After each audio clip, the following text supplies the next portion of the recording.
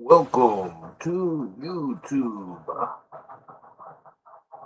Oh, fuck. That's not the right mic.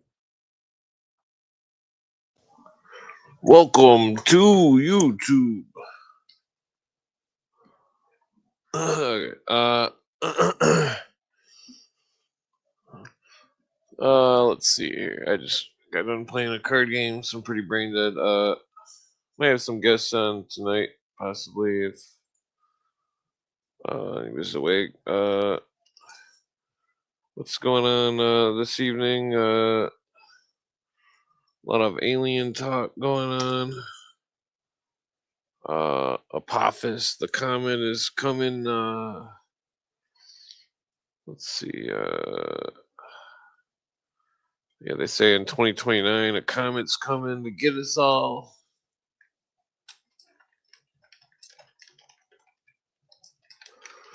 Apophis, the devil comet. You know, they're probably just they're making shit up. They might not be, but a lot of weird stuff going on in the news. I wonder. Yeah, I was watching old episodes of the Twilight Zone from the 80s. The 80s Twilight Zone. Damn it. They're not the right format. God damn it. I was going to try to just play them. Yeah, so. What was I getting at? Yeah, they're saying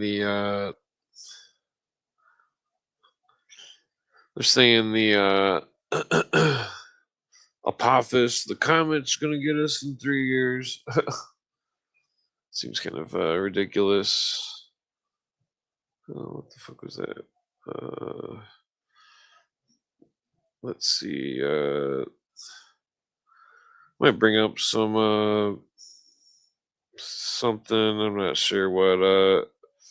Roll with some chaos and see where it brings. We should start off with a doobie.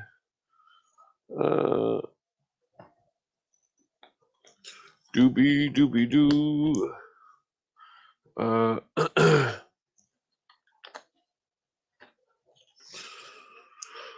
Yeah,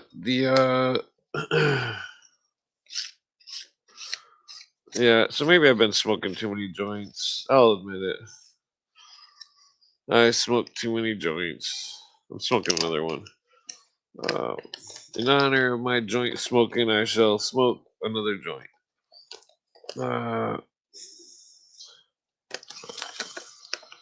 Yeah, so.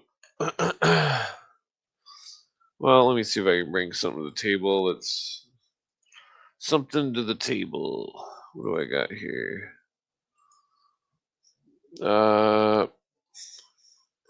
Bringing something to the table. Called, how do I organize these? Newest to oldest, I think. Date. Okay. Share screen. Where should I start with these? This is newest to oldest, but some stupid Epstein shit, UFO shit. What do we got here? Yeah, that's more Epstein shit.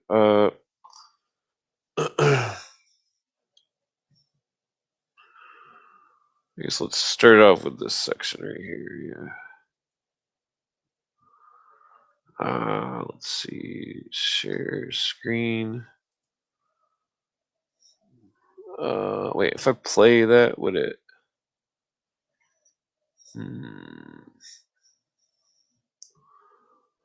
Okay. Where's the button at? Call fellows. Well, I guess I'm just gonna have to do this. Okay. So. begin? Colmer. This is about Franz Colmer, Illuminati, well, Alumbrados, Weishaupt, 1748, the professor of canon law, University of Ingolstadt. Initiando, something, the principles of disorganization and something Lamato Colmer. Colmer was the dude that was Colmer was the dude that was one of the initiators of Weishaupt. K. Habia, he lived in Egypt. See, Habeo, he was expelled to Malta. Something, a disciple of Colmer and the charlatan Cagliostro Algunos, I don't know what that means. The adept of the disintegrating, so disseminating Illuminism and the El Condado. Name it, I do not know what that says. El Condado. El Estudio del Maniqueísmo. I think that's Maniqueísmo. I think that's, is that a word for mesmerism? Something conjuration. Okay, so yeah, I got more quotes that are Spanish. I just wanted to go through this a little bit. Okay, maybe I should just go to the next one here. What do I got here? Oh, so this is what is this? I can't think of what book this is, but it's talking about Muhammad. I think this is a Mason book showing they got that Muhammad bullshit going on. Yeah, so I got a lot of random shit going on here. Is God merely his own shadow? Let's see, what is this? Witchcraft. Got a lot of screenshots. There's some sorted. What is this? Some kind of witch or something? Uh, let's see. Maybe I should make this like this. There we go. Okay. What do we got here? Witchcraft. I thought this was interesting because it's the dude's talking to a dog. I think I went over a bunch of these before. Where's one that I haven't? Let's skip through this. Get to some Illuminati shit. What is this? What is this map? Martin Beeman's globe made before the sailing of Columbus. Oh, that's interesting. God damn, my eyes watering. My friend smelled like a dog. It's making my eyes water because I'm allergic to dogs. When we were playing cards, let's see here. Okay, what is this? Demon book shots. Let's go here. Serpent. Oh, you better watch out for that old lady. Della Bella. Yeah, there's some very interesting depictions of demons and all this. Okay, here we go. Wait, is this still witch stuff? Yeah, that's definitely witch stuff. Okay.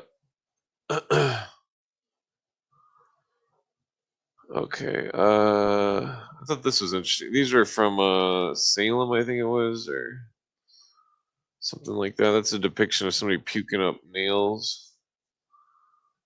Let's see. What's up with that cat? Yeah, so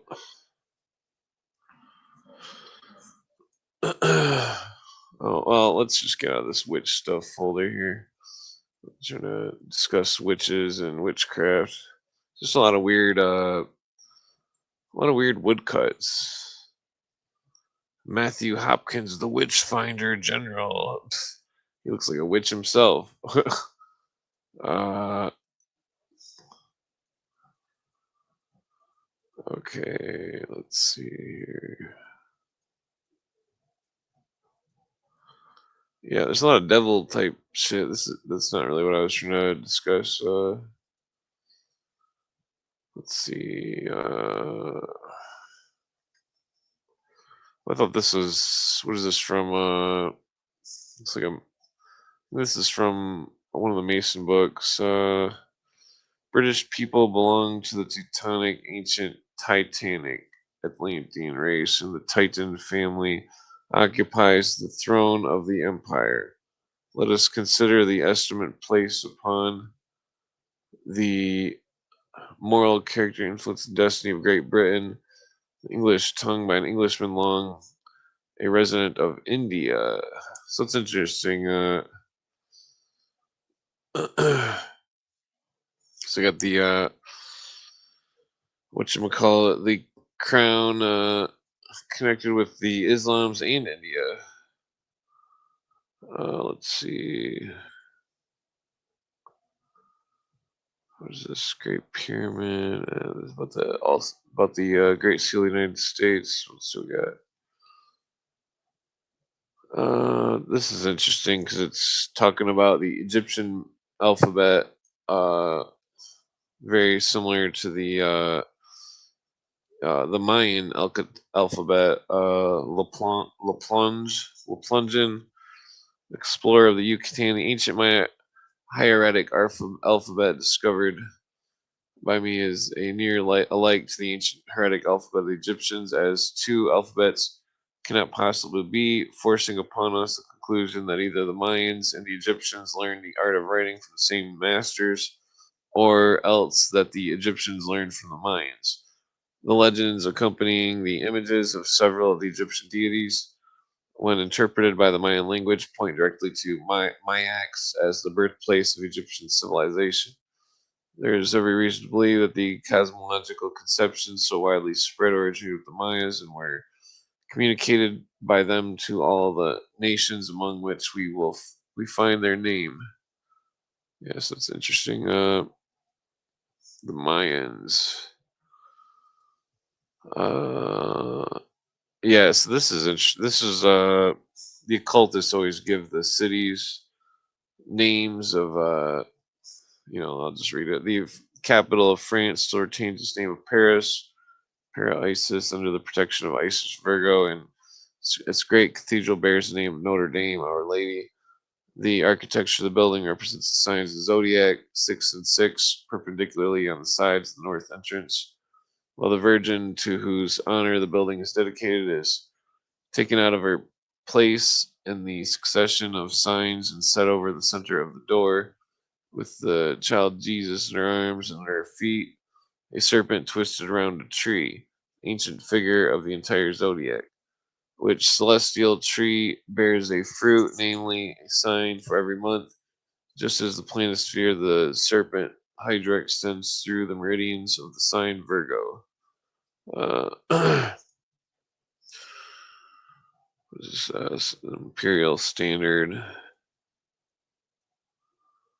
What is this? The Pleiades dove. What do we got here? Oh, that's about what's her name? It's about Patty Hearst. Her great grandma was the highest. Let's see here. The Atonement of Pan. The grip of the eagle's claw. It's similar to the lion's claw, with some sort of lost Persian handshake. I thought this was interesting. It's some kind of looks like an ornamental gold and silver, some kind of like a handle for something. I'm assuming. It looks like a handle. I'm guessing. It's kind of decorative thing. Let's see. Craft. Which is Scotch ritual associated with the Queen.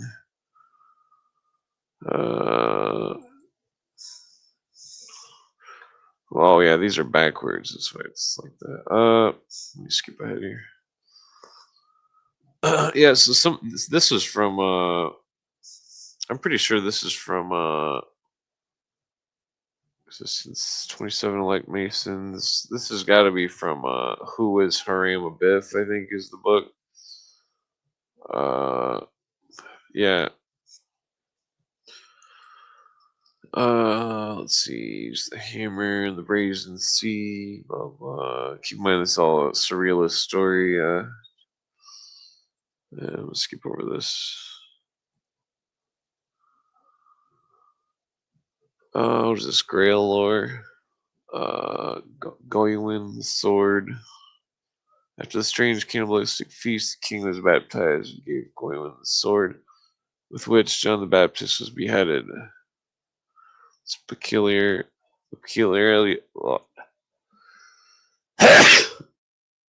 Oh, excuse me.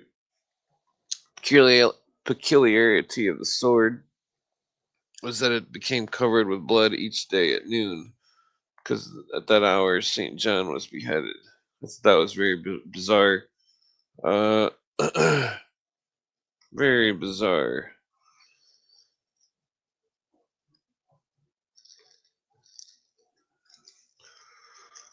Let's see.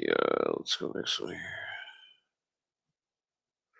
Numerous traces of the old fertility cult and the Grail stories. Blah blah. Chalice as attributes to magic. Blah blah. See, people don't understand that chalice is just a symbol of one of the elements. The spear, another symbol, which is shown in the modern day playing cards. The spade.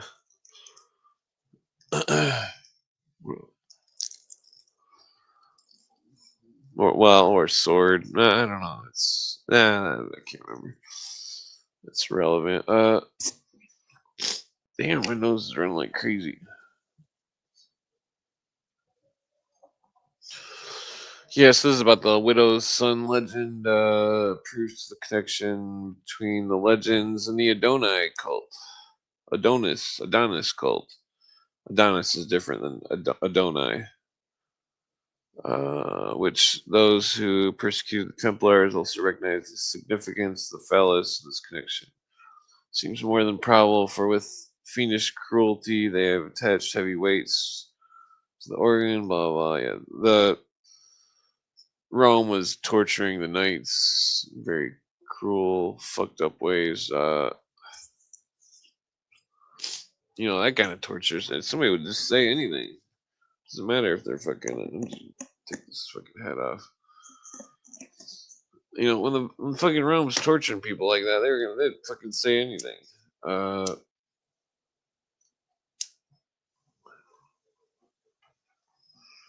Let's see here. I'm not gonna go on this Templar stuff. This is not what I'm trying to go into tonight. Let's see what else do we got. The Grail.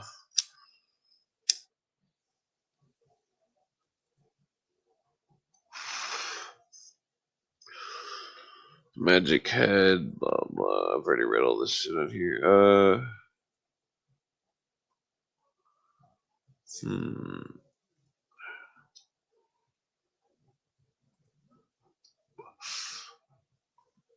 Okay, yeah. So I've got too many notes here. Oh, this was interesting. Maybe I should just title the show. Well, I think this is interesting. Yeah, pyramid inch, 1 inch, English equivalent 1.001. The basis or it's 1.500 millionth Earth's axis rotation, and then Well, no, I think it's 1 in 500 millionth. And then pyramid, sacred cubit, 25. The length, 25 inches. Some people say 24.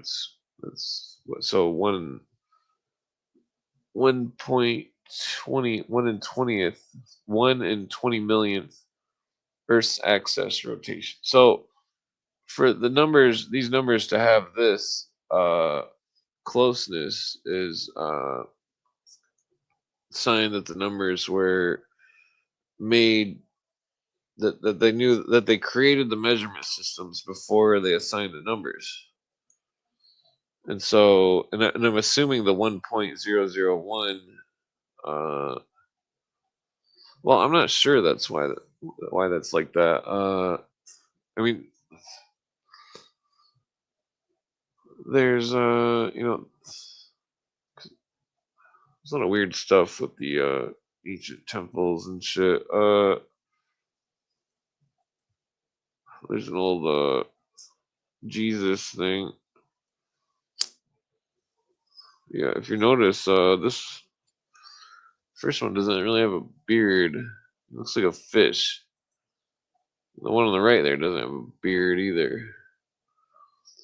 Galway, that's yeah, the one in the middle doesn't have a beard. The one on the right doesn't have a beard. The one on the left looks like it might have. I don't know. Let's see. Yeah, no beards, no beards. That's an old. Let's see the crucifix.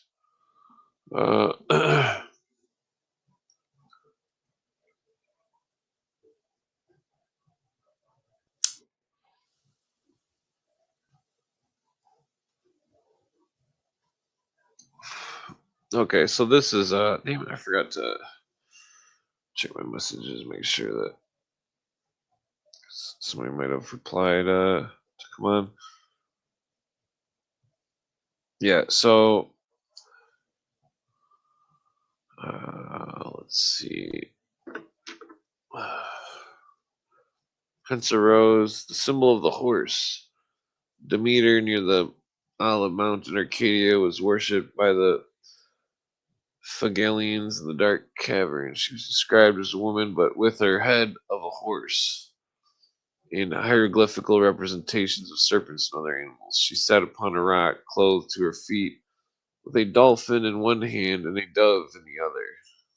Mars, Balis, an ancient deity of Italy, was represented on the hieroglyphic as a person with a face of a man before and of a horse behind, and was said to have lived 3 times. The history of Pegasus, the winged horse, is probably the same purport. He elsewhere says of Hippa, Volume 2, blah, blah, it was the title of Apollo or the sun, and often propounded Hippa on and contracted Hippon, of which name places occur in Africa near Carthage. As it was the title of the sun, it was sometimes expressed in masculine gender hippos. These horses, which fed upon the flesh of strangers, were the priests of Hippa, and the Dionysus-styled Hippus, or more properly, Hippias. Well, that's weird. Oh, looks like we got a guest here. Hey, how's it going? Can you hear me? I think so. What have you been up to? Not much. You? Nah, I just got done playing cards. Smoked too many joints. Too many joints. Yeah, was this, the sun, the golden handed? You ever heard of that legend? Yes. Oh, really? Interesting. Interesting. Yeah, he had his hand cut off. I think it was some sort of. Yeah, it says the German god Tyr. Tyr is another word for Mars. In the Norse mythology, Mars gets his hand bit off by the wolf.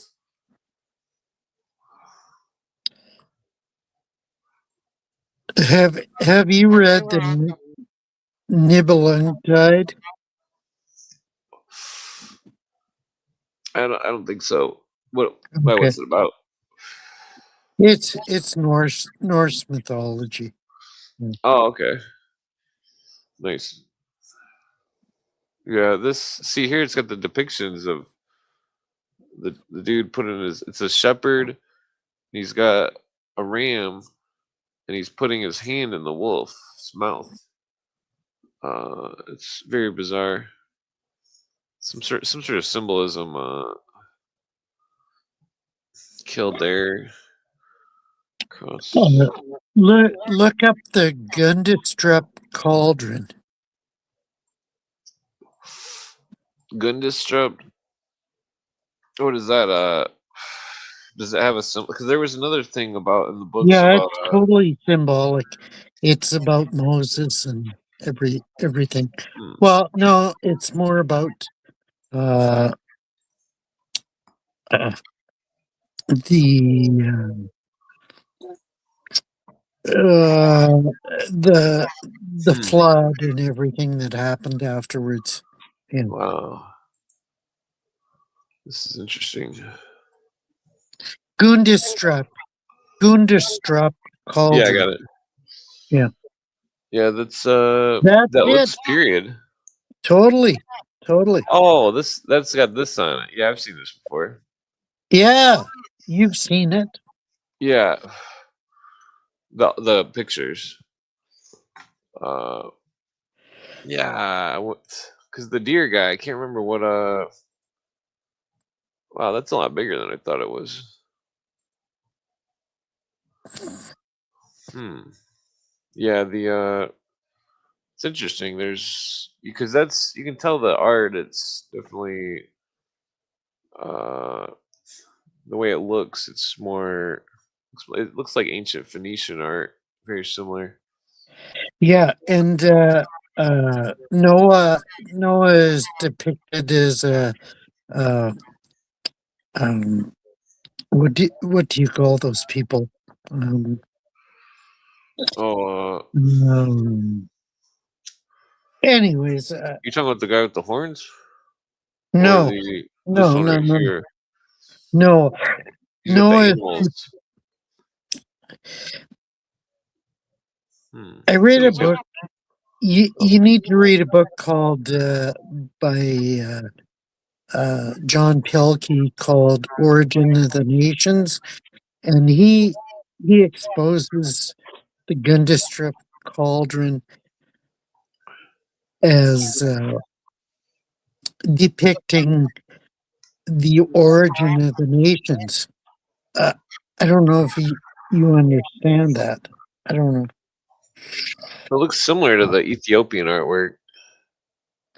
Yeah, It's like and Romanish a little. well, Noah was uh, what do you call those people from from northern northern China? What do you call those people? Earthlings. I'm just joking. No, Orientals. no, they weren't Orientals. They were shit. What is the name for them? Hmm. Oh, I can't think of the word. You think of that word, what the hell's that word? It's like on the tip of my brain. Yeah, I Uh, know. Same with me. Yeah. yeah, that one Mason dude was using that word as his name on YouTube. What the fuck was that word? Damn it, I'm stoned. Trying to quit smoking Already? cigarettes. Already? Wow. No, I smoked like 10 joints at the card game. Okay. Okay. I mean, the card game was here, so I didn't have to drive or anything. So,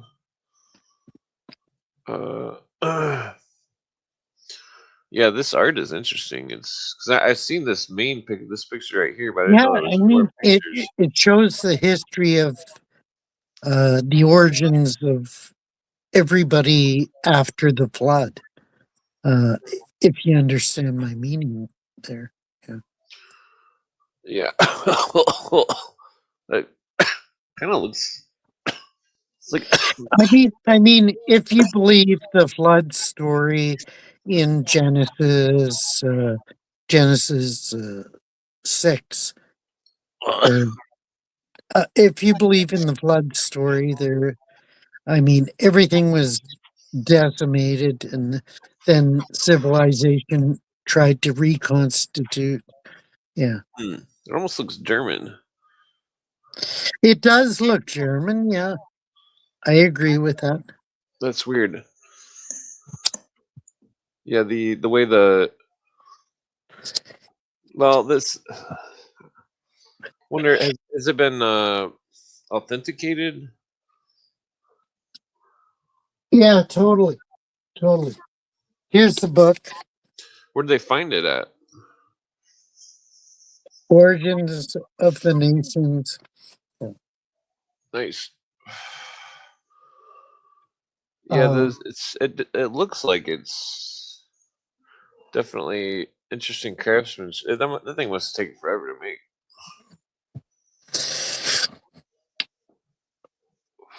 Looks like it's silver. well, Looks like it was kind of alloy. discovered. It was discovered in Northern Europe. They found it found this artifact in Northern Europe, but they think it emblematized, if you get my meaning, Excuse me. emblematized what had gone on in the past. Yeah. Yeah, yeah, it's interesting. Where if the Vikings made it, or some kind of pre-Vikings? Yeah, pre-Vikings, totally pre-Vikings. Yeah. You have you ever checked out L.A. Waddell? Uh, he's written numerous books on this type of subject. Yeah. Hmm. Yeah, you can tell it was made. It was done with thin sheets, and then it was like pressed in, and then like I've done that kind of art with copper before. Yeah, you've read Beowulf, I hope. Uh yeah, I read it in school. I remember. Yep. Okay. Okay. I mean, I don't remember what happened, but my I friend gave mean, me a copy of the book. It's got the it's six part pointed. It's got the yeah, symbol. yeah, it's part of the scenario that we're talking about. Yeah. Two griffins. Hmm. Yeah, that's interesting. Those elephants on the top. Yeah, those look like haired elephants. Oliphant, according to J.R. Tolkien. Yeah. Oh, that's interesting. Yeah. Yeah, that six-pointed star symbol with the that's the same as the flower life symbol. I always see that. Uh, Totally. I don't know if it's a good sign or bad sign. Well, it depends on how you acquire it. Maybe acquire is not the proper word, but how you adapt it to your mythology. Yeah. Yeah. Yeah. Yeah. I mean, look at the swastika. I mean, that's been around for thousands of years, and people have adapted it to different situations. Yeah, yeah, Hmm. Yeah, I mean the artwork style does. Oh, yep, they're doing like just like the Phoenicians, the horns, yeah, yeah, battle horns. Uh, hmm. Yeah, it's an interesting piece. yeah. It is. I mean, it's Look at a they got the relevant lilies on there. it's a relevant piece that not many people have looked into its history and or where it came from. Yeah. It looks like there's lilies. I can't remember what the reindeer guy the it looks like it's Celtic. He's got that thing in his hand that's Yeah, yeah, it is Celtic, totally Celtic, and the reindeer are yeah relevant. Yeah, I think yeah, they're that's one relevant. of those necklace. He's wearing one of the necklace things. Those things that the Celts wear. Yeah, totally. This is definitely Celtic. Wow, that's interesting. Bunch of red-haired people made it. Yeah, those look like lilies almost. Those plants reminds you of the goddess picture given Hercules, the lily or whatever. Yeah, that's what L.A. Waddell documented. He tried to Oh, relate Greek mythology with Norse mythology, and yeah, tried to find the common denominators between them. Yeah, yeah. I think the Norse mythology is more less tainted. I think so too. I agree with you there.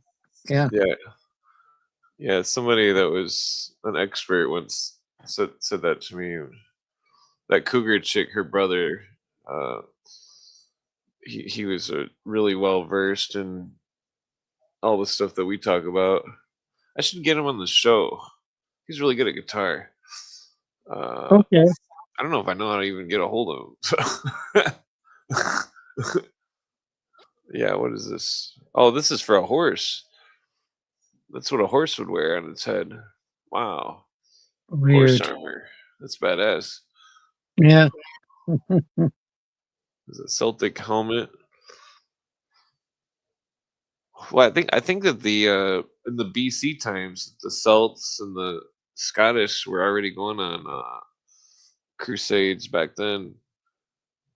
Uh, Raven Crusade, Crest crusades in what to type of Israel. really? Oh yeah, I think that's where they got a bunch of this stuff. They say that some old legend about Jesus coming and preaching in Ireland or some shit. Yeah, I've heard stuff about that, and you know that Joseph of Arimathea went to England for supposedly. I don't agree with it. Yeah, I don't think it happened. Yeah, this is weird. What are these two lions eating a lamb or a ram? There's like a dude in the middle with a lion in a headlock or something. weird, weird. No, I I I can't. bizarre. It's hard to I'm look not at. on. I'm not on my PC, so I can't see it. Oh, okay. I'll try Yeah. to. Wow, Wow, that's just like what? That's Persian. totally. They found that. This is the same article. Wow. That's well, that's bizarre. Yeah, Two palm trees. look at the wings spreading out from the solar disk. I mean, Yeah, that tells you everything. Totally. yeah. I think I figured out why there's 33 and 32 feathers. Because if you add it up, it's 65, and they're always doing stuff in 6 to 5 ratios. Like six, because they think that 6 and 5 is the seal of Solomon. I've never heard that theory. Yeah, Wow. like the pentacle and the hexagram. Uh, Okay, that makes sense. yeah, Yeah. it's got two sides. One side's the pentacle, the other's the hexagram. Uh, I mean, at least, I mean, there's so many conflicting viewpoints that. Yeah, I mean, you've got to collate the six-sided Star of Rephaim with the five-sided pentagram. Yeah, but I mean, How do you get 65 out of it? I don't know. I think it's like a. Oh well, that's 6 and 5. Just putting the numbers directly together. Okay. That's how some of the old numerologies. But the what was I'm rolling a cigarette. Your Honor. In your honor. In your honor. Nice. Uh, yeah. And what time is it? Yeah. Even though my Easter, well, I'm not really religious, but even though my Easter was 24 hours ago or so, your Easter's now. So happy Easter. Oh, thank you. Thank you. Are we on the same page otherwise? Well, I don't know. The- well, well, I told you that joke before. Consider me Thomas the Doubter, even though my friends, Yeah, he calls I himself mean, Thomas the Doubter. yeah, of course. Thomas the Doubter said, "Put my finger. I want to put my finger into your wounds to verify that you've actually been crucified." Blah blah blah. Yeah, yeah. Yeah, it reminds me of I had the psychedelic trip once, and whenever I tell the story to my one friend that's super religious, he's like, "You seen a fucking angel, man?" There's some big round thing with a bunch of eyes all over it. Some spooky Okay. shit. It looked like it was like looking at me, but like breathing through the eyes. It was terrifying. Like all powerful, some kind of. It was pretty wild. That doesn't sound like an angel. That sounds like a fallen angel It's to got three me. faces. Yeah, totally fallen angel. Yeah. Well, no, it's like the biblical description, Old Testament angels, all the eyes all over. Yeah, but I mean, you've read you've you've read the Book of Enoch and the Book of Jasher. I know you've read those books. Yeah. Well, I've definitely read Enoch. I'm not sure if I've read the other one. Jasher. Yeah. Hmm. Is, is that in the Dead Sea Scrolls? If it's in there, I've No. definitely read it. No. No. No. I might have read it. Probably not, but sometime I went out of my way to read the exported books of the Bible or the non-sanctioned ones or whatever by Rome. Oh, the Nag Hammadi scrolls. Yeah. They're Well, I've read total. those too, but like Yeah. They're total bullshit. the Yeah. ones that well, that treasure the copper scroll interests me. The treasure scroll. Because it was just a big list of all these treasures and where they were, but they didn't have starting points. It could Yeah. be anywhere's out there in that desert. Yeah. That was. Yeah. They were discovered in the desert. Yeah. Totally. Yeah. Yeah, there could be vast quantities of gold out there. I think that's what's going on. Gold. Really?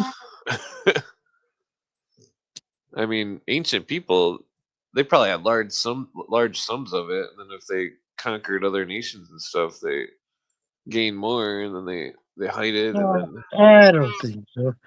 What other nations did they conquer? None. None. well, I mean, like maybe trading.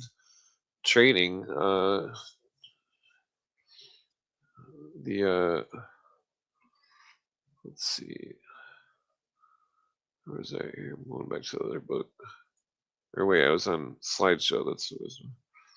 Uh, Well, look up what's his name? John Pilkey. sounds JohnPilkey. familiar. Yeah. Pokey. Look up John Pilkey. He's the one that uh introduced me to the Gundestrup cauldron. Uh, uh Pokey. he's written like at least four different books on Oops. on the Cauldron.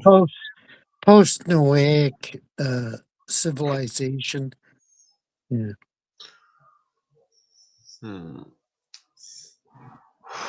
The Black Cauldron, Cauldron of Fire, Into the Cauldron. Or are those? We have the wrong writer. yeah, totally wrong. Totally wrong. What is this? MGM French lawyer is appointed. Oh, there's some documentation about the Chase Bank appointing one of their people to. I was reading it last night before I went to sleep. I mean, I've read it Yeah, but before, but this has nothing to do with the. Yeah. well, we don't have to talk about this subject. I'm just randomly skimming. We can discuss any subject. Illuminati, Hitler being accused of being the Aleister Crowley. I thought this was interesting. Hussards de la Mort, the Skull and Bones before the German Skull and Bones. Yeah, yeah. If you look up the Skull and Bones before they came to America, that's an interesting story. Mm, yeah, Yeah, because they yeah, had them in France and Spain. Hussards Grand Royale 1818. Captain de la Garde, designated by Commander Lescour, something of King Louis. Uh, yeah, I got a picture of him somewhere. yeah. Go back to what we were talking about earlier, John Pilkey.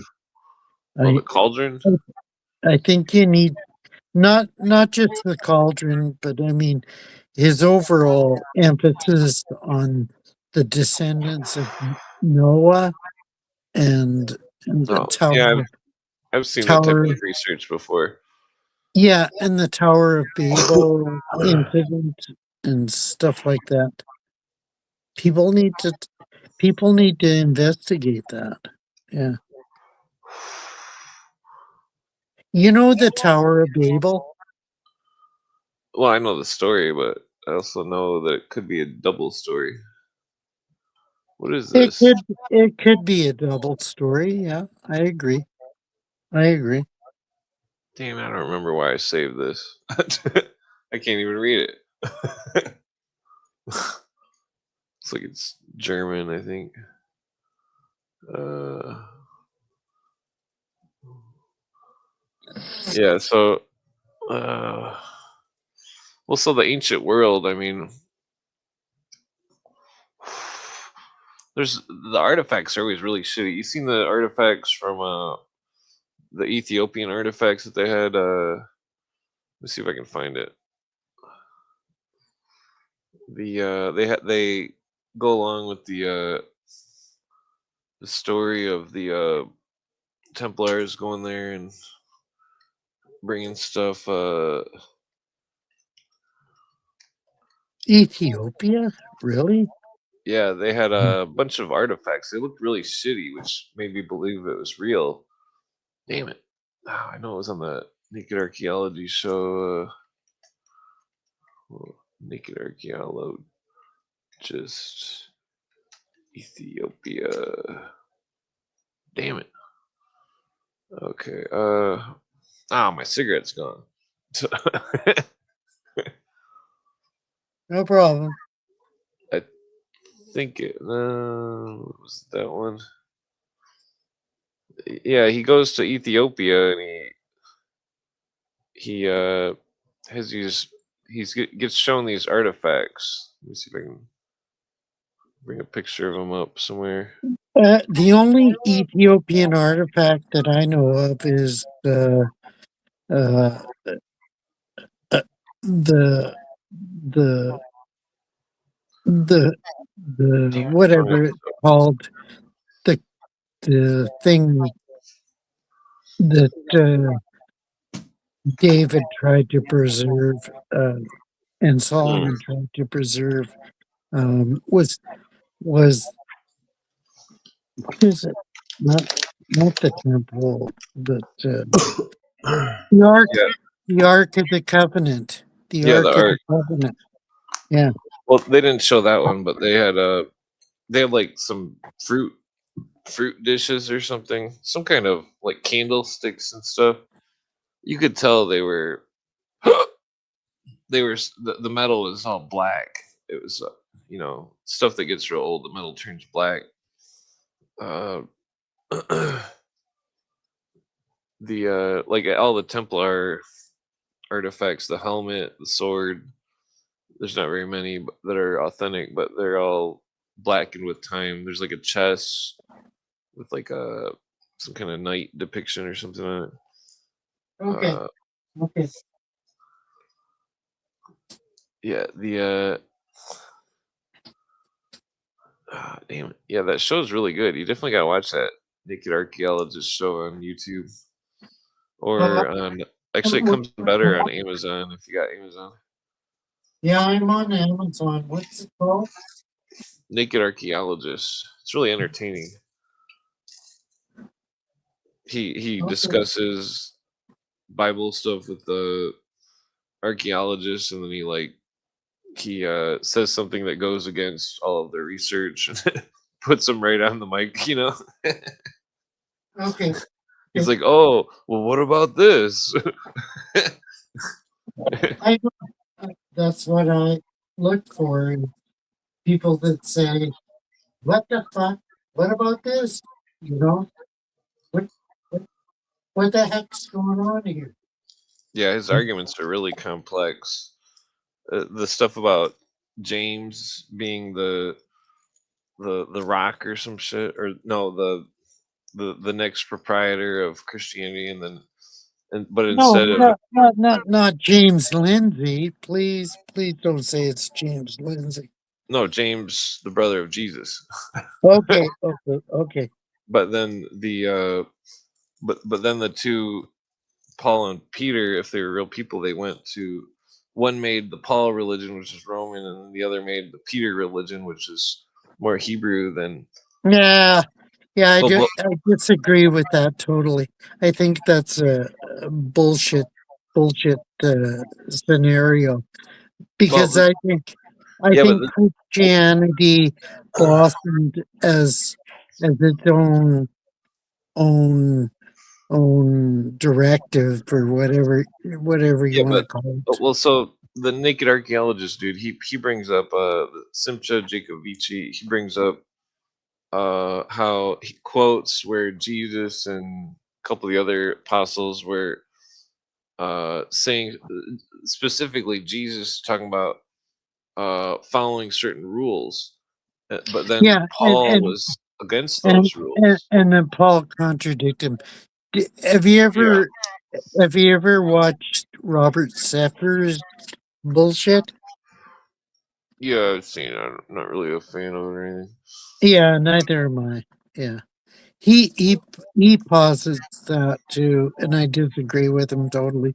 I I don't think there's a contradiction between Paul and the Gospels at all.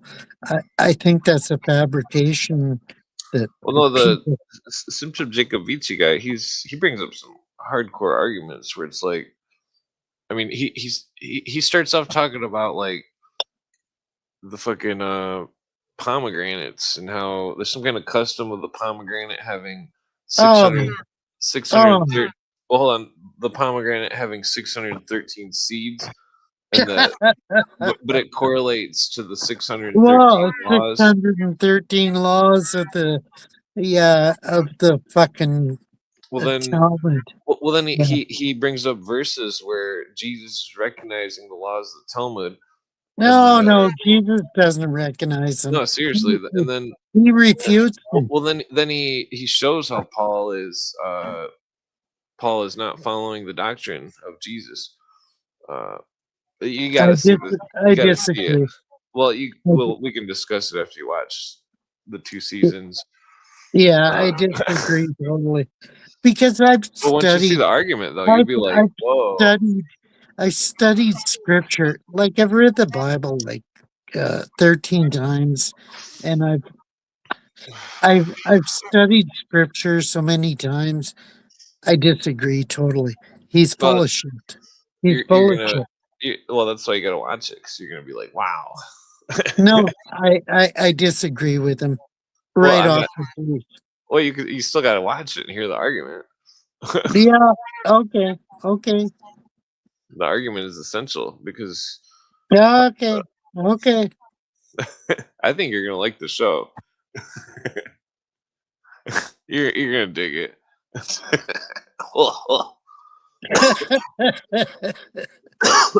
Excuse me. Yeah, it's a pretty good show. There's only I don't agree with this. Well, the Tomb of Jesus, he doesn't have that on you, the you TV you show. you you have to understand his hermeneutics. Like, how does he discover exactly what is said in scripture? Like, I mean, hermeneutics is the be all and end all. I mean, Yeah, he puts up a good argument. Your mind is gonna be blown. I don't think so. And he's got like an interesting perspective.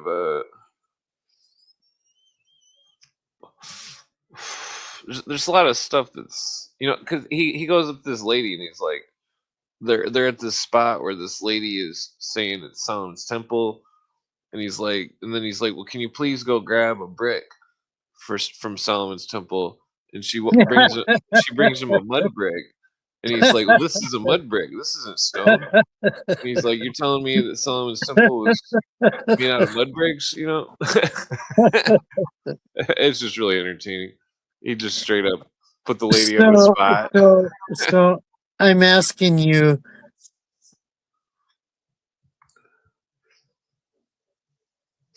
do you appreciate my commentary, or do you think I'm fucking a piece of shit? Well, I enjoy hanging out. I mean, I think that once you watch that TV show, you'll be like blown away. You'll I be like, just "Oh, okay, Paul, that okay, motherfucker." okay. Here's the recent TV show that I watched. It's called Idiocracy. Have you watched it? Yeah, I've seen that. Okay. It's pretty good. Totally, totally. Yeah, the excuse me. What was I gonna do? Yeah. Let's see here. Yeah, so you ready for the Apophis comet to come in 2029? Totally, totally. I'm ready for anything that you've got lined up. Yeah, Well, I think they're just trying to scare us and give us fear. Uh,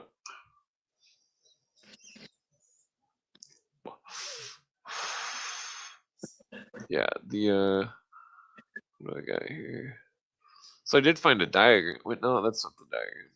Where the fuck's that? so Clint, uh,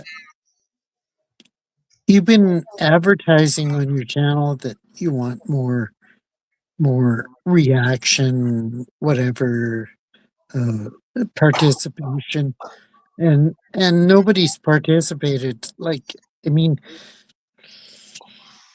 uh, am I am I am I just a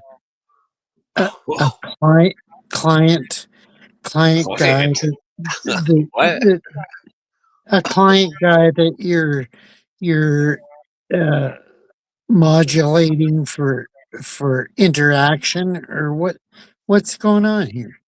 I don't What do you know. mean? We're just hanging out. Oh, You didn't understand that? what do you mean? Well, you're just a friend. I mean, uh, this is from You Russia. you think of me as a friend?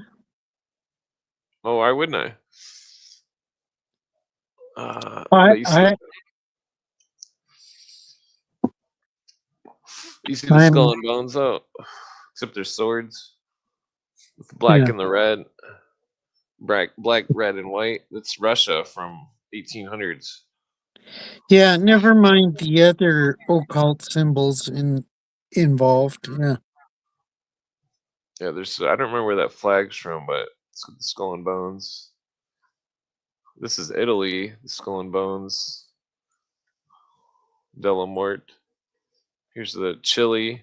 He's got the skull and bones right there.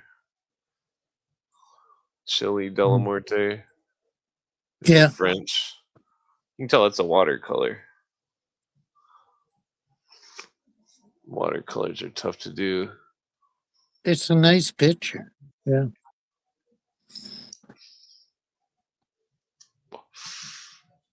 Yeah, that's all I got on that one. Uh, hmm. So, any other guess? Perspective guess? Whatever. I think. Well, I think Danny fell asleep and uh, Ellie's sick. Yeah, Uh, Ellie's a piece of shit. well, Sorry. that's not true. Why would you say that? Aren't you always trying Because to? she's so conditioned to the Oh, damn it.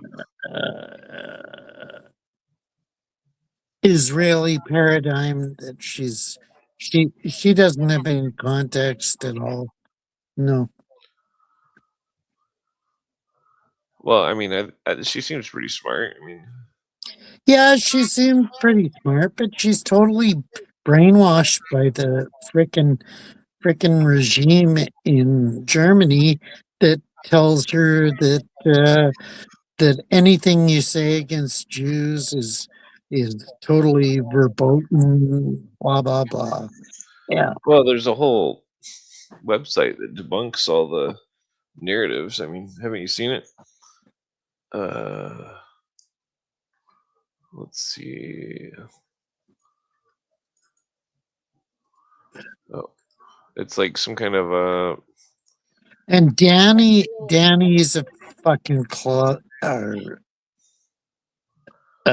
well, you a definitely crypt, don't want to. We're all just trying to be friends here. You don't want to he's a be crypt, calling people. he's a crypto Jew. Hello. Fuck. All right. Well, I don't know what that means. So, Well, discover. well, I mean, like the you understand that like Crowley and stuff isn't. Crowley's not a Hebrew. I mean, there's all sorts of people that aren't Yeah, I Jewish. agree. That, I agree. I agree. well, I don't. I just don't understand why you think that there's a motive. That there's because there's all these. There's all these. There's just so many rumors. I mean, not to mention, Have like you read Taxi Mars? yeah, I'm familiar with Tex Mars. Okay. Okay. Read his book. Well, I mean, like you gotta understand though, if it was like a court case and you were a lawyer and that you were trying to prosecute or defend or whatever, and that it's like certain facts have to be substantial, they have to be verifiable, and that Yeah. Yeah. well, there's so many rumors where I've debunked rumors myself where I found the letters of the orders for the rubber seals on the doors of the gas chambers that the gas chambers are real. I mean they No, were they aren't. The gas chambers aren't real. They were wooden doors. Hello. no, It never happened. that was the door on the inside of the building. The outside building door did have rubber No, seal around it. bullshit. No, I've Bullshit. seen pictures. It's on that website. I sent you that website before. I'm pretty sure. Uh, just because I knew you would get mad. I'm not mad. I'm just saying. Well, I mean, that's the Uh, thing, though. It's like you uh, can't be a scientist if you're Mr. not looking at Mr. all the Luke, evidence. have you listened to Luchner's testimony? Yeah, but I've also heard testimony of people that were literally in camps when they were children, Have you heard the in person. testimony In person, I've seen the. testimony that there was only 2 million Jews in German occupied territories, and there is no way that there could have been 6 million? It's all bullshit. Well, I'm not convinced that it's bullshit. That's I think that there's a propaganda campaign going on for the last 70, 80 years to make people convinced that it wasn't a real thing. Okay. Granted that. What is the ultimate uh, outcome of all this? It's control. That when people Yeah, are chasing their control. tails, when people are Control. chasing their tails, Totally. chasing the wrong thing, the the problem will never be solved because the Illuminati and the Satanists and Rome and Jesuits and all this stuff. There's so many players in the game. It's not just one thing or something. You've read the Red Cross statistics, have you? Well, I told you I've talked to Holocaust survivors before. I've seen the Yeah, but numbers on their they're arms. full of. There's 6 million Holocaust survivors. It's all bullshit. What about the ones who weren't Jewish?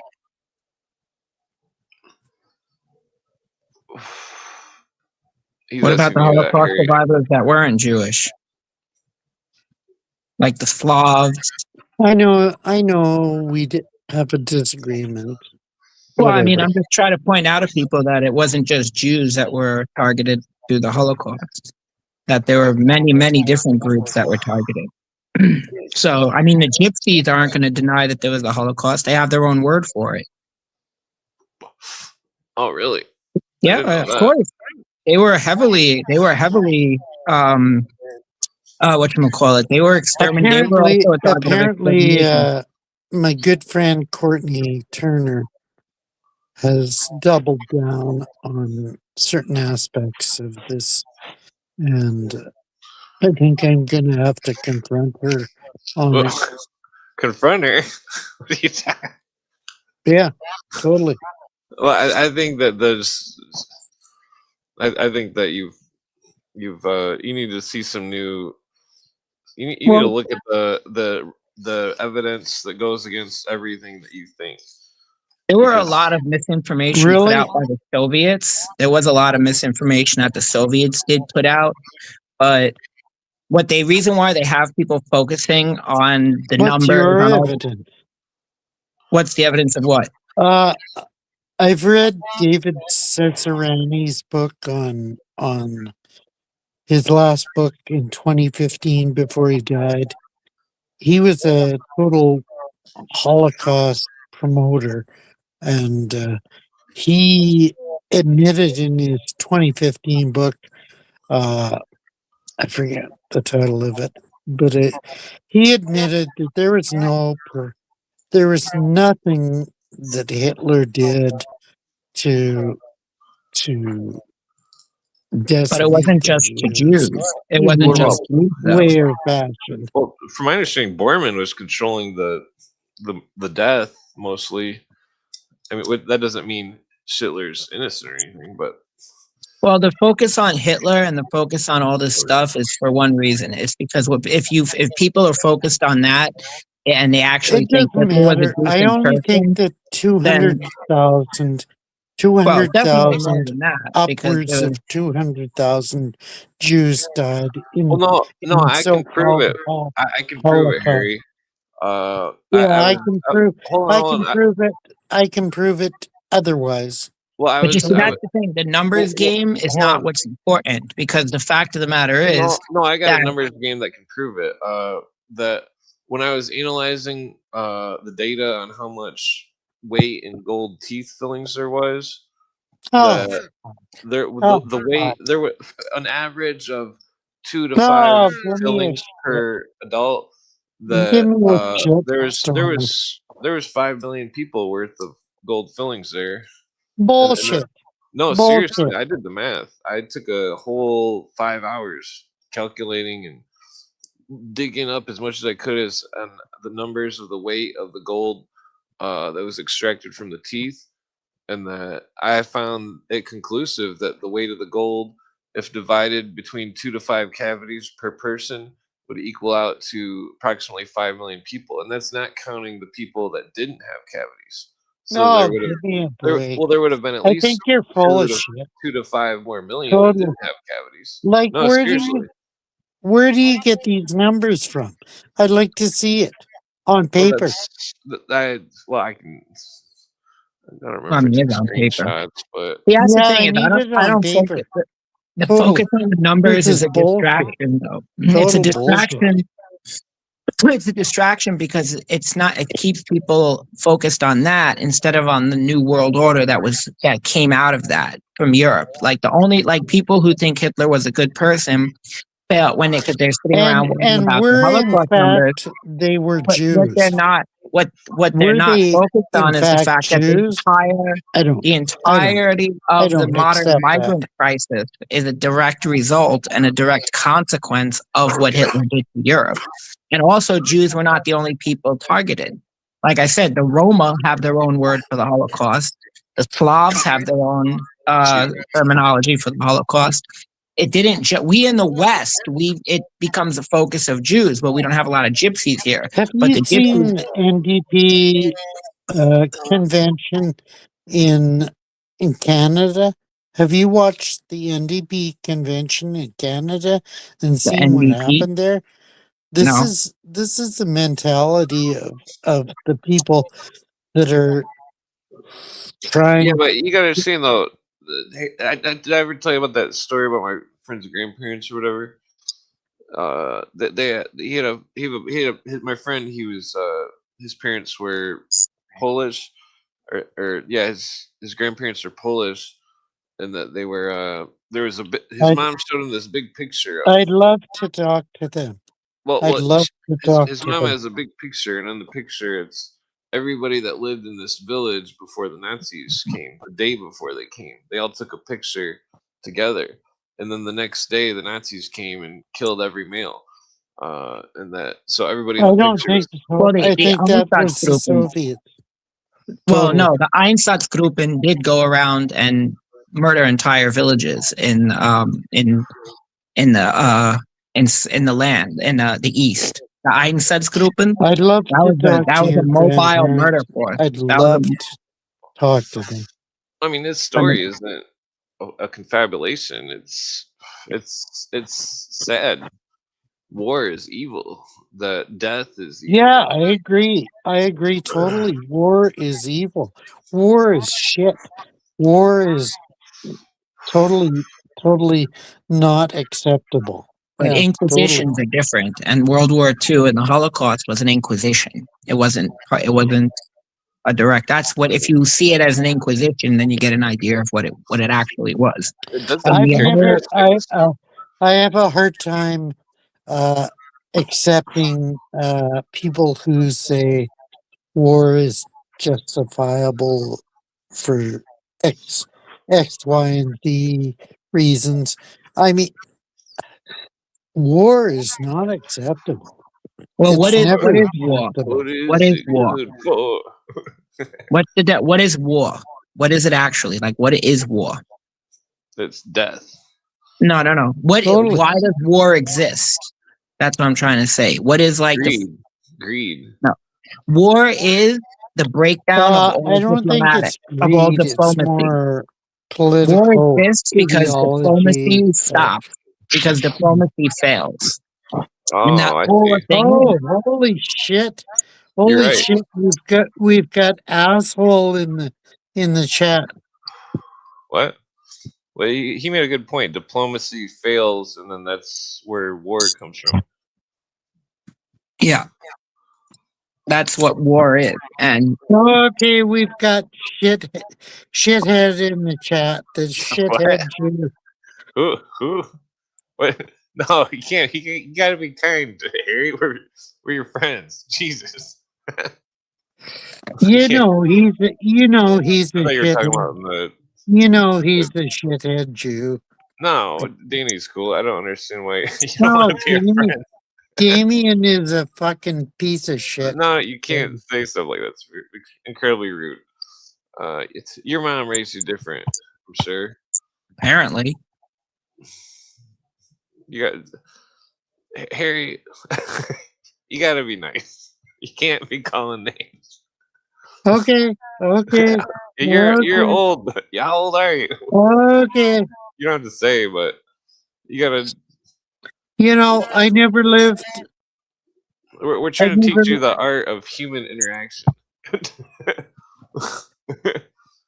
You gotta be courteous. You can't. Yeah, but I gotta call out people who need to be called Yeah, but out. ad hominem is not. No, You it's know, not ad hominem. you did that was definitely ad hominem. Okay, okay, okay. Well, Is ad well, sorry, I'm harm sorry. hominem? I comes don't when mean there's to laugh. no Ad intellectual hom. response. Yeah. Like war is the breakdown of all diplomacy. Ad hom is the inability to intellectually respond. Yeah, but it is ad hominem uh, negatory piece of adequate contact? No, I don't think so. Yeah, but I don't ever recall Danny insulting you in such ways. Thus, you shouldn't Okay, insult him if you follow the philosophy of Jesus. okay, okay, okay, okay. Let's carry on. So Sanderson wasn't it was never. I don't think he was ever translated into English. I think he's only been translated into German and French. I don't know if they did translate him into English, but I think only quotes, or maybe recently they translated Phil Henderson into English. But as far as I know, it's just French, German, and Russian. What is the need for translation into any language other than English? Like, Oh no, There's a I was lot of. just confused because because Pedro mentioned Reed Henderson, and I was just saying I don't know if he's been translated into English yet. okay, okay, I can't see any of the chat, so I don't know what's going on in the chat. I forgot to sign in again.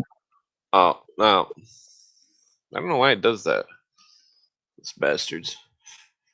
I got to remember to do it next time. Yeah. Yeah, the freaking man, this joint. Carry on, my wayward friend. We'll meet some again. I Yeah. was watching this all these Twilight Zone episodes from the 80s. Yeah, totally Twilight Zone. They were really Totally. good. I mean, they Yeah. were bad but good.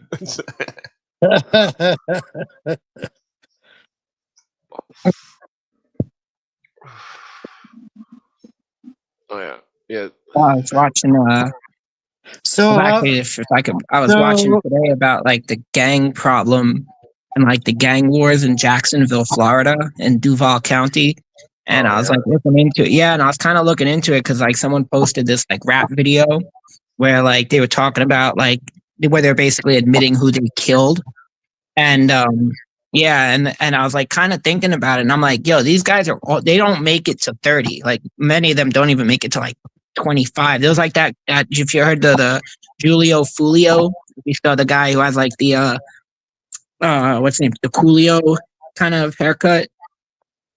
And I was kind of thinking about what these guys are getting out of it. So I've been kind of thinking about if there's some kind of esoteric I'm thinking about you, crypto Jew, Daniel. What? I'm not a crypto Jew. I'm What an does that even open. mean? I don't know what that means. That's the referee, and I'm just kidding. Quit being mean, Harry. Uh, Yeah, what it's was, okay. what was I Mean, getting at? mean. Why am I Being mean? mean. You're throwing low blows with fucking He's a verbal crypto attacks. Jew. That's I'm not not a He's crypto a Jew. I Jew. don't even know what He's that a means. I Jew don't know. trying to present himself as a normal person, and he isn't normal. Hmm. Well, My friends I say I'm too normal, actually. I'm converting to I used to Judaism, think I was but pretty weird, but then carry my on. friends were like, "No, you're like Seinfeld level of normal," and I'm like, "Okay, whatever It's that means." Seinfeld. Oh, Holy shit. well, Yeah, that means you're gonna have Holy good luck with shit. cars. so you can climb walls. Freaking what were we talking about? I forget. Yeah, what were we talking? We were talking about the origins of civilization back in post No, I meant Noah. like 5 seconds ago. Something Oh, before. 5 seconds. Wow. Uh, well, that that shortchanges me. Wow. hmm. I forget something. Oh, something about gangs or something. Gangs. Oh, gangs. Oh, Fuck. was, They made a comparison to like Suge Knight on one of them, and like they say Suge Knight was like the head of like the like the black gangster rap scene, and he was responsible for a lot of like the murders. And I kind of wonder if there's like something going on like with the drill scene, because if it's like, because there was something that one of them said. I think it was Julio Fulio. He made like this video where he talks about how like one of the guys signed something. He like signed something for $5,000, and I wonder if it's like they're kind of selling their soul a little bit. Like if there's Yeah, something. yeah. Total wig of shit. Total well, wig of shit. I think Yeah. that they're.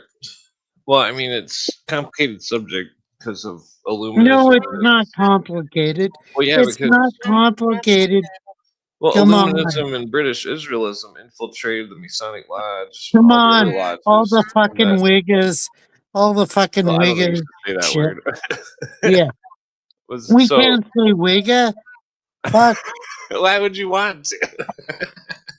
What other word? What other word It's is not a allowed classy on? word. You're not gonna pick What up any. other word is You, allowed? you're not gonna Yeah. pick up any broads saying that word. I don't give a shit about What? broad. What? I say fucking wigger. Wigger All fucking right, shit. you're wasting time with your Para trying to keep up with OFC, slang.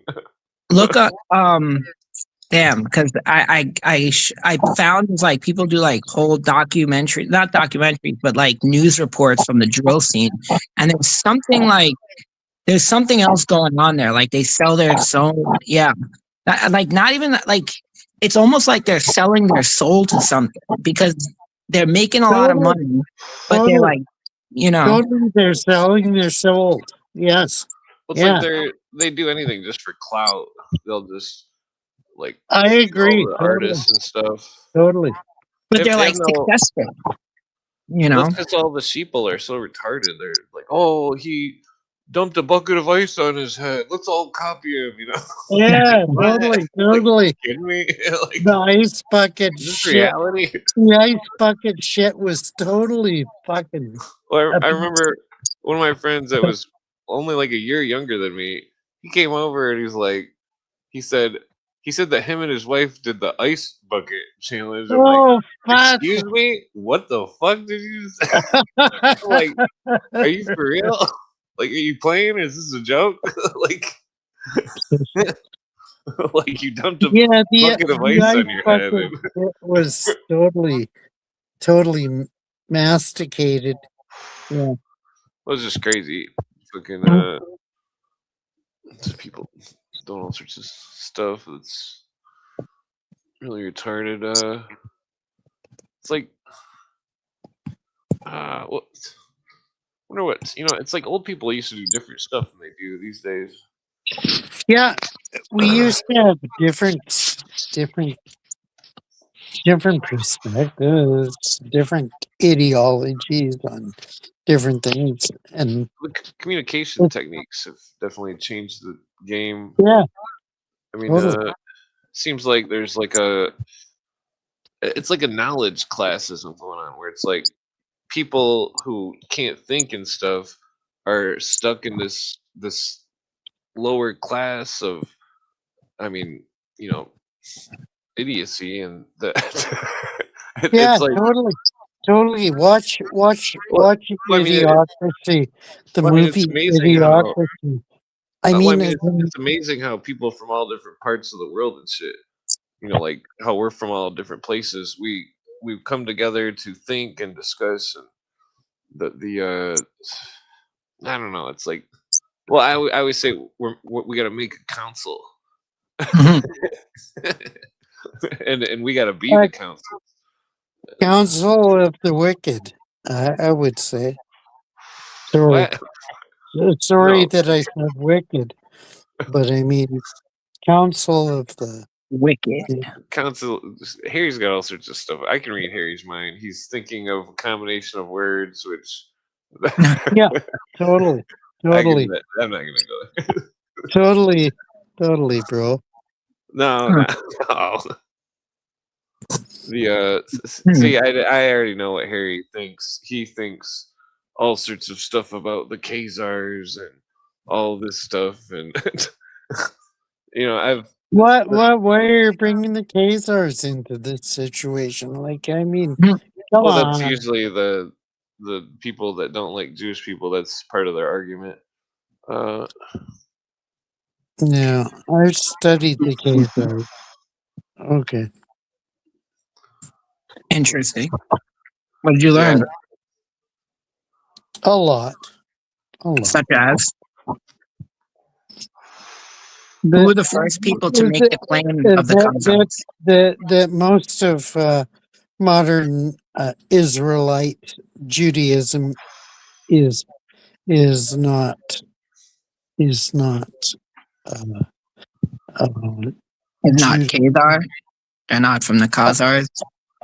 Because who Well, were the first people to make the claim of the okay, Khazars? you're exaggerating. No, Yeah. no. Let's see. Who were the first people to make the claim that Jews were that there was a Khazar kingdom that converted to Judaism? Who were the first people to make that claim?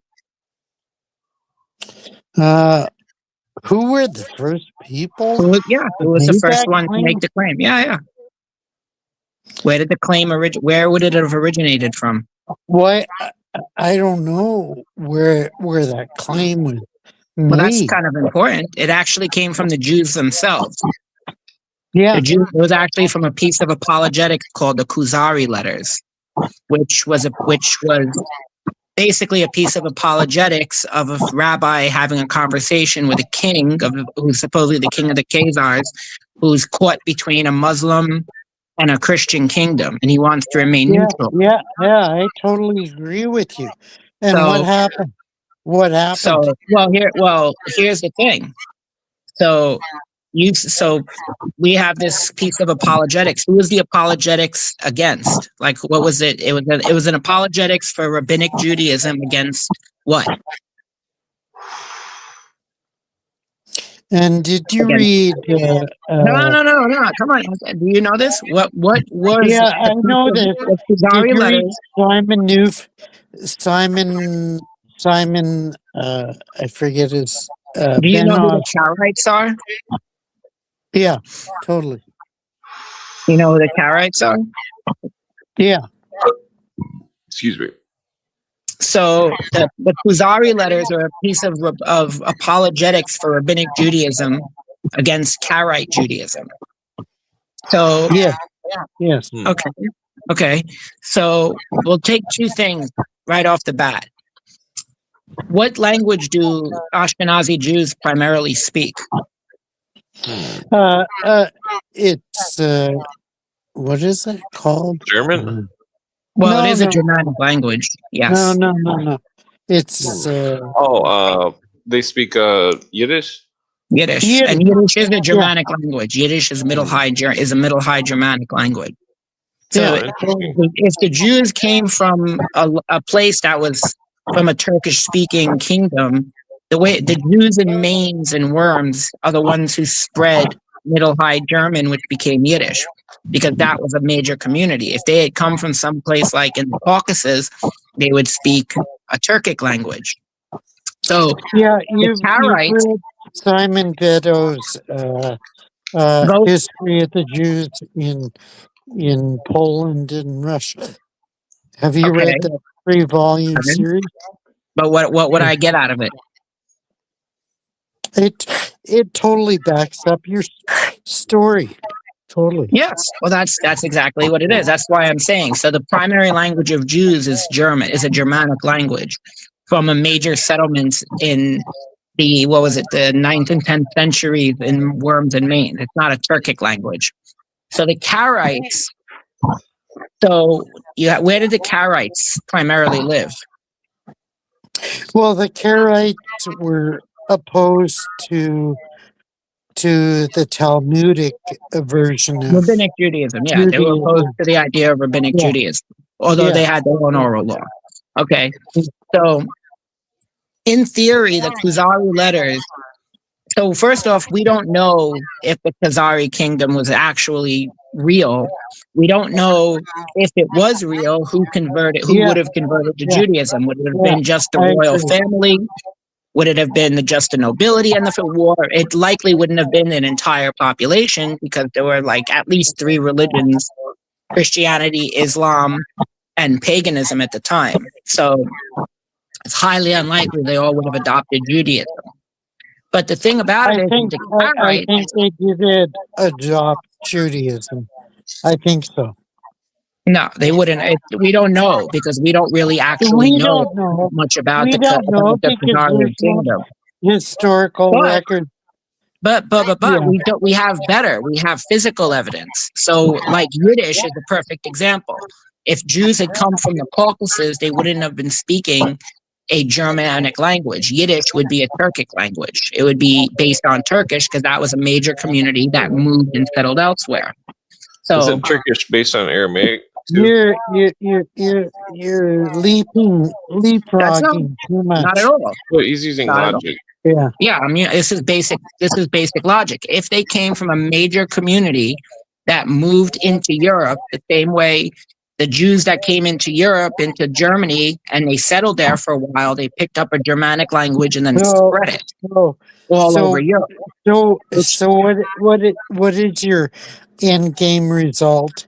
Is that Well, the people that created national Zionism in Israel, they were all totally fake assholes.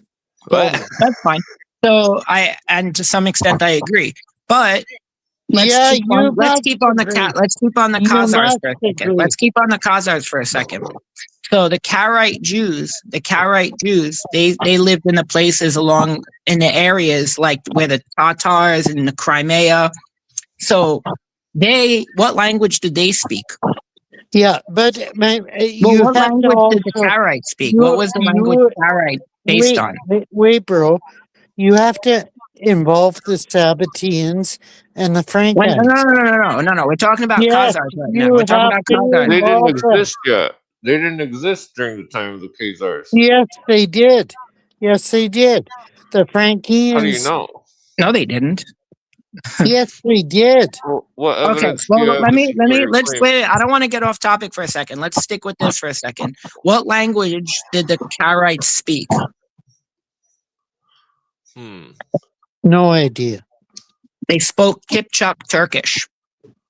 So Okay. logically speaking, if the Khuzari kingdom existed, they would have more likely adopted something like Karaite Judaism, because Karaite Judaism, with rabbinic Judaism, you end up with rabbis, you end up with a kind of a separate law system. With Karaite Judaism, the king could actually just be the head of the religion. So it's more likely that if they did, then they would have adopted Karaite Judaism. But let's go back into the late 19th, 20th century. You're totally screwing yourself. Not at all. You're Who was totally Abraham screwing. Frickovich? Who was Abraham Frickovich? Well, Abraham yeah, Frickovich was the head of the Karaite community, and he went to the yeah, Tsar of totally. Russia And he said to the Tsar of Russia that Yeah, that now he did he wanted his switch the community. religion? Listen. How Let me did finish the he? thought. He told the Tsar of Russia that the Karaite community shouldn't be put under the same legal status as rabbinic Jews because they left and settled somewhere else. They left Israel before Jesus' crucifixion, so they weren't involved in it. And they settled in the Caucasus, and they were actually the Khazars. And he actually made that claim successfully to the Tsar of Russia. And his predecessor, Eliyahu Shapsal, who picked up on the Pan-Turkic movement, actually made it. I'd like to see.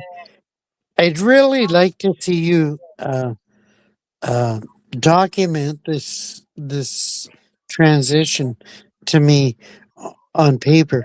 I'd really like to see this because Eliyahu Shapsal it helps me actually changed the understand. entire Hebraic It helps aspect of me Karaite Judaism to understand. Turkish. If you live in No, places like I'm serious. Lithuania, you might have Okay, seen the image of the you're Karaite. making these claims, but I need the documentation. I I need just it. gave you names. There You was gave me actually, names. the Karaite speak Kipchak Turkish. That's their language. Rabbinic Judaism, Ashkenazi Jews speak a Germanic language. The Karaim, which is the Karaite language, is Kipchak Turkish. Abraham Frickovich claimed to be the descendant of the Khazars. He claimed that his community left before Jesus' crucifixion and was not there Well, for it. you're providing so much relevant information, and I think I need it documented. I need to research the the realities of all this because that's relevant. I need to do that. I need Oh, so I I can get you a list or so something of names so of I have them. a proper evaluation of what the fuck's going on.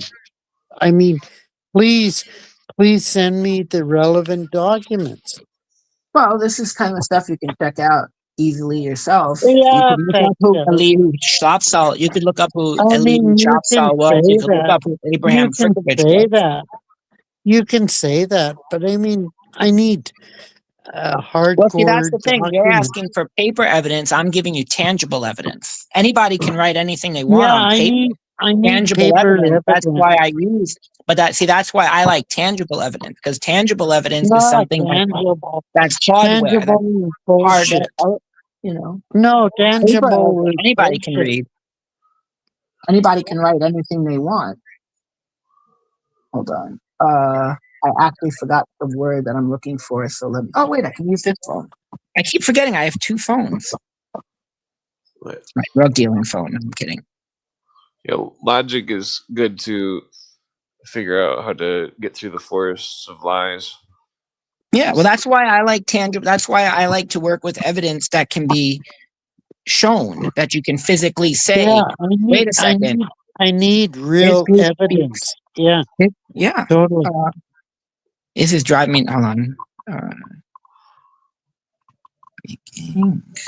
Yeah. I can't remember the word for them, so I have to quickly look it up. Yeah, so that dervish language. It's driving me crazy. What was that dervish Here, language? oh, one last thing. Sorry, Clint. Just one last thing. So this was the word I couldn't remember.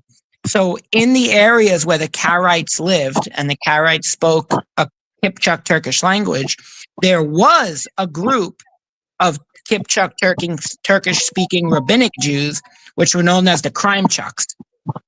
And they I settled in never that heard of area, them. Wow, wow. and they were called the Crime Chucks. And they Nice. settled from different places into that area and adopted a Kipchak Turkish language as well. Wow, wow. And they were rabbinic Jews. Oh, fucking rabbinics are fucking pieces of shit. Rabbinic Jews That's are rude. Totally pieces of Let me shit. ask you this: do you quote Jesus from like Isaiah? Do you quote Jesus from Daniel? Do you believe that he's in there? Yeah, and what about it? What Well, about it? congratulations, you follow rabbinic Judaism. Because if you No, follow bullshit. Sadducean Judaism or Judaism that rejected what the rabbinics would say, you would only accept the Septuagint. You'd only accept the 5 books of Moses. The fact that you are using the prophets, anything but the T in Tanakh, means that you would, because that canon was created by rabbis. That was not the natural. Bullshit. The 5 Bullshit. books of Moses, Bullshit. the You can't just say Sadducees. Bullshit. bullshit. It wasn't So let created me by ask you this. rabbis. The It was canon, the Tanakh canon, was created by rabbinic bullshit. Judaism. The Sadducees only No, accepted the 5 books. no fucking way. No Well, fucking here, way. let me give you another piece of tangible evidence. If you go into your own Christian gospels and you read Jesus's complaints, Jesus arguing with the Sadducees, he doesn't quote the prophets. He only quotes the Septuagint because I he agree. understands that they I would not agree. accept Daniel, they would not accept Psalm, they would not accept Proverbs. The modern Jewish canon, And you deny him? And you deny him? that's not my point. Fuck My point off. is that you deny Fuck that you off. actually have rabbinic Fuck Judaism, that off. you accept rabbinic Bastard. Judaism. Fuck off. No, It's no, all bullshit. be polite, Harry. We're just hanging out. I know. I know. I know.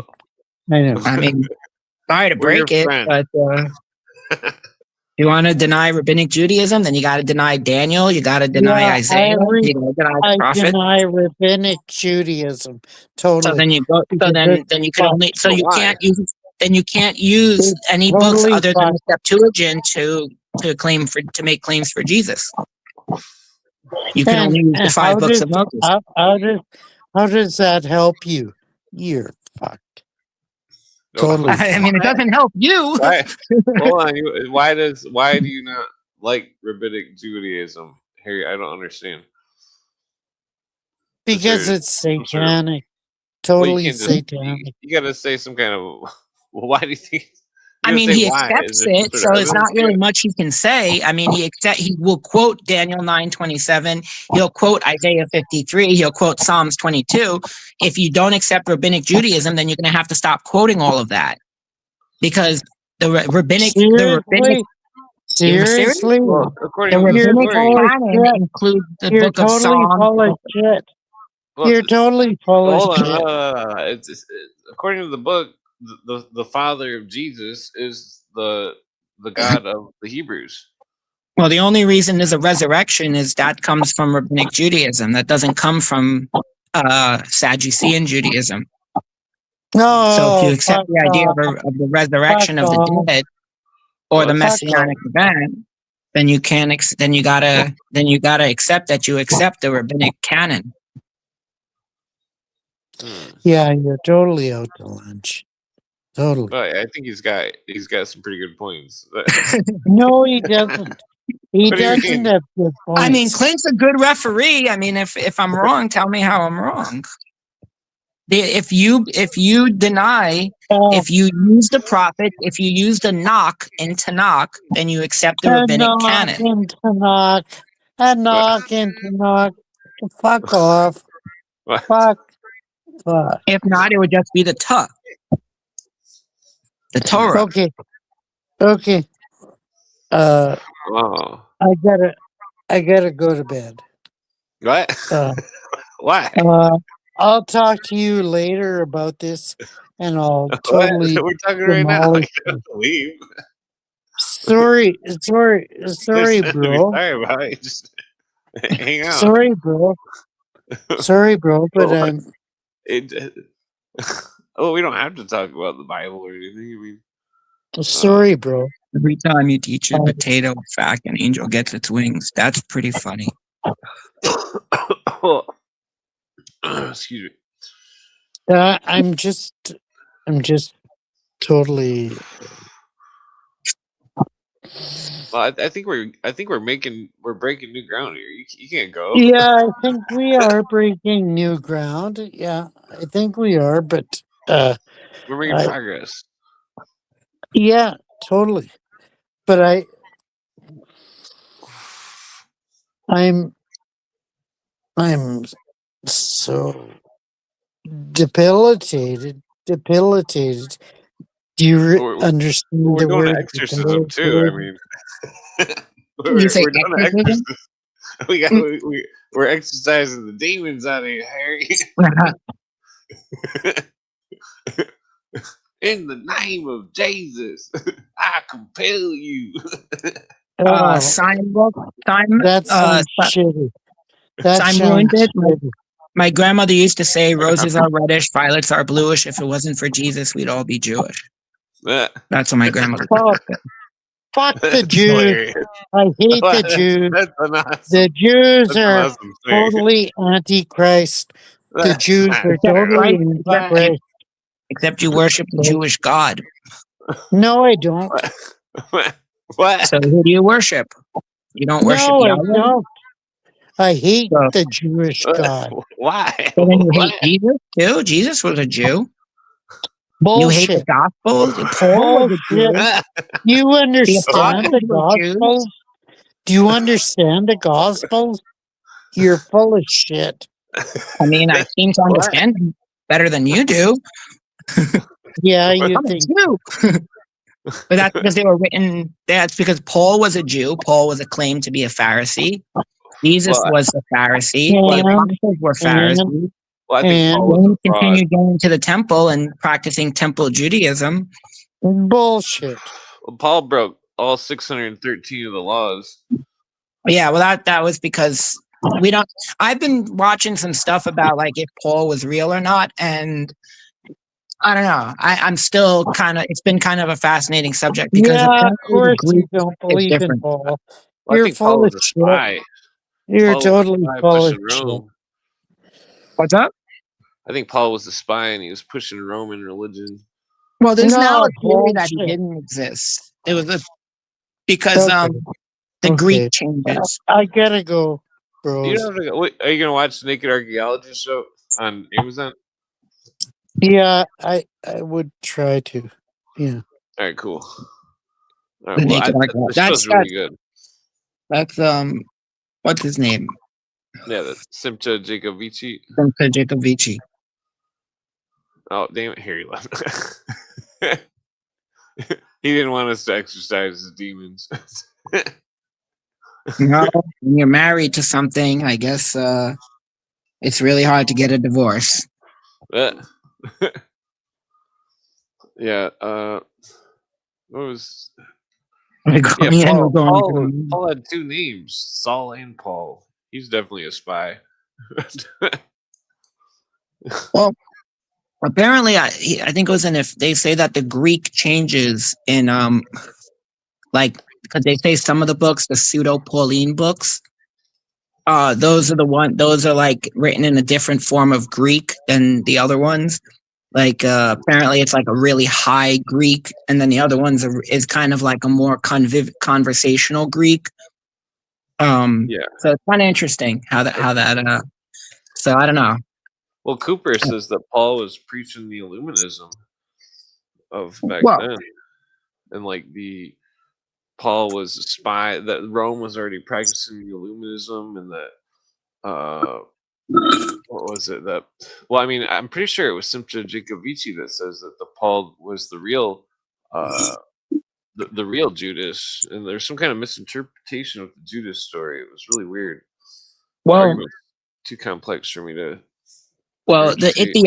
The Coptic, the Ethiopians have the Book of Judas, and there were some because so realistically, according to how Christianity is, and this is why I have to have this conversation with people who bitch about the Jews killing Jesus.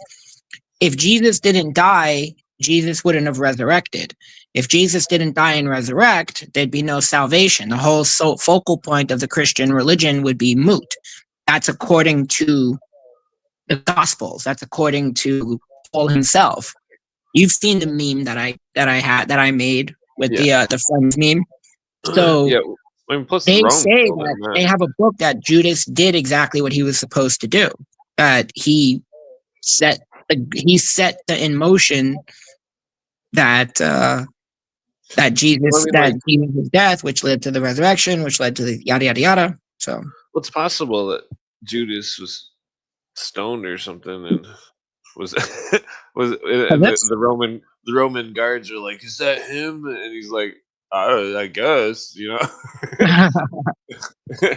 Because it says because in the words it says that Judas identified him. Well, it doesn't actually use his name, but it says, well, does it? I don't remember if it does or not, but it says the word identified in Greek, which is different than betrayed. Uh, it's definitely an yeah. interesting.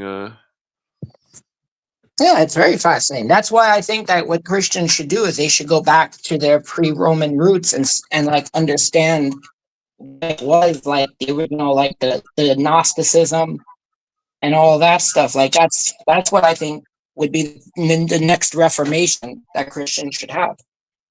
Hmm. Oh, yeah. Well, I mean, it's the idea of like a religion. It's, I mean, because you look at it, it's more philosophy. It's mixed with some sort of mystery, and that the mystery of miracles, and that the it's interesting because the other mystery schools always have mysteries of. There's not a lot of miracles going Yeah, on. Yeah, like it's like when like 20 years ago, I was all into the Coptic Christianity, reading into that and stuff, and it seemed like there was multiple forms of it. The oldest seemed, it's like whenever there's some kind of religion, the oldest form is always different than the modern or the even the ancient forms. Uh, well, the Ethiopic. That's why I think one of the most fascinating ones is the Ethiopic because they have they use a ton of apocryphal texts as in their canon. I mean, I forgot how long is I forgot how long the Gospels are, but theirs is they have like 66 books. They use like they use like the infancy narratives. They have the Gospel of Judas. They use the books of Maccabees. They use a whole bunch of texts that the Western Church considers to be apocryphal, and you know it's kind of fascinating. You know they have the yeah, Ethiopic, but that's because it's like kind of it has like the Solomonic aspect of it because supposedly you know the monarchy of Ethiopia descends from Sheba and Solomon together. yeah, They have yeah.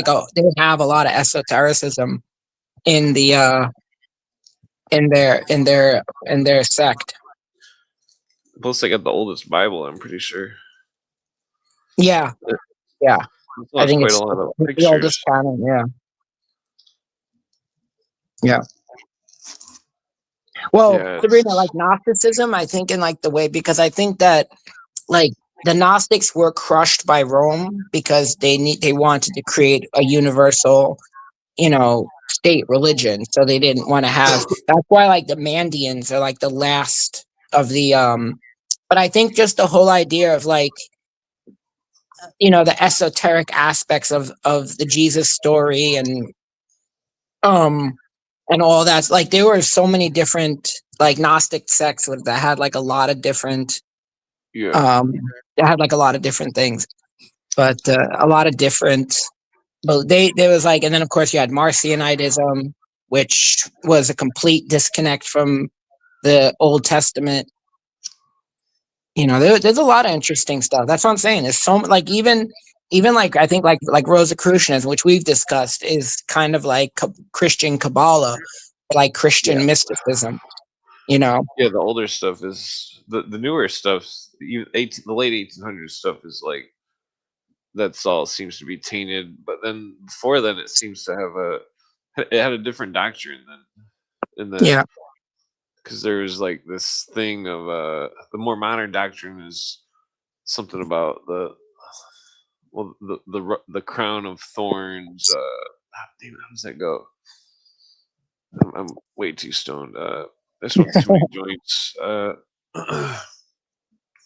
But then the older stuff seems to be some kind of like mirroring of the Enoch story with John, of Revelations, and I mean it's interesting where the one guy compares I can't remember his name, but he compares uh, the hero brothers of the Phoenician or Babylonian story to the Mhm. John and James or something, or Jesus and James. Or, wait, no, who was John the Baptist brother? Didn't he have a John the brother? Baptist. John the Baptist brother. What was? Oh, John the Baptist was Jesus' brother. No, he wasn't. He wasn't Jesus's brother. James was Jesus's brother. Yeah, I'm pretty sure John the Baptist had a brother. Let me Google that real quick. Good But question. like in the Babylonian story, there were two hero brothers that were one was from the city and one was from the only lived in the woods, like John the Baptist. You're like like a hermit. Yeah. Let's see. Oh, no brothers. Okay. Okay. I might be. Well, I'll have to get back in. I'm gonna have to rewatch that one episode. Yeah, Uh, yeah. No, there's a if you ever watch on YouTube the Myth Vision podcast, he started he's been doing an April Fool's thing that he started a couple of days ago where he's been posting like first he became a Christian again, then he went to like Islam, then he went to Judaism, and now he's on Canaanite. Like he's like, yeah, I'm now a Canaanite religion because like there's some things in like Isaiah and like that where it's basically taken from the Canaanite religion, like Canaanite sayings, like if it was something about the Leviathan that like God will destroy the Leviathan, but in the Canaanite text where it originates from, it's like El will destroy it, will destroy the Leviathan because I acknowledge that there's a bunch of aspects of Judaism that come from like that are incorporated from Canaanite religions and probably even Zoroastrianism and you know, um, other stuff too. But that's just how religion worked back then. That's how religion was. well, I mean, So, I think that they, I think that the Hebrews they adopted the Egyptian stuff, but it wasn't the main dynasty stuff. It was like the poor people of Egypt had different religions. I mean, but like that connection with the Egyptian language and the Mayan language, I still mm, think it's all this weird mix of Mayans going to Africa and then somehow they get caught up in Egypt and imprisoned or whatever, enslaved, and then they escape, and then they're in like a strange land. It's like there were some words that had to do with the old land that were of Egypt and stuff, name parallels that were similar to the Mayans, but like mm. Well, like Moses. Moses was an Egyptian name. Moses wasn't. It was an Egyptian name. yeah, But there's supposedly there's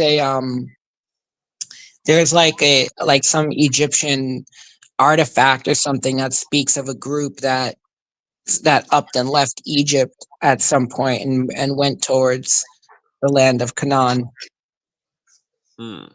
And it's supposedly like I don't know, I can't remember it off the top of my head. But yeah, I think all this stuff, a lot of it is like very similar. I think I think a lot of these religions, even from a monotheistic point of view, or like a quasi monotheistic point of view, are similar. Like even like I always thought like, there's the theory that Jesus went back to India. And people say he went to India for like 32 years or whatnot and I always kind of wondered if, radical monotheism comes from um comes from like India because like Hmm. the because like Jews, like technically from a Jewish perspective, it's not that there's one God. It's just that the Jews they worship their one God, you know. But Yeah, there can be a pantheon of other gods, but we don't worship that. Ours is the best, and even Yahweh is based on a storm god. I believe he was originally like a Canaanite yeah. Well, storm I always god. just define God by the one that made the universe. So like, if in the stories, I mean, that's interesting because of the idea of time and all these other, where it's like the Greeks and the Romans, they had assigned their gods all as like elements of reality type of thing. Uh, but it's like, uh, Yeah. I don't know. It's interesting because it was different in the Middle East because it was like more attachment to elementals or elemental, like such as fire, water, etc.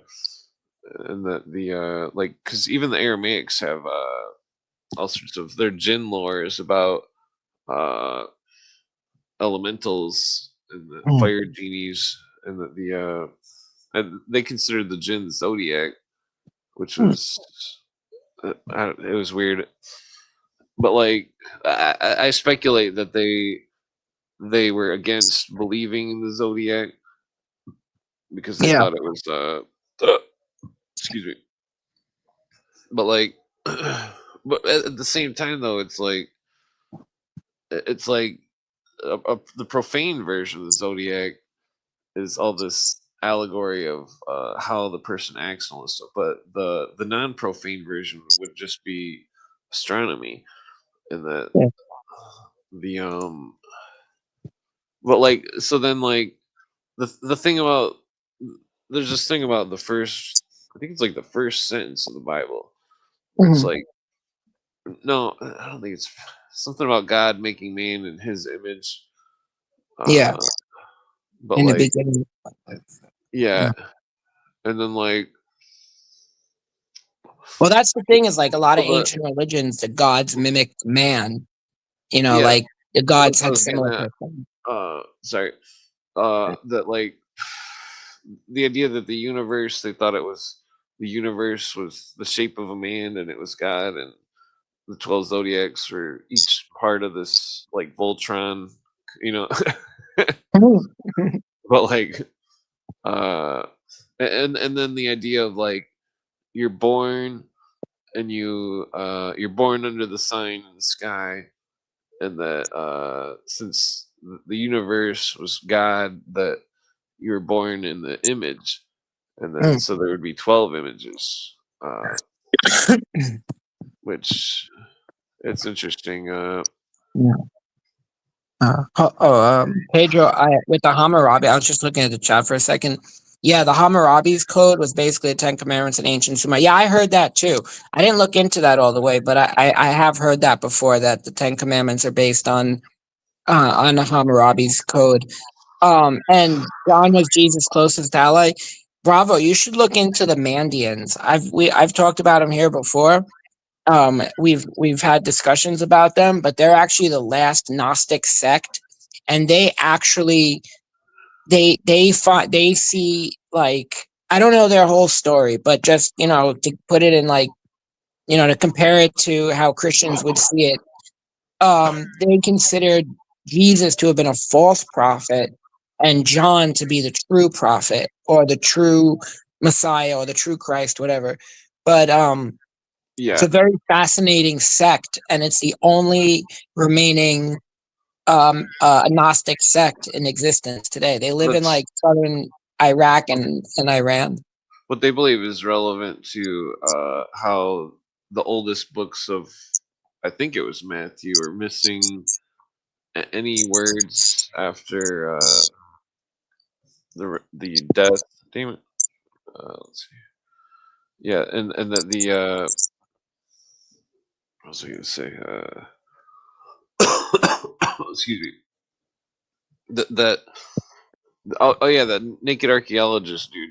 he does a Yeah, really good episode about the Mandeans, or yeah, Mandeans. Man, I don't know if I'm. Mandians. Yeah, Yeah. okay, yeah, I'm pretty stoned. Wasn't sure if I was mispronouncing it. They, I just quickly popped it up on AI. The Mandeans view Jesus, who they call Eshu or Misha or Mashiach. Oh, like Yeah, Mashiach. yeah. Well, that's because they speak Aramaic, so Hebrew is close to Aramaic.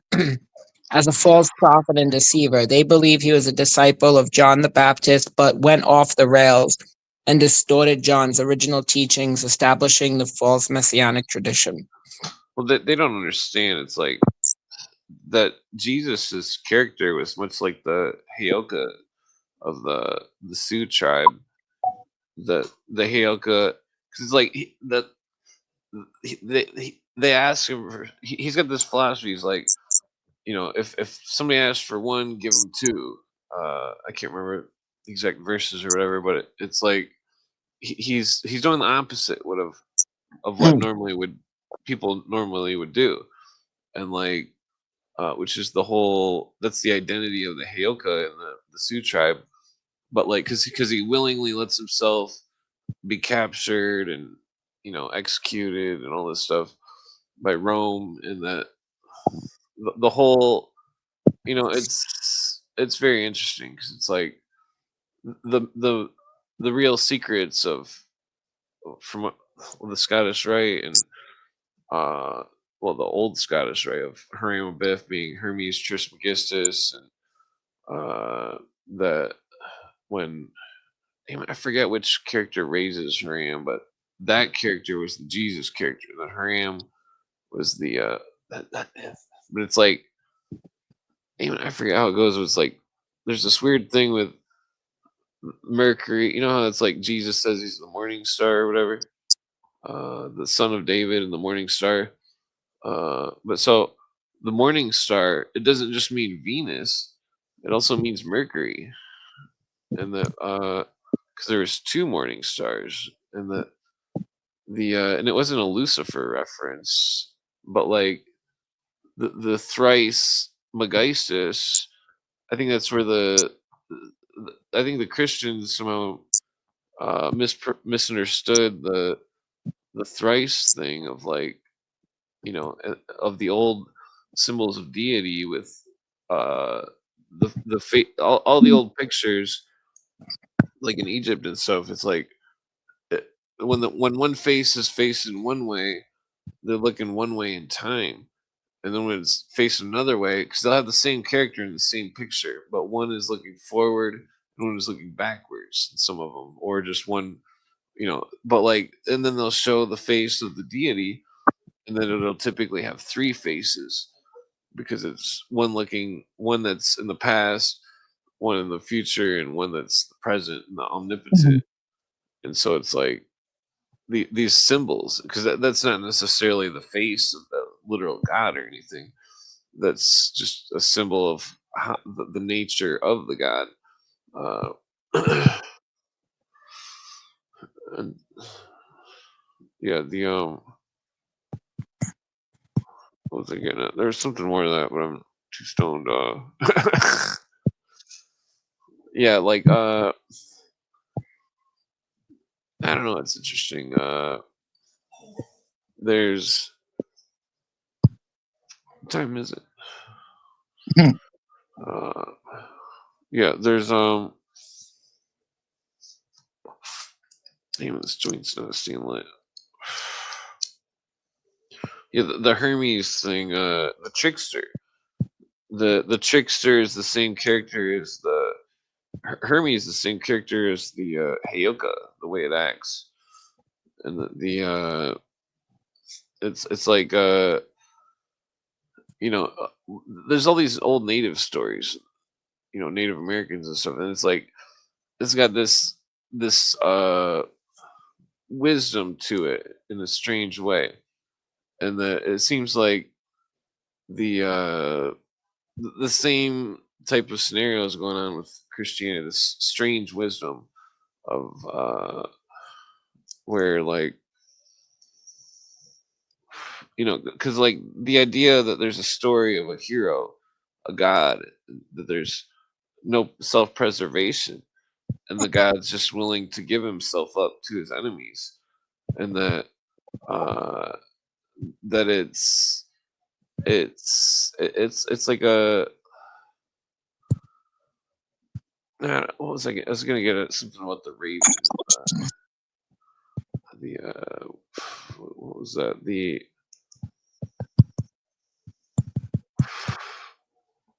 damn it, I'm stoned. Uh, I'm like thinking of this stuff, but I'm like fucking keep thinking of this Hermes statue that's not relevant. That's data bank failure. Nah, nah.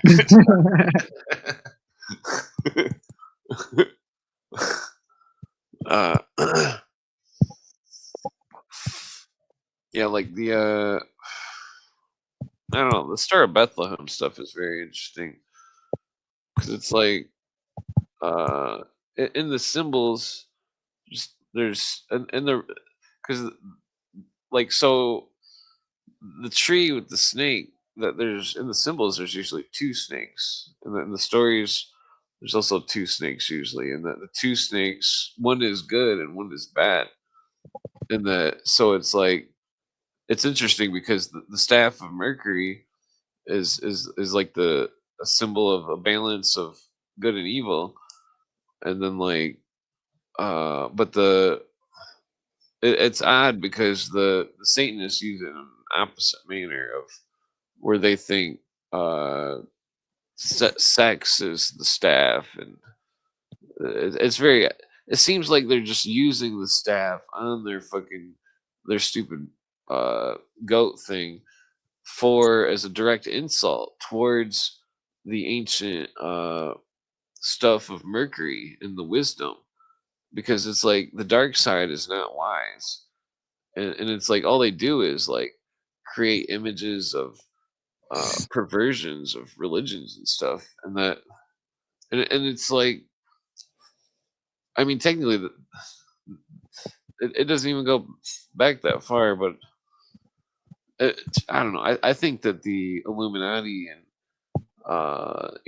some of the disciples of Rome and certain secret societies, and like I think Eliphas Levi was working for Rome, and that it's like I think they made the whole. I think the Jesuits were they were making anti-religious comics and stuff in that Mhm. book that were making fun of, and that's what the Illuminati were into in 1700s. Weishaupt's like they were reading that book better than Horace, which was just making fun of religion.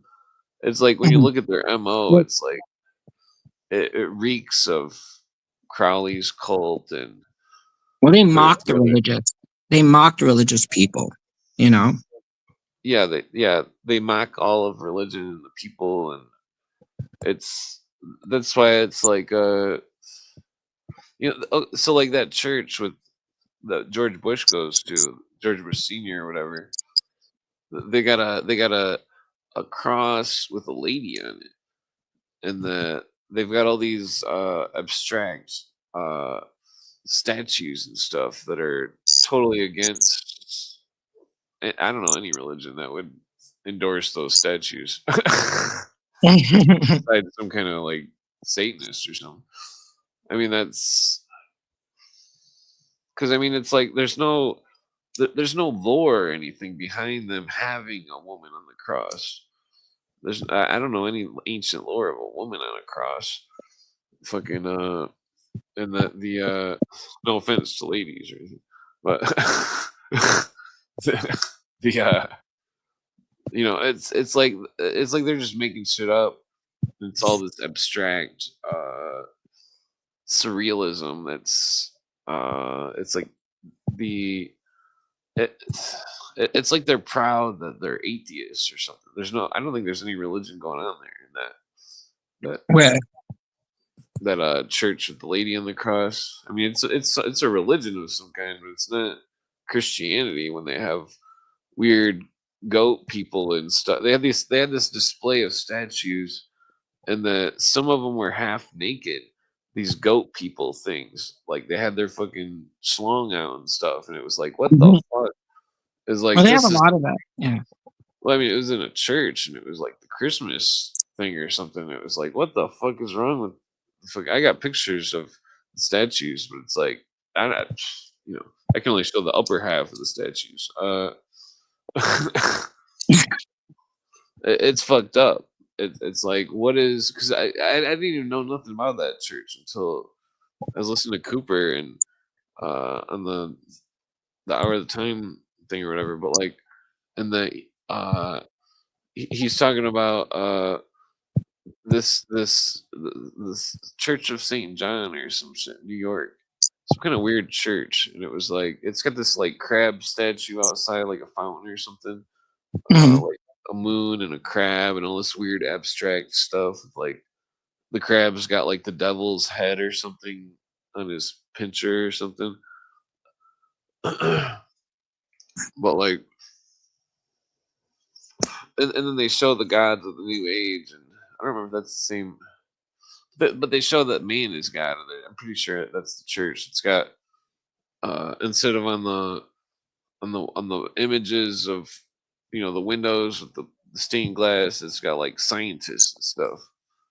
But there's that's a trend though for the New Ages in a way. But some of the New Age there's a fucked up thing about because that the dude that went out to the Dead Sea, that priest. There's a priest who he like thought his son was haunting him or some shit, and Mhm. that I'm pretty sure that was the same priest, but he made a church in California where it had Einstein and stuff on the windows, and like Sir Isaac Newton and stuff instead of God or whatever, and like, but then he like went out to the fucking Dead Sea Scrolls and then just starts marching into the desert with no water or anything, and he dies in the desert.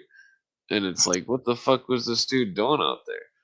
Like, was it some kind of was he in a cult? And did he? I don't know. It's just a weird.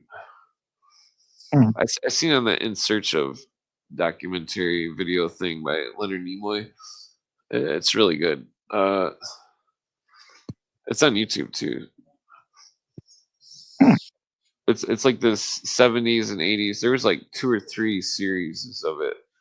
There's one in the 70s, In Search of, and then he had like 3 different series that was like the same series basically, but it's a slightly different title. But they were all really interesting stuff. Like he delved into a lot of different cultures, and even a lot of like classic mysteries. So he brings out a, a few spins on the Grail story that I can't even find anything on the internet about it. And it's The like, Grail, like the holy, like wait, yeah, what? yeah, because he goes to a spot in England, and there's this hill. It's like a big mound or a hill or something. I never even thought about that. Because what if I'm? Because it's mound. Well, I don't know if it's a hill or a mound, but either way, it's a big fucking hill or something, and it's got it's got the what the fuck is that called, the maze, the labyrinth. It's got a Mhm. labyrinth going around it, around Mhm. this mountain, around this hill, and then it goes back up, and then it goes down, and then fucking it ends up at this spot that's like it's like right by the water or something. And it's like, but it's got a marking on the wall that is, it looks very similar to a Native American marking that was like a labyrinth marking in like New Mexico natives, and like uh that I couldn't find anything on the internet about it. Fucking what's his name, Leonard Nimoy just casually goes to the spot in England like, oh, check this out. Whoa. It's like, what the fuck, nobody's ever brought this up again. Like, what the fuck? I mean, the walking labyrinth is still you can find that on that net, but you can't find an image or a description of the fucking the thing that was on the wall that was by the cliff or whatever, where it's like the labyrinth symbol, which was the Grail. Hmm. I, I think it's a symbol of delving into the mysteries, that the labyrinth is the mysteries, and that like figuring out the story is it's all there, but it's there in like a symbolic form, and the story itself is it acts like a hologram, where it's like we just got a small piece of it. We can see the whole image, but we don't have the details. But if we use the the esotericism to unfold the story and unfold the labyrinth, then we'll be able to figure out that the unfolding of the deciphering of the story itself is the Grail. Uh, it's like, I mean, that's one of the point of views. Uh, I mean, some say it's the blood tie of ISIS, but that's Oh, thought I lost reception. Sorry, I thought I lost reception. For some reason, I have a weird. There's one part of like where I sit on my bed that I lose reception. It's the weirdest thing. huh. Well, And that's weird. I thought I lost you for a second, but Oh, maybe there's like a beam in the wall or something right there. yeah, it's like the weirdest thing. If my phone is over here and somebody calls me, it'll go right to voicemail. Oh yeah. Yeah, no, I just yeah. Yeah, that's the thing is I think that, I think that what the modern, like they've taught everybody just kind of fire and brimstone religion instead of teaching them to to appreciate like the 4D aspects of our universe, and Yeah. learning about all these kind of things. But yeah, sorry. Uh, No, no. Yeah, I was agreeing. yeah. Yeah, there's yeah, the stuff is like the stories. I mean, like it's like they're so the Masonic stuff about Hiram being the chief cornerstone of the Great Pyramid, and the some of the old Masons believe that Jesus was the same symbol, and that the that's why the adoption of the Eye of Providence by various you know secret societies, because it was the symbol of Jesus. That's why that's why America was used that symbol, but it was in the esoteric sense, and like Same with the it's triangle. yeah, and it wasn't a bad thing. It was just simply a symbol of God overlooking everybody, the Great Yeah. Watcher, the fucking Yeah. Well, it's the and same with like Christians use the triangle. Like it can be the Trinity. They'll claim it's the Trinity. Like that guy Curtis Sliwa, who was running for mayor of New York. His shirts, like his the symbol is like a triangle with an all-seeing eye. And I think it was JJ who brought up like the Animal Society that actually was a really great find because it connected him to the system. But that can be looked at as two ways. Like if you go to him, you could be like, yeah, it's God and the Trinity because it's the all-seeing eye of God, and it's the triangle of the Trinity. And I think in Kabbalah too, I think they use like a triangle with like God's ineffable name in it. I think they use that as well, but I don't know what that's supposed to be a symbol of. I don't know what the meaning of it in Kabbalah is. Let me see. well, I mean, like well, symbol of fire. The Hiram in Aramaic is fire. Uh, and the it's like that verse about two baptisms, one by Sorry. water from John, and then the other by fire from Jesus. Yeah. Yeah, like it's I think the fire symbol of knowledge, and it's like it seems like back then it's like they were the most down to earth people, Hmm. in the area. The Christians at the time, Oh yeah. 2,000 years ago. Uh, Hold on. because it's like they were going around being oppressed and stuff, and like fucking just imagine like you're in ancient Rome, and that fucking and that they make you look at some picture every day like Mao or something, and they're like, you gotta believe all this Mhm. supernatural stuff about King Mao or Caesar. And you're just like, what? These people are all fucking crazy. I actually just want to point out because I looked it up quick. I wanted to see what the triangle means. Very interesting. So the triangle in Kabbalah is the top tier of the of the Sphirot of the the The Sephiroth. Kabbalistic. I'm sorry. Yeah, the Sephiroth, the three This top ones. yeah. So it's the Binah, the Chokhmah, and the Keter. So the crown, the Binah, the divine feminine, and the wisdom. That's what the triangle represents, and that's very interesting.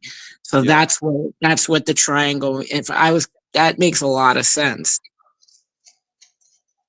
That's yeah. very. It's I forget what the planets correspond with those three. I bet you one of them is Mercury. oh yeah. Yeah, wisdom is probably Mercury. Chokhmah, yeah, and then Venus would probably be Bina Yeah, because that's the divine. That's feminine. Very interesting. Oh, yeah. Keither. somebody wrote something in the chat. Let me just see. Is that the wind? Oh, that is My the wind. name. Oh, talking Yeah, about Jesus in the age of Aquarius and all. I thought Jesus was the representation of the age of Pisces. yeah. That's what like the fish Like, symbolism. I thought it was. Yeah, I was just looking in the chat for a second to see what people were writing, I had and I some. was yeah. Uh, I had some image of. It was some image of. I don't remember which culture it was, but it was like it had two fish, and it was like some kind of weird pre-Christian. Maybe it's on my phone. The fish. Well, that's what it's the age of Pisces. Because Jews believed that the Messiah would come and they would dominate the age of Pisces, and I kind mean, that's of. I what people mean, say, but like, I think it was a symbol of the two fish that ate the secret word of the um, of Osiris. Uh, the because it's like I think that the whole Osiris story is just it's like a symbol story of how Egypt lost the true word of God, and the the the Egyptians somehow it went to the Christians through the Jesus story. hmm. Uh, and that's what all the symbolism points to. I mean, I'd have to bring up a bunch of slides and stuff but I'm not trying to bring that up right now. But yeah, the two fish, like, because it's like that thing Simpson Jacob Beachy points out about those temples in Israel, because he's like they weren't worshiping the zodiac, and he's like see, and he points to these two. I thought it was only one, but it was two. It was on Virgo and Pisces. There were two letters on each one that were upside down, and they were Hebrew letters. And that when they were turned right side up, it was some kind of initials that because he says that there was some kind of rumor, something in the back of the temple that was the secret Christian meeting spot or some shit. There's a similar scenario in I think it was Pompeii where there was uh there was one of the houses had a cross on it or something, and like Hmm. they 'cause it's interesting. But I mean, like the Templar crosses, those were all equilateral, and then like all the sides were the same. and that I mean, I speculate about the some of the chalices and stuff that were found. The equilateral cross. I mean, technically, it was a symbol of the pyramid flattened out, according to some of the Templar books. But damn, it's already 3:30.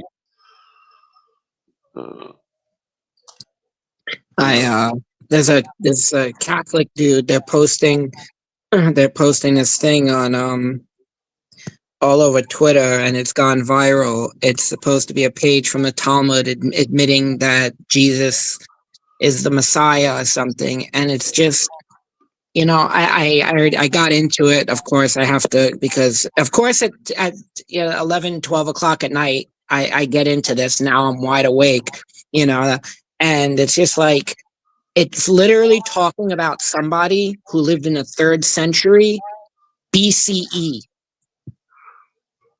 It's talking about Simon the Righteous or Simon the Just, who was a high priest who lived in the 3rd century BCE, hundreds of years before Jesus. And like, what's up? Didn't you have a book? I think Book of Simon, or is that? Might be someone else. It might be someone else, but here, I'll take a look.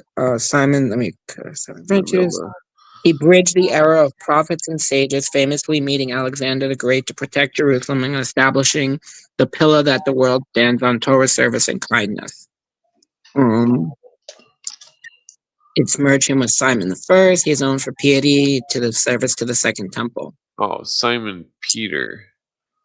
Oh no, Simon Peter is from later on. Yeah, That's somebody else. It's this Catholic dude posting all this, and it's one of these trad cat groypers.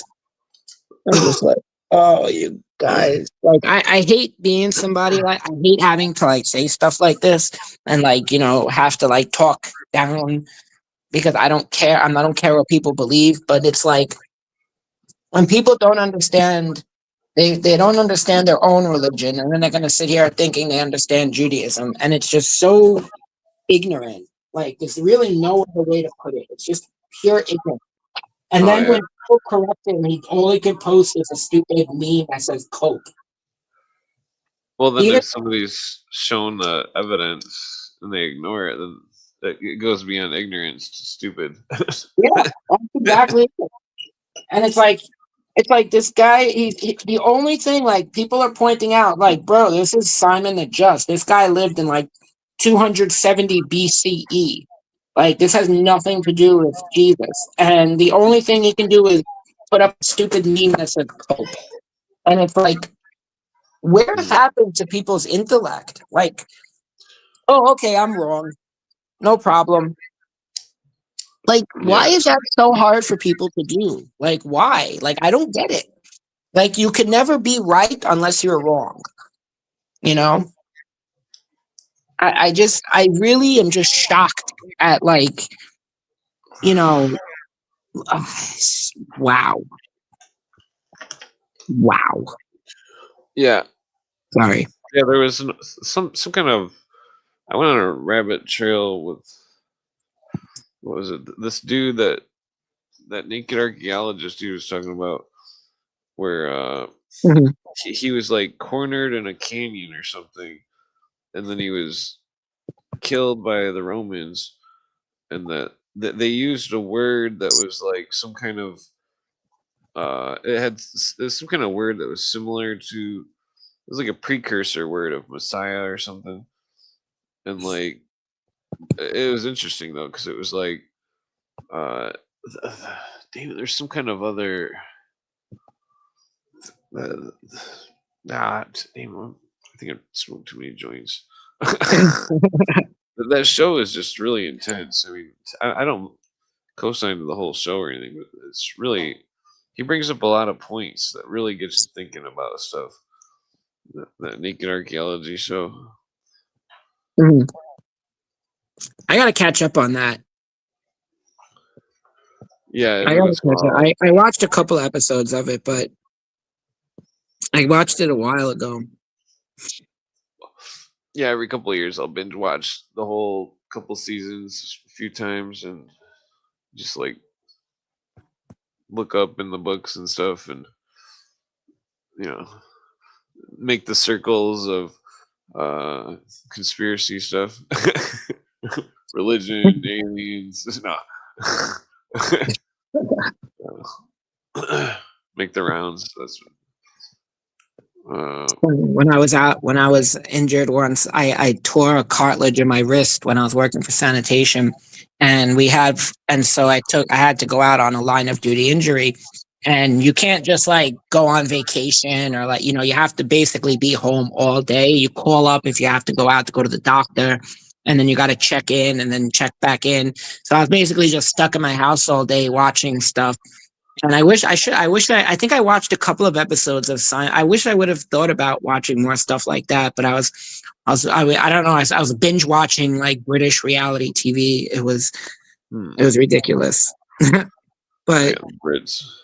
I like Myth Vision podcast. I like it. If you ever watch that, I like him a lot. He does really fantastic like breakdowns of stuff, and Hmm. him and History Valley. John, I think his name is like John Berman or something, and they have a lot of like really deep dive. Like they bring on like a lot of varying opinions and controversial ideas and stuff like that. But he Oh yeah. platforms everybody, and if you never checked it out, I highly recommend it. Oh yeah. Yeah, I'm trying to think of this one. It's like a history in granite. That I haven't watched it in a while, but it's interesting. It's about the pyramids in Egypt and stuff. Uh, there's a lot that haven't posted in a while. It seems like.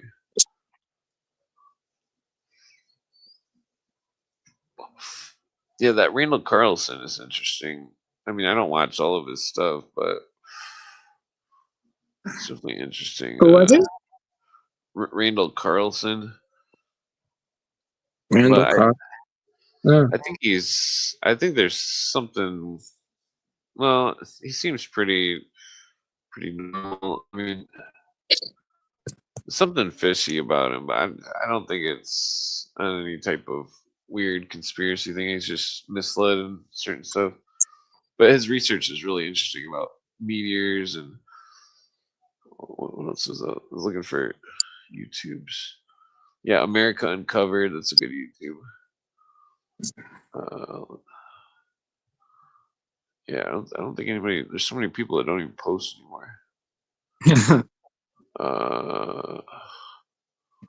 Let's see. Century Media. No, China Uncensored. That one's pretty good.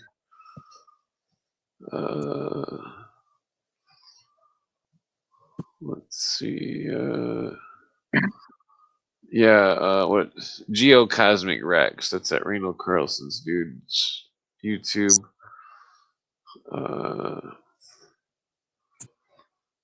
Yeah. Google Foods. Oops. Yeah, you ever watch that Google dude? He puts a steak in weird shit. The Googa dude? Yeah, some kind of weird chef. No. Yeah, it's pretty entertaining, but kind of gets old. Yeah. Yeah, the History for Granite. That's that one. It's kind of boring though. History for Granted? Granite. It just talks about granite of ancient temples and shit. Huh. Oops.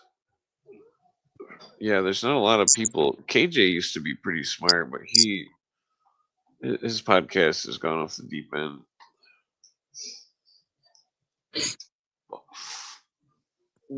He thinks that the rapture is coming and all this crazy stuff.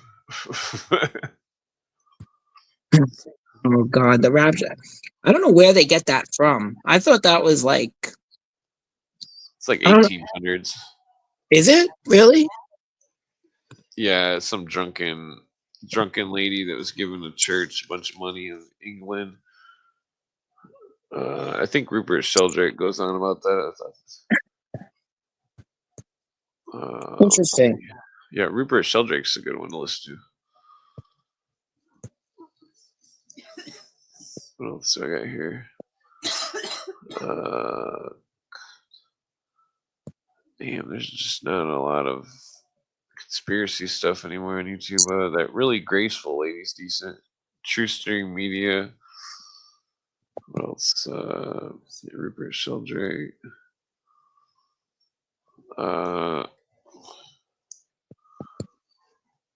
Stranger Than Fiction is like some weird videos, but it seems kind of off in La La Land.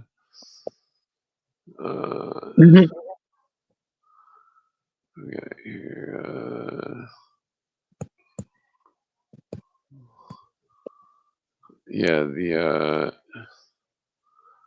Yeah, that KJ dude's channel is the scariest movie ever. He's got like 500,000 subscribers. I went on this show once, discussed the Masons. It seemed like a pretty good conversation. He said he would come on my show, but then he never did.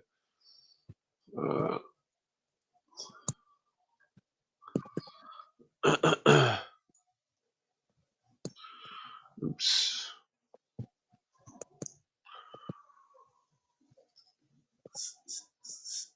Yeah, I'm trying to get Freeman on my show, but Trying to get who?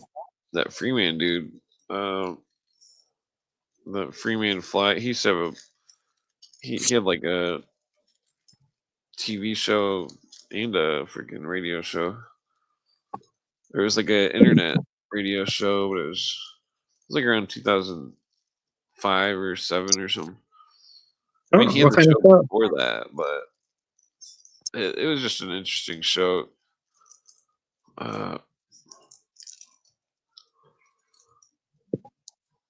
Yeah, see, he was like, I don't know. He started interviewing all these crazy guests and his more modern stuff before he like quit podcasting or whatever. But it was like, I don't know. It seemed like I think that he joined the Masons and now he doesn't. Well, I don't know. It's something about him got weird Hmm. because I don't know. I mean, maybe he was a Mason the whole time, but and I don't mean just Blue Lodge, but like a Scottish Rite or. Well, I don't. It shouldn't be something that would make him. Well, I mean, at one point he's like instantly is like, no longer will I speculate on the Masons. Is like, not in a bad way or anything, but just like it seemed like he joined and you could tell that he took an oath and he couldn't talk about it anymore. I mean, Masons. I mean, I don't know. It sounds strange. You know. I mean, like you can talk about it. I mean, it's not something you can't talk about. Yeah. Well, I mean, like, oh, excuse me. Like certain aspects of the like specific oaths and stuff.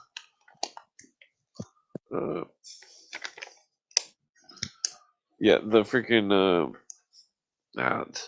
it's like the Scottish Rite's interesting. It's because like when I say I studied masonry for almost 20 years, it's basically been almost specifically the Scottish Rite, and it's just a huge rabbit hole of like old customs. Or you could, I mean, once you figure it out, that's when the writers are like saying that it's Templarism, and it's like it all makes different sense because the rituals match these symbols on Chartres Cathedral, the doorway. That's the 14th degree, I think. No, the 7th degree. But like the symbols show four elements, the four faces of the Ezekiel thing, and then with Jesus in the center and with the Vesica. From my understanding, it was some kind of symbol of the procession of the equinox, uh, the end of time. Oh boy, I pissed off Christian Twitter. I mean, I hate being mean. I hate coming off like that, but Oh, my like, friends always get pissed when I bring up the 3 days, 3 nights thing, because it's like, well, did you forget how to count? I mean, in what world is 3 days, 3 nights, 3 days and 2 nights? it's just like people. Someone I just look back on it to see if anybody, if anyone responded to me. Look, a demon. And it's like with those, like brilliant answer. The great way to refute me. The sum Ad total of your hominem. intellect. It's all Yeah, that's what I'm saying. It's like, why even write anything? Like that's what just drives me to crazy. It's like if you got nothing brilliant to say, if you can't refute it, if you have no response to it, why even answer? Why just you have just yeah, like it's like I just want to be heard, or it's people because they want to get likes. I think they want people to like the comment and they think they look cool. You know, well, like oh, it's like was that movie? Reddit. He's like everybody thinks they're a comedian. You know, that's what they're doing. They're all just fucking. They're all sarcastic and make everything Well, into a people don't joke. have sarcasm anymore. It's funny, like New York, the city council Twitter put up something for April Fools, and they were like local order 69 and local order like 420. It's like we're something, and I'm just like, and everyone's like, "Yo, who wrote this?" And I'm just like, Gen Z has no concept of satire or humor. Like this is Yeah, what they, and it's like it's really true. And yeah. I think that's why they adhere to stuff like that whistling diesel dude and stuff, where he's just breaking cars and being ridiculous. yeah, It's not even really comedy. It's like it's interesting to yeah. see how the cars get broke. It's like I don't know. Yeah, freaking oh Now I'm yeah. all wound up. People all just with the ad hominem. It's just ad hominem is just ridiculous. Yeah, yeah. It's not. It's because we've lost. It's the death of intellect. You know. Yeah, I yeah. mean, I was asking people, uh, please show me. Oh, where did that thing come off? I was asking people, what what if they could find a definition of the word bourgeoisie from around the 1850s that would verify that what their modern interpretation of the word means matches the 1850s definition. They refused to even acknowledge. It was just a whole grip of comments. It's like, oh Jesus, these people.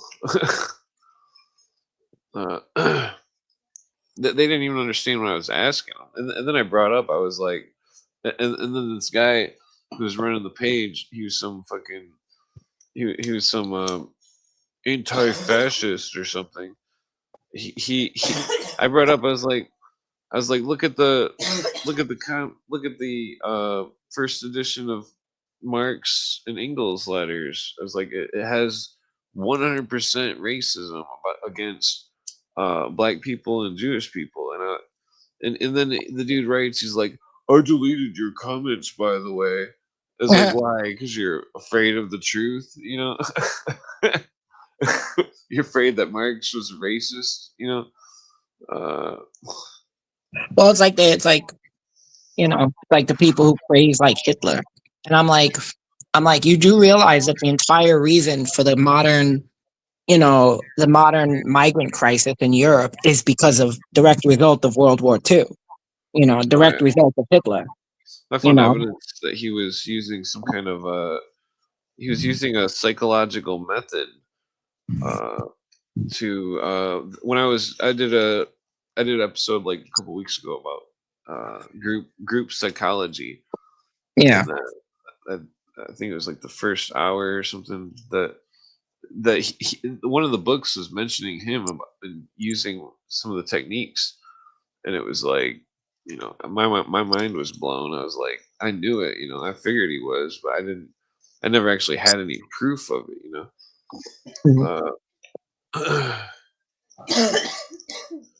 Well, it makes sense. I mean, Hitler was just a puppet. He wasn't actually like, he was. It's like Napoleon was too, but he was yeah, just, you know, Hitler his was grandma described. was his Say it grandma again. was Hitler's grandma was or excuse me, Schiller. His grandma What?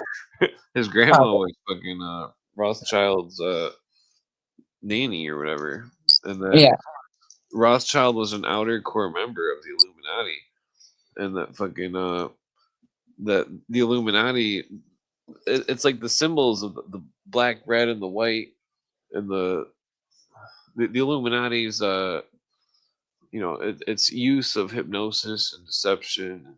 yeah, It's got all the symptoms of it, and then the Illuminati and the Hussards de la Mort, the skull and bones of the French and the Spanish and South America, like a precursor to the Totenkopf of the Germans, the skull and bones. well, Yeah, yeah, I actually got a picture. I also found a Russian one too. Here, I'll bring oh, it up like, on the well, screen. Russia, the whole Soviet thing was was like a pure psychological, Here, but that's what it is now. That's what I the, think of the first time. they didn't have bones crossing on this one though, but it's still got the same colors: black, white, and red, and fucking the skulls, and then fucking damn, I can't remember which country flag this was. This one with the skull and bones, the red, black, and white. This one's Italy, skull and bones. Yeah, the Uh, SS. I guess, the yeah, the yeah, the Tartakovs. You Deuces said, yeah, please. Deuces Musketeers. Uh, the Death's Hussars Chile. I read up earlier, but yeah, here's a French depiction. Yeah, Oh, that's all I got on that one. I guess it also symbolizes memento mori. I think, or it's considered a memento mori.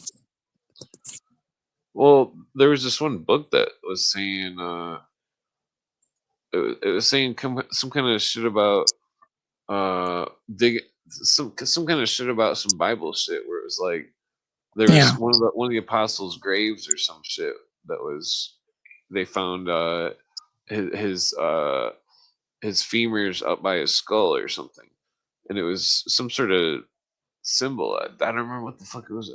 It was like 4 in the morning. I was reading some weird book.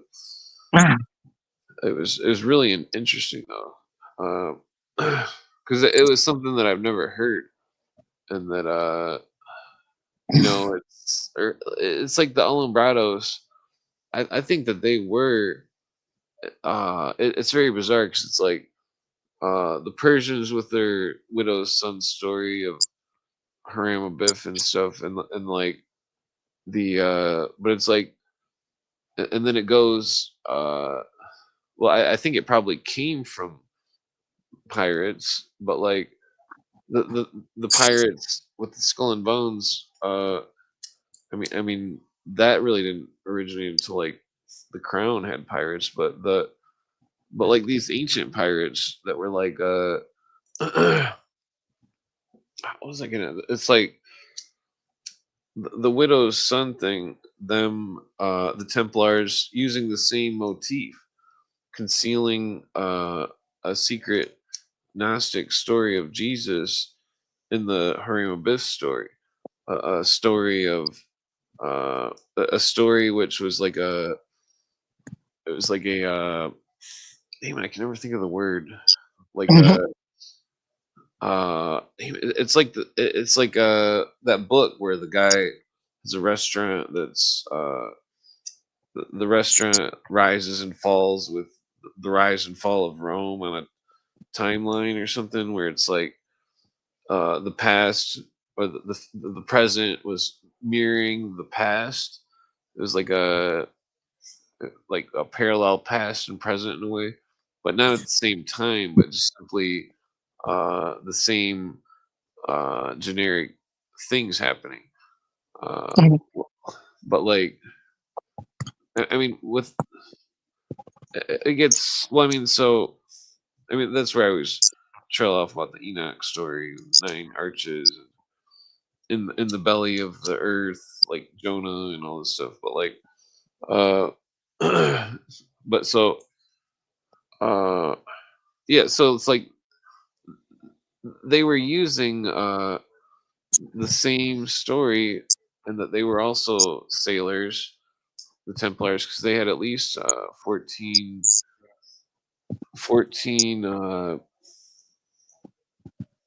uh damn, what the hell's the name of those big ships? The uh galleys, the big ships. Oh.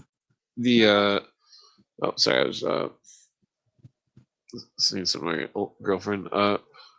Yeah, the damn, what I can't think of the name of the ships. I think galleons is right. uh but yeah, they had a bunch of ships that never got found after. I think it was like 40 of them or something. That was after the Templars were accused of, you know, terrible things and stuff. That, but like, so that's like around 1307, and so from 1307 to 1600s, that the Alumbrados, I'm sure that they crossed paths. You know what I mean? Like, but it's like, well, it's just weird because it's like a cutthroat society of Jesus emerges from pirates, which then all of a sudden work for Rome. It's all really fishy. I mean, but because I think that like the Jesuits, they or the Alumbrados, I think that they were pirates from the dark side of the Hashashim, and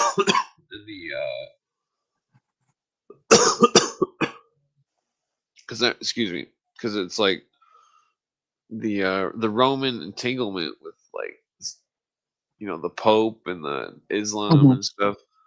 Like it seems like it's all part of like these old conquests. I mean, that's the vibe it gives off. Like this whole colonization and conquest. And it's like we're all just peasants seeing all this stuff, and these people uh, that are still having conquests of the world, and that we're all just sitting and watching it go by, trying to figure it all out. And I mean, it's like everybody always bunches all the secret societies into one, thinking Yeah, it's yeah, all the Masons. And I mean, even Cooper does that, and there is connections, but at the same time, there's total differences in doctrines. And yes. The freaking symbolism is universal, but the beliefs are yeah, different. yeah, Yeah, because it's universal because it's symbols of magic, according to, if you were to get, well, you don't even have to be superstitious. It's according to them. It's uh, well, I mean, but it's not like a magic per se of, you know pulling a rabbit out of a hat or something. It's from my understanding, in the original form, it's purification of the soul through the spirit through like, well, I mean, not necessarily purification, but just uh being pure of heart. That's the word I was looking for. uh but like, because that's the reason why. Well, I mean, where's it? Well, I want to stick to ancient stuff. But like, uh, yeah, there was a group of Templars that were not.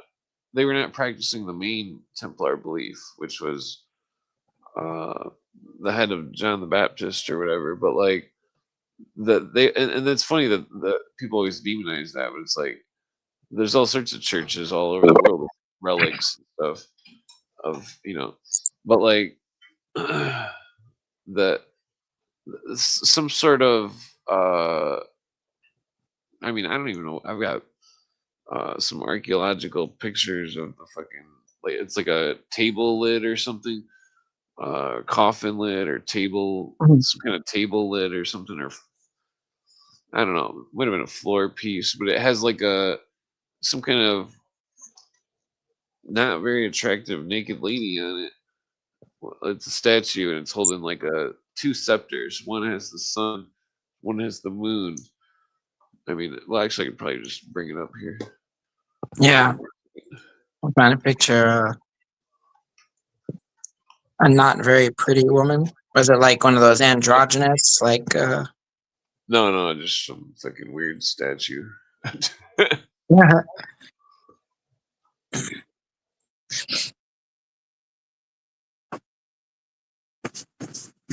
That's the statue right there. Well, table lid or I don't know, some That's kind of weird. Arabic. What It's like language is ancient. Yeah, I think it's Aramaic. Oh, it's an It's like Arab, like Arabic writing. yeah, yeah, What it looks like, or Persian maybe. yeah. Because this motif is not found anywhere. I've never seen this anywhere. This is said to be an original artifact from the Templars, but I don't think it was from the Templars. I think it was from the Hashashim, and that it was the dark side of it. Because if you notice, it's got the sun and the moon upside down. Yeah, I was just noticing that the sun is upside down. Yeah, Yeah, inverted, yeah, and it's bizarre because I don't know if it's inverted because people would have been standing around it, or I mean, I don't even know what the point of it is. It's like it looks like a chessboard. It's got there's a 7 point star and a 6 point, 5 point star, but like the what's with the saggy breasts? yeah. Why some naked lady wearing some kind of It looks like a woman who has given birth before. yeah? I'm not understanding what it's supposed to be exactly. Yeah, it's really interesting. And it's got the three crowns like on the top. I'm guessing that's like the realms. I don't know. Yeah, But I yeah, don't know it's the sun and moon upside down. because I'm not familiar with any headdresses like that. The artwork is it's I don't know Have you ever reversed image searched it to see where? uh well, I don't remember what I think I got it off like a Time magazine or something. Oh, Let me see. oops. Oh, I thought that was me pushing buttons, and I realized you Oh, just no, had I think it was some kind of relic website of a Templar thing or something. wow. And then a little memento mori. Wow, Yeah, it's strange because it's like damn. uh, You should put it through AI and see if it can translate it because they have oh, like the that's a good idea. That's a really good. I could just do that right now. three tit witch. Yeah, it's Saggy Titty Witch. It's like what the fuck is this shit? I thought, Uh, I mean, for me, it represents like, because if you look, I mean, it looks like she's given birth, maybe, but that could be. But, yeah, no. Yeah, I would say, see if you could run it through an AI program that can translate from whatever. I think it might be Persian.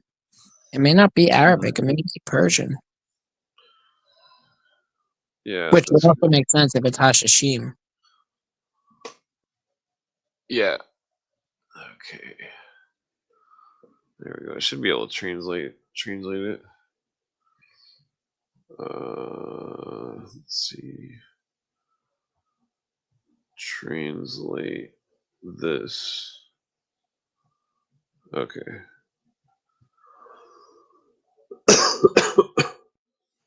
Carved stone relief. Blah blah.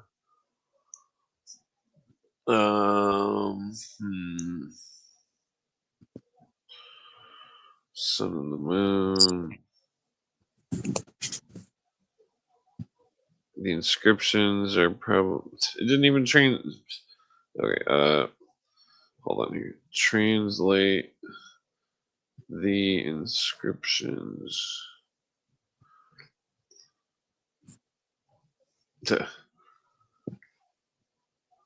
Are not any Okay, it says the inscriptions on this carved relief are not in any recognizable ancient or modern language. Huh. Well, that's interesting. It doesn't come up as any ancient or modern language. It must be.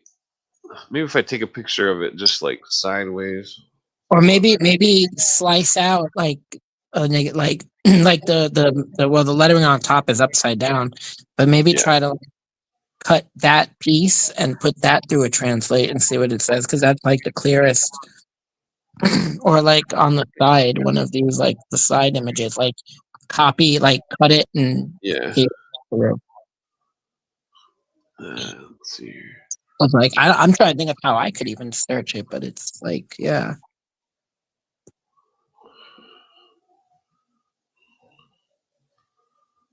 Okay. Damn it. Okay. Hold on here. I'll just take a picture of the bottom one and because it looks like Aramaic, but okay.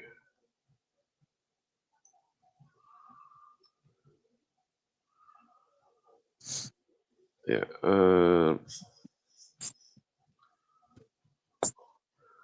Yeah. It makes you wonder if. Well, it seems like it'd be a handy tool to have like a grok screen or some shit, or like some kind of AI. I mean, well, technically, Twitter let me back on Twitter on my computer again.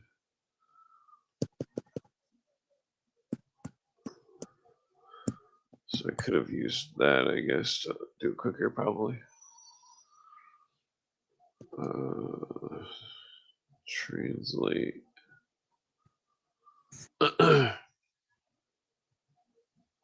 Oh shit! I sent it without uploading. Yeah, I got a few other. There's another thing, but it doesn't seem like it's the same group. Okay, there it goes. Translate this.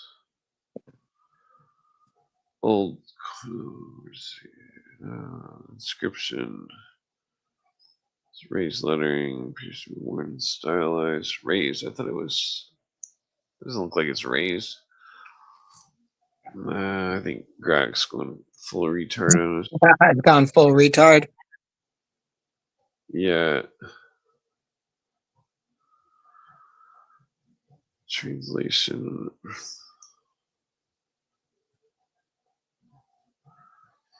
Well, it's claiming it's remembered death, which makes sense for the memento mori thing, but it's. I don't know if it's just assuming that. Hold on, let me just make sure.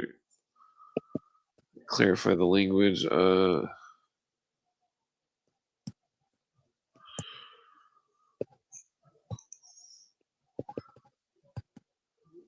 No, it's blabbering. I'm thinking that it's talking about the skull and yeah. Okay, it's graph screen retarded.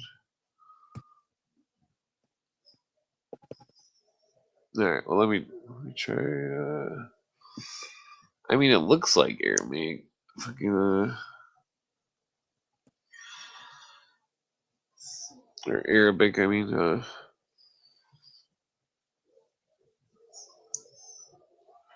if I gotta like take the photo sideways, but have it not like go up, you know. Oh, let's see if I. Oh, Dang. Every time I take the picture, it flips it. Okay. Format. Let's see.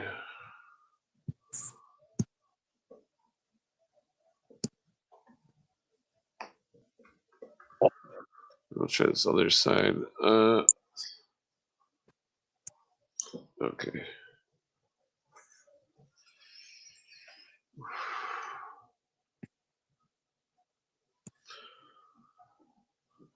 Yeah, freaking. What was I getting at? Yeah, yeah, I don't know what the fuck this shit is. Wait, maybe I could flip it on this and take the picture. I'm retarded. Okay, there we go. Yeah. Okay, that looks. Hmm. Oh shit, my phone went blank.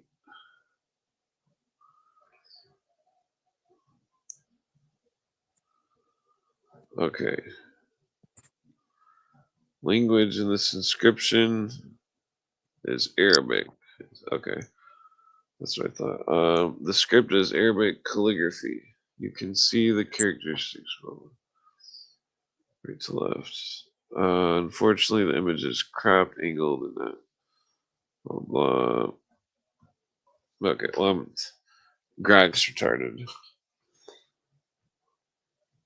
Let me just take another picture of this here. Yeah, it's like Grok can't handle tipping the picture sideways for me.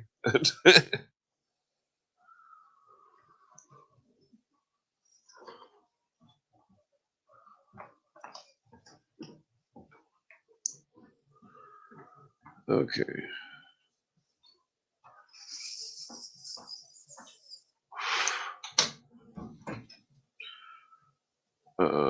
Translate this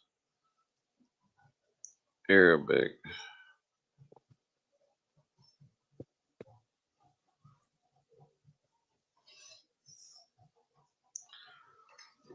Okay. Let's see. Okay, it says Bismillah Rahman Rahim, which means some Allah shit. The name of Allah. So is this Allah? Oh, did, did, did we discover Allah? interesting.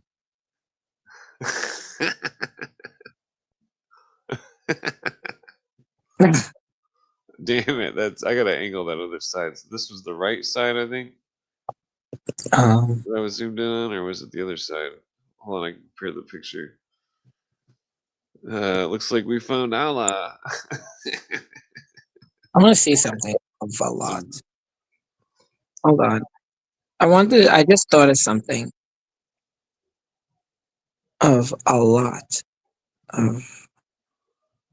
Translation.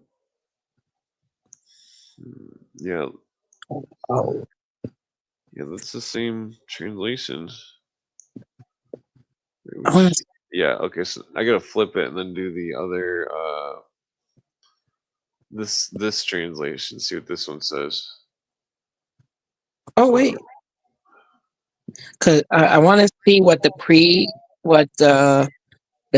pre-Islamic depictions of Allah looked like. Oh yeah, that's good luck with that. Well, yeah, but it's true. There aren't that many left. Yeah, I did that deep dive the other week trying to figure that out, and I was like, I didn't have any luck. I mean, Who was Allah before? There were three daughters of Allah. One had the moon on her head. One had a star staff. Al-Islamid Mim. Okay. Let's see. Okay, so we're getting somewhere with this. If this is a Allah picture, then that's fucked up. Translate this Arabic.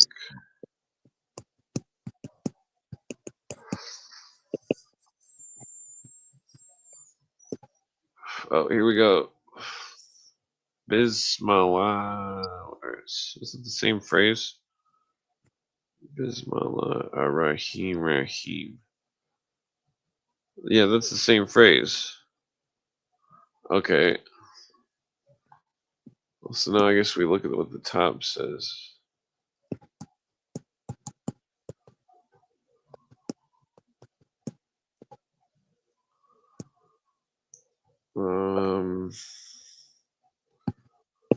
Let's see, photo library.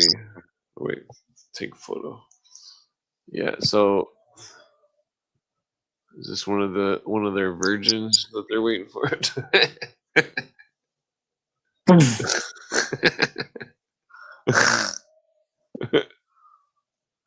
Okay.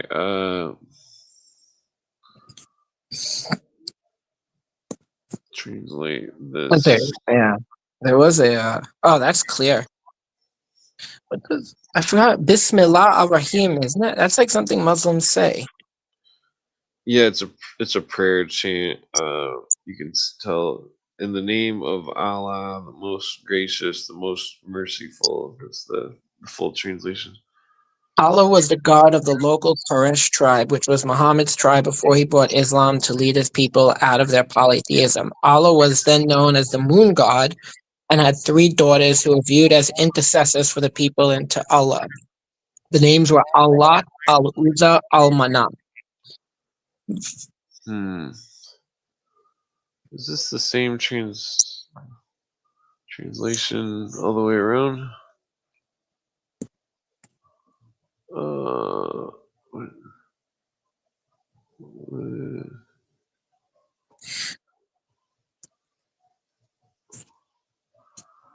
Okay, so this. Damn it! I gotta compare it to my phone picture. It's hard to tell if this is just a piece of the last part of that prayer or whatever. Mm-hmm. Well, that's okay. So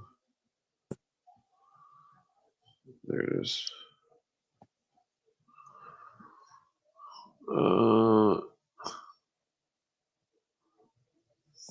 No, that's a different one. Okay, I gotta reload it in here because Grak's retarded and I mean, I think Grak is the smarter one out of the. I mean, I've never used the other ones actually. Maybe a little bit, but it seemed like they were. Where is it? Oops, wrong one. Okay.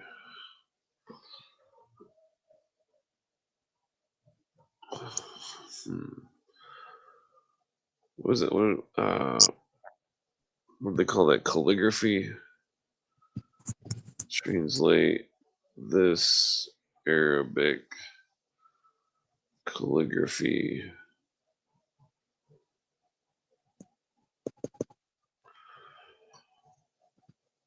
Okay. Well, it's saying the same. This is known as the basmala or bismillah, the opening phrase of the Quran in a common Islamic invocation for starting any action, prayer, or significant task. The style looks like flowing. It's showing like a translation that doesn't look like the one that fucking I mean, is it upside down? No. It looks like it's reversed or something. It's because like it's showing the translation and only like the middle word matches. Damn it! What the fuck's wrong with this thing? Yeah, but it's like a reverse J or something. compared to I don't know. Oops. Yeah. So this is definitely a Hashashin Islam artifact. Definitely. But the question is, it's like, if they don't like statues, you know, and idols, you know what I mean? Like, what is this thing doing existing? I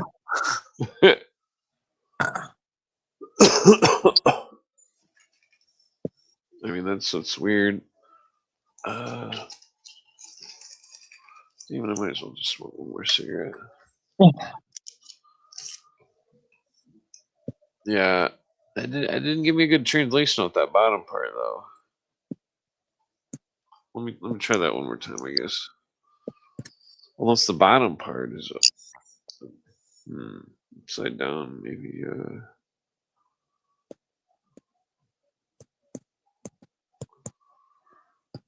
Or maybe I should have asked it where the fucking, if it can source the image, like, altogether.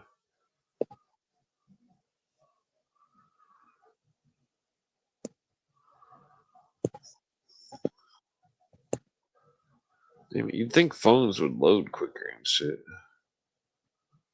I mean, you should be able to push every button on the phone as fast as you could possibly push shit. You know what I mean? Let's see. Should I write like source this image on the net?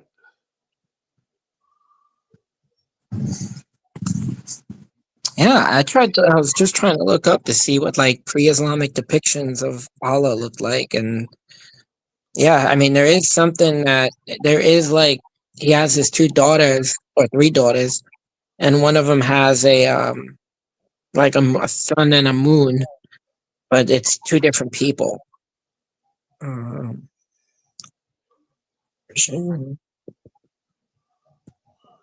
Email. Okay. Let's see. Images. Oh, here we go. Anahita? Look up Anahita. Oh, 1 second. I'm arguing with Grok. I'm arguing with some low IQ on Twitter. Pretty much the same. For Arabic writing.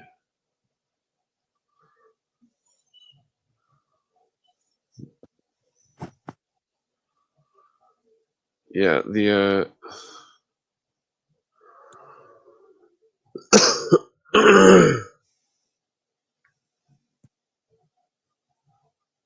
Wait. now it's saying that fucking it's saying that it's not doesn't have a prayer to, but I'm not like zoomed in on the writing itself. It's mentioning, god damn it, hold on, let me just, I can't go to the other conversation of Grok.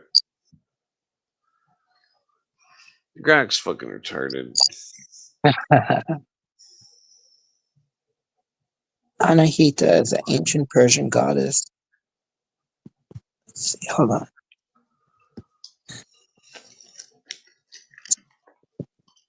Iran should convert back to full Zoroastrianism.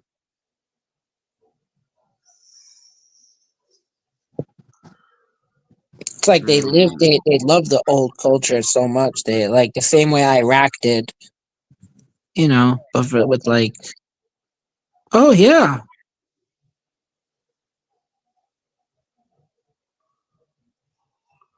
Persian water goddess, Let me see. Anahita. I mean, it's not perfect. Like it's you know, but Oh, seems. you're saying this is that Persian goddess, you think? I mean, I'm looking up to see like what other like pre-Islamic, and then I realize it could be Persian. So I'm looking to see what how she looks, Yeah, and That's Hey, you probably know what's right. interesting? She has like the things like looks like the wings behind her. Wings? Yeah, look, Oh, no, the look cape? behind her. If it's like a cape or something, or like wings, it's hard to tell. But Yeah, I she think has. it's a cape. There's also a depiction of her with like lions. I wonder if Yo, this is the Arabic version of Ishtar. oh, Because I found that because one time, what was it? This dude that's like a closet Nazi or something. This headless giant dude. I mean, he seems cool, but he's just brainwashed and bullshit, racism and stuff. But like, yeah. I don't know. I don't think there's any converting him from being, but like, I think there's faith for Harry, but like, or, but anyways, uh, or hope I meant for Harry, but like, he was upset. This headless giant. I mean, he wasn't upset, but I was showing him some of the Dead Sea Scrolls stuff, and Mhm, there was an old Bible that it was one of the old. I don't remember which book it was, but it was fucking. It had the seal of Tanit on it, and the headless giant dude is all about the Tanit worship of the Scythians or some shit. He thinks that that was the true God or something, and like I'm not trying to make fun of him, but like, uh, but then when I brought up this, and I'm pretty sure that I got the image from fucking Rockefeller, the Rockefeller thing, their website on the Dead Sea Scrolls, and I was mhm. like, and I showed him how it was an intricate book cover and how it had the symbol of Tanit on it. He's like, that can't be true. I'm Yeah. like, what the mystery schools of Tanit were who made Christianity? You know, I mean that's.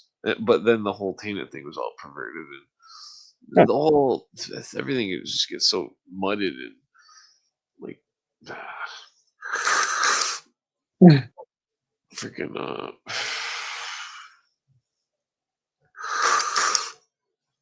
yeah, because like well, I do also have a couple other Templar imageries. Damn, I looked up another Persian goddess, and it comes up just a bunch of hot Indian girls. Here's another one. Uh, yeah, Damn, three face thing. Yeah, this is from the well.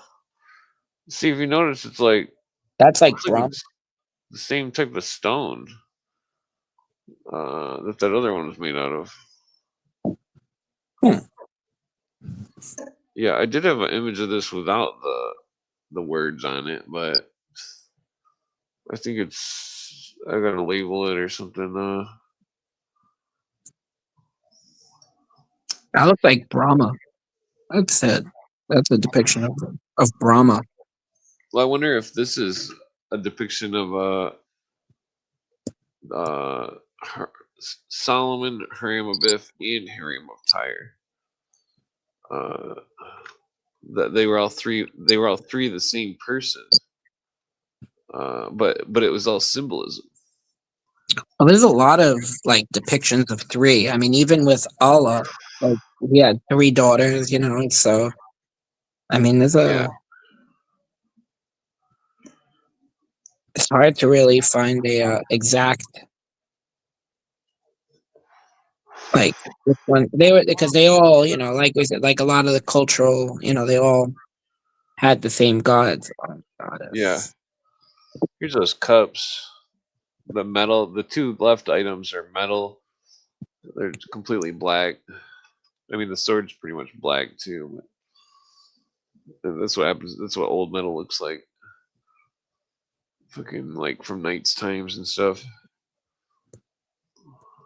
But Wait, damn! I'm trying now. You got me like curious about this goddess, and I'm trying to figure out who she is. So far, Anahita looks like the best. Looks like the closest, like the winner. oh yeah, I I'm gonna send mean, a link in the private chat so you can. oh Uh, yeah. Sure. Yeah, because it looks like the head of John the Baptist right there on that chalice. And then if you notice the cross, it's not a regular cross; it's equilateral with an artistic style. I forget what the see. It's like these two. This flare on the end right here is different style than this one. This one's rounded, and so this is from a different order. This could be Aramaic. And then the stone. What is that? Black onyx or something? Or no, I don't know what that is. It could be just dirty, I guess. No, that's a type of stone. That's definitely a type of stone. Or it's like shaped. It's like, Well, then if you notice the handle on this one, it's got 6 sides, or maybe on that. 7, 6 or 7. Supposed to be like a trestle board or like a goblet. Yeah, I think it's what they were drinking wine out of, Mm. or maybe they had a water in it or something. I mean, like for ceremonially drinking the wine, not like just drinking it. Yeah, here's a coin. Hold on, let me The cross of Jerusalem with the lion, with the tribe of Judah. see. Oh wow, that's got the cross on it too. Yeah, this is a real Templar coin. Wow. Sometimes people will take molds of them and try to make a fake one and pass it off and that type of stuff. But you can tell if something's poured versus something smashed, because the coins are smashed. Yeah, they're not. They're not perfect. Yeah, it's like it's got Greek or Latin around it. I can't tell what that says. Looks like Greek, I think, based on that circle having the line through it. Well, no, I don't know. That looks like Latin on the left. It's got an X. Oh, both. Yeah, it's kind of hard to tell. Both sides of it are, because I think Latin had the X also. Pretty worn. Yeah. Yeah, I suspect they'll find something like that at Oak Island. Let's see. Here's an Irish grave. Or no, this is in Scotland. This is I forget whose grave this is. Kilmartin grave in Scotland. It's kind of hard to see, but skull and bones is there. I'm gonna look it up. There's a bull. A bull, a ship or something. Yeah. I can't tell what that is. Maybe it's a compass. No, The one on the bottom left. Yeah. Oh, you mean that one on the right? Looks like a boat or something. Yeah, it looks like a boat. But I see what you mean. It could look like a compass also. Yeah. This one kind of looks like a chalice with a dagger or something. Yeah. I don't know. Yeah, I can't decipher that. The two on the right, it's very hard to see. Yeah, I can't tell what's on the sides either. Looks like a dragon or something, a griffin, and then what is that, a salamander or something? I think it's like a griffin and a salamander or something. The salamander's on the right, on the bottom, and the griffin's on the top left, but I don't know. It's hard to see. Some of those That's a grave. It's a Scottish grave. Yeah, this is a Templar grave. There's a big there's a whole there's a bunch of them there. They've got inside memorial type thing too. in Scotland. Where's that? Let me bring up the pictures, I guess, on the internet.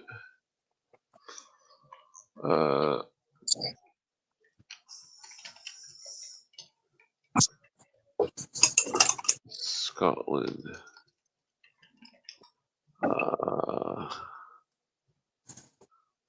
Yeah, here it is. Oops, wrong button. Oops.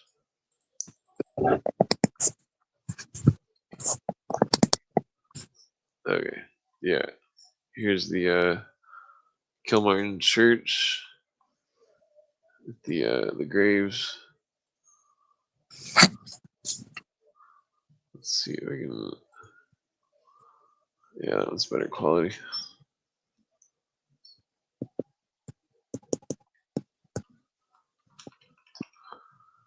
Yeah, you can see like the vine artwork type stuff. What is that? Heraldry on the left. Yeah, there's an interior too. There's the interior right here. Let me see what. Oh, here it is. Oh.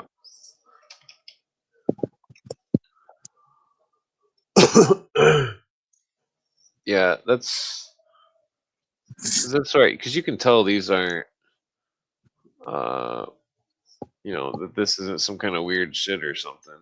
That it's just knights with graves.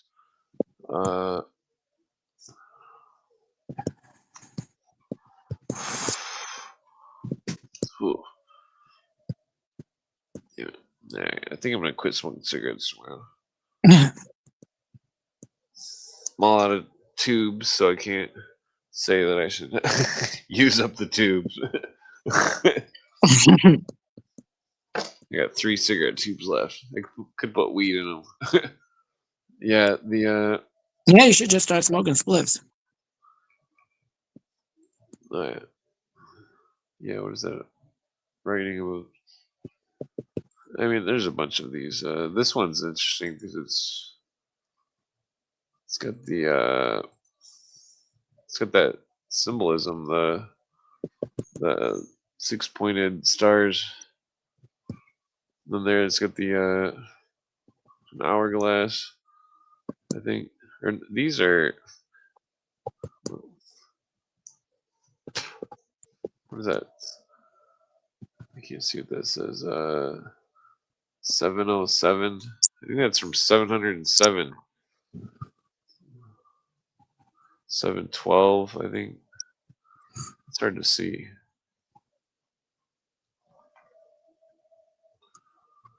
Looks like a 1 behind the A. Yes. Yeah, it's interesting. Because I mean, it's like a mix of like symbols that are the stylized of it. It's like a mix of those 3 circles right here with the cross in the center. It's like a mix of Celtic and Pictish Yeah. and Middle Eastern, but I don't think it's Middle Eastern. I think that it was all around the world. Oh, yeah. And that people kept pieces of it, but Well, I mean, it represented different things, so different cultures exalted one thing in particular that matched their, you know, but like these. when 1712. That doesn't look like it's from 1712. No, it doesn't. I don't understand what the hell is. What's up with that? The great and the good. Unless it's like 7. No, no, it says The Maybe it's. Yeah, I don't know. Because I mean, these ones are from like fucking 1200. These ones right here. Let's see.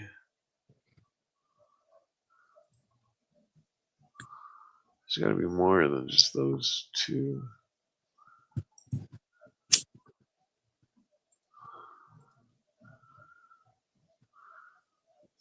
Yeah, that one above the door is really old. I didn't notice that one. That one's super old. So we're just the other one's it has a piece of it. Yeah, nobody took the picture above the door. You can see the edge of it right there.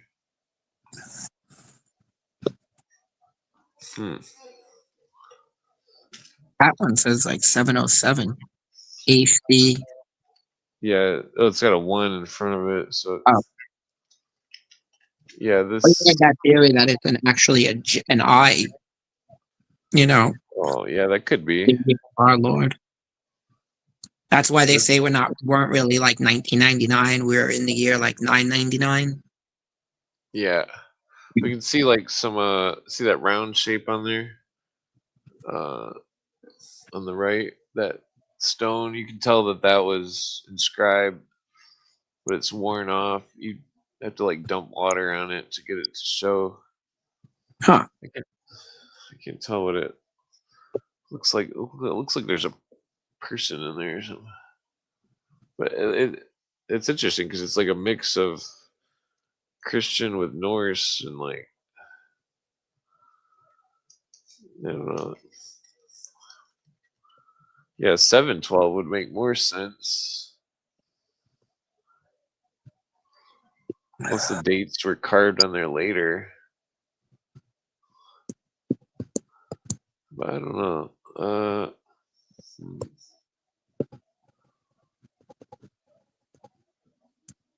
Man, my mouth is dry as shit.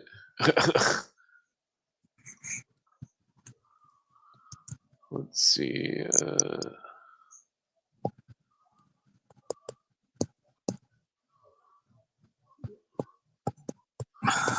Yeah, that one's got a nice Celtic cross on it.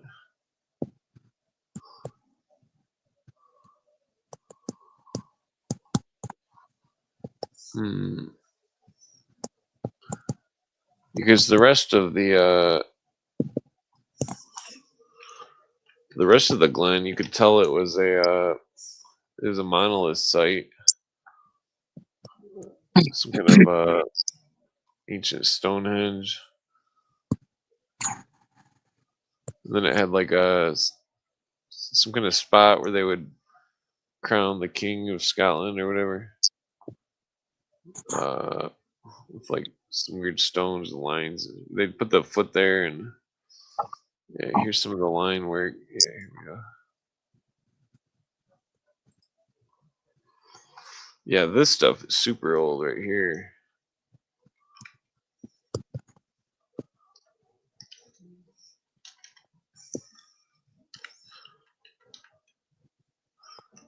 Yeah, this is like some of the oldest shit in Scotland. Because they don't know how old it is. I mean, this could be like 1000 BC or something. But it was weird that they kept it as the same spot. You know what I mean? Like, they kept using the same spot.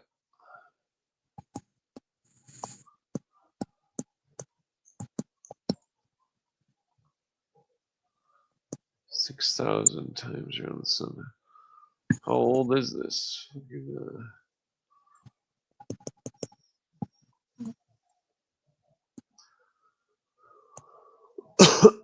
Oh, now I probably got like one more joint left in me. So freaking smoke too much playing cards.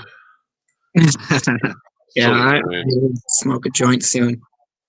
I thought I was gonna win, but then freaking it was like one turn from winning. Like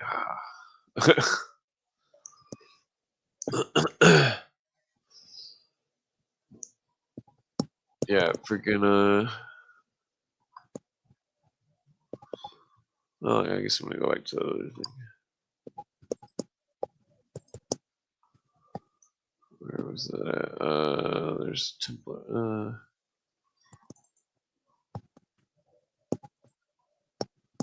Yeah, so this is in Marcel's chapel in France. Let's get the skull and bones. This is probably like 13, late 1200s or early 1300s. I'm not sure. It's before 1307.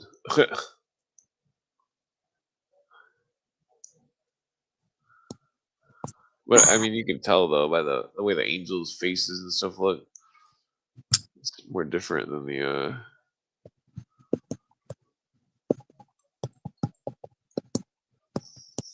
Yeah, I'd bet money there's probably something in there in that spot right there. You think? There's probably something right behind this thing. Either a tomb or a fucking scroll or something.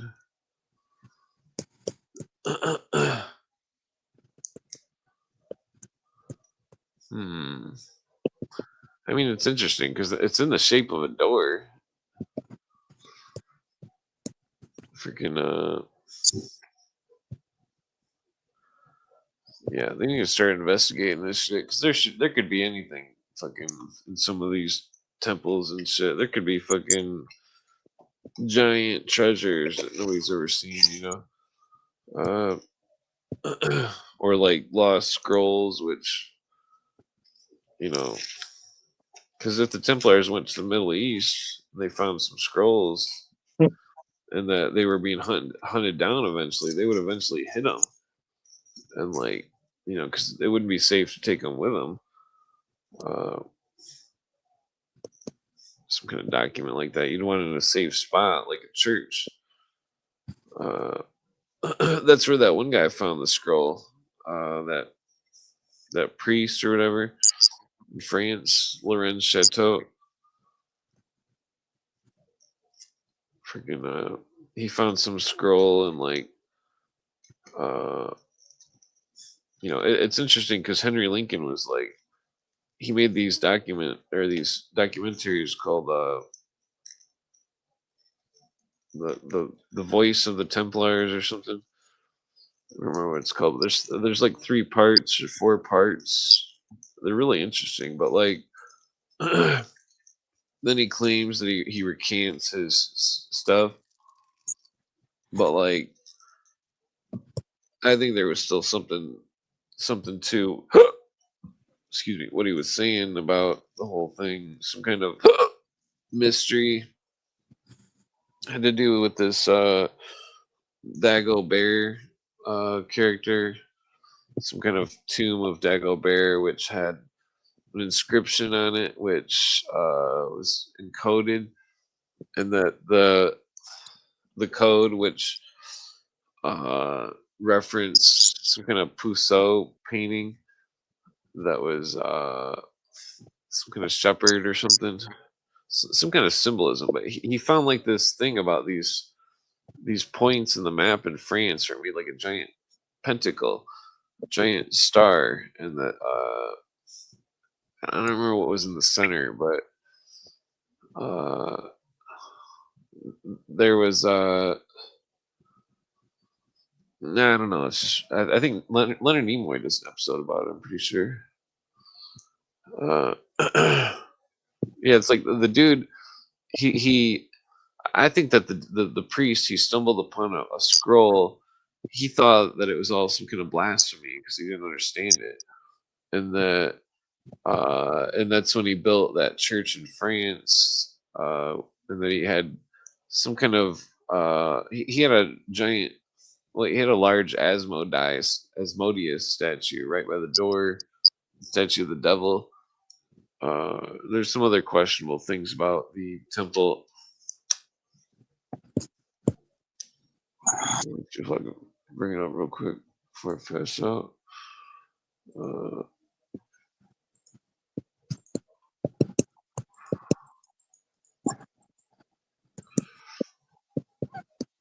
yeah, damn it, I think I'm pretty sure it was Lorenz Chateau. Oops. Okay, yeah, here it is. I need the interior though.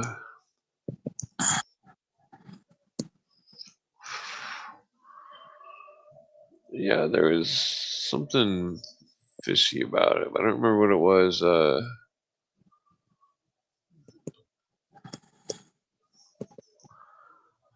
Where's the there's the devil thing right at the bottom. But I mean, it's kind of like it's like a trestle board that he made. I mean, they're all trestle boards, really. Mhm. But it's like the devil's below, and the angels above. But I'm not sure if there's any esoteric meaning to it exactly. But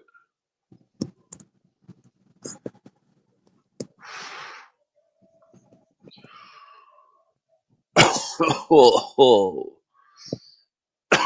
people, they were saying.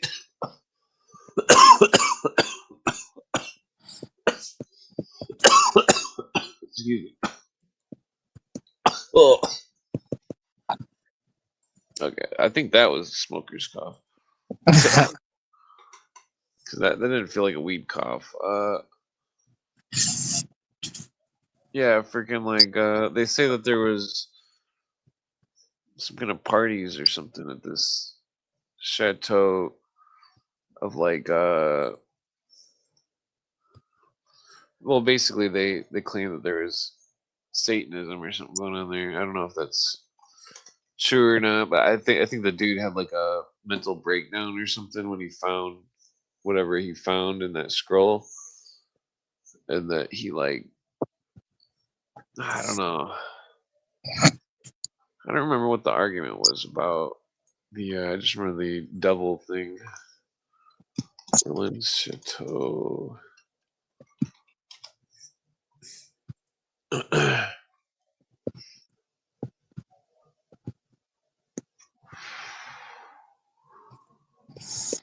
Let's see. Controversy since the 50s.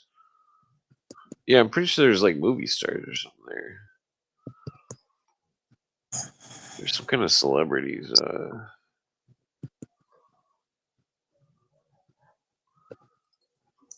Let's see.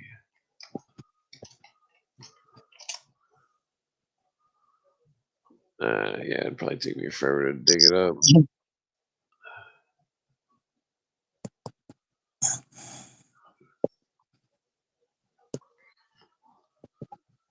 Okay, let's see. This looks like okay, so 1932, January 21st, Times published an article by an unnamed correspondent claiming that the late medieval triptych of the Annunciation on loan to Burlington House from the Church of Mary Magdalene in all in province contains satanic symbolism. Attention was does that maybe I should start earlier. The story of how Berenger Saunier, an impoverished country priest of southern France, discovered coded documents while renovating his church, followed a host of clues, including some concealed in Poussin's painting Les Burgers de Arcadia, the something of Arcadia, the shepherds of Arcadia, and suddenly attained great wealth, has been retold in books, magazines, and even television documentaries. From the basic facts, a number of remarkable theories as to the number of Saunier's treasure have been developed. Some say he discovered proof that Jesus was married to Mary Magdalene, survived the crucifixion, and had descendants. Others mention artifacts left by UFOs or massive blah blah blah complex alignments of ancient sites in the area, providing the ancient Ark of the Covenant. Blah blah. Okay, so fast forward back. 1932, Times published unknown correspondence claiming satanic symbolism. Attention was drawn. To the sly minutiae of the painting, including evil herbs and a lily in a pot, a carved monkey on top of a lantern, bats and demons in the arches, owls' wings on the angel, and magical gesture made by the hand of God. The letter drew a response from no less a figure than great scholar and writer of ghost stories, M.R. James, who dismissed the writer's claims in short and concluded in effect that the artist had no case to answer. Well, let me just fast forward on this.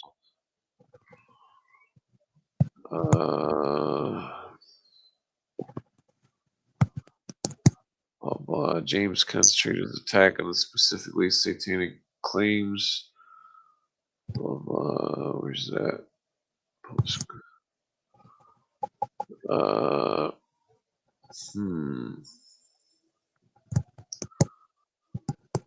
not getting all the symbolism. Instead of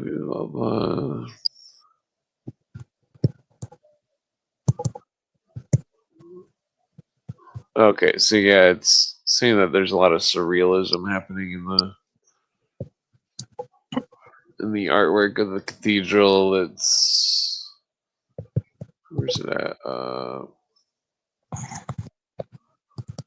Prophet left hand pillar making the same gesture with his left hand does not correspond to any menu sign of the Christian church. Winged demon and bat are carved in the cuspings of an arch beneath which stands another winged figure. The angel, local tradition attributes him and the wings of an owl. This is a good example of the old wives' tale of artist delineation is. They are owls' wings, but definitely Asio Flamius, the short-eared owl. This owl was a symbol of doom in the Middle Ages. Blah, blah. The bird of Athena. Wisdom. Blah, blah.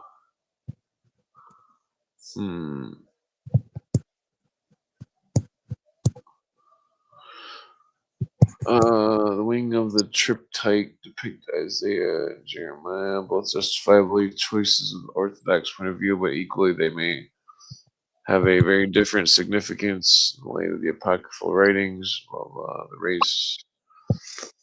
This is too long of an article.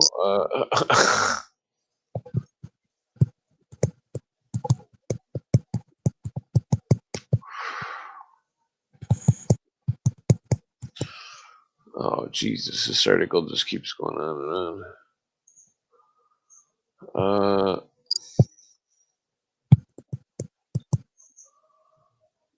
Oh, so it's going on. It's saying that it's all alchemy. That's what it's getting at. Yeah.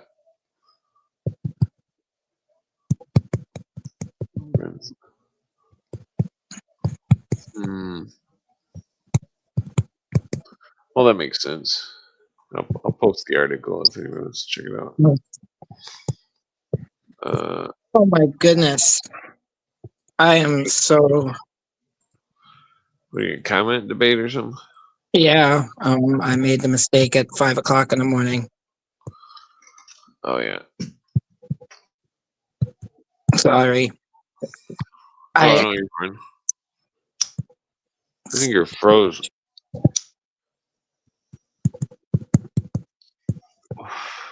You can send them an invite if you want.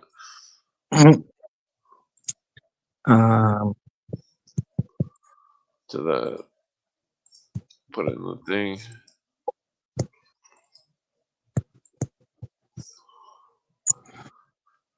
Yeah. Yeah, freaking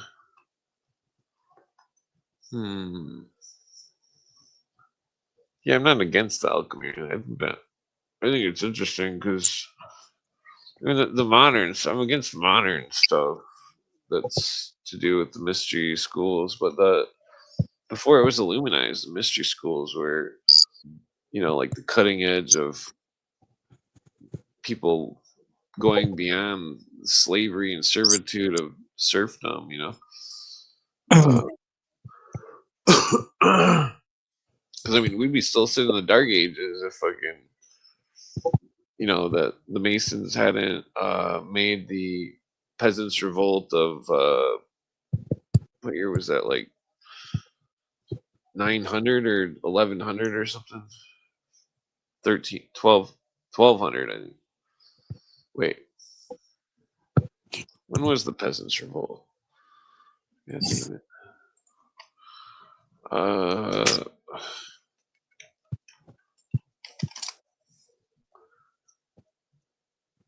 1381. Yeah, 1381. Yeah, because JJ's he knows about those families that were involved with that Peasants' Revolt. They've got ancestral lineage to the army of George Washington, and they're all Masons, and they're all Templars. Uh, I mean, that's what it's really about. It seems like it's like the Templars went to the Middle East. They were the working class people, basically, the soldiers, and that they were going there, but it wasn't just for work. 'Cause they were going there for free, and that fucking because of crusade religious pilgrimage, basically, and like uh, it's like they went to the ancient the old world and then brought back stuff to Europe, which was uh, more accurate than the churches of Europe, and so you know, and they had to guard their secrets closely, Mhm. and that it became like this thing that got blown out of proportion. It's like I could see Philip LaBelle, like just sitting there being like, they wouldn't let me in their club. Oh, like because I mean that I don't know. It seems like a bunch of drama, Oh, interesting. Someone just a bunch of Peter player Beck haters. was 20 when Albert Peter Beck's was the 22nd Superior General when Albert Pike was the Scottish Rite Grand Commander, has the same birthday as Alphonse Levy. The Jesuits founded in France and created the Scottish Rite there. There are now Masonic Lodge scandal in France with 22 people. Yeah, did you hear about that, by the way? Oh yeah, the Green Orient. What's up? Eliphas Levi. Yeah. Well, did you hear about that recent thing in France where they were apparently Yeah, like doing 22 hits or people. something? Yeah, I think it has to do with the Green Orient. Yeah, I don't think it's regular. I don't think it's English masonry. I would imagine it's not.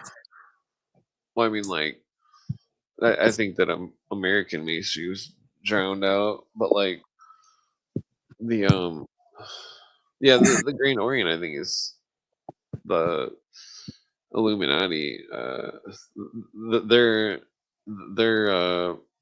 according to that what was that Swedenborg thing of 1782 is like they unified the Scottish, right, and all the other lodges, the Mizraim, the Orient. They unified them into this one grand thing, and like fucking in Prussia, or was it Prussia or Sweden? I think it was Sweden. Well, damn it, I can't remember if it was in Prussia or Sweden.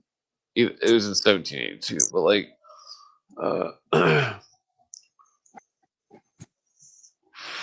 it seems like the traditional Templars, the the branches of the Illuminists, these people that were they had gone to India and that they had gone to Egypt and they had brought stuff from India and Egypt, mixed it together somewhat, and then were reintegrate. They were integrating uh, the stuff from the Hindu and Egyptian lodges into the European lodges, and Mhm. that it's like, and it's like I think that the stuff that was from India was it was heavily compromised with you know, like uh sales pitch and, you know, like con artistry, and the whole hypnosis thing. 'Cause I don't think the old Masons were, you know, using any type of hypnosis or anything, and that the uh I mean, it's hard to say. I mean, because hypnosis could be used for good, you know, Mhm. like quit smoking cigarettes or something. But like, I mean, but like, um, I don't know, because I mean, it's like Alice Bailey. She admits where it's like she admits this hypnotic uh this psychological thing happening where it's like she's saying her and Foster Bailey were saying the same shit where it's like they were saying the group mind and the group prayer and the group thought was creating a group thought form, and that they were, she said it in a weird way. I want to grab the book but I don't want to sneeze because if I because if I open the book I'm gonna sneeze. Actually, I think I got pictures of the book. uh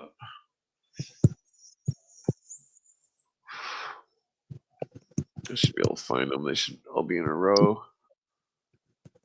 Let's see here.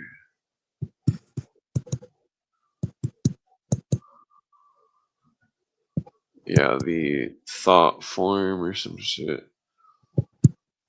Damn it, where are they at?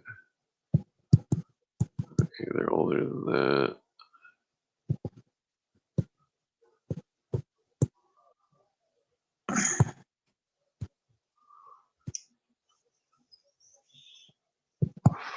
Wait a minute.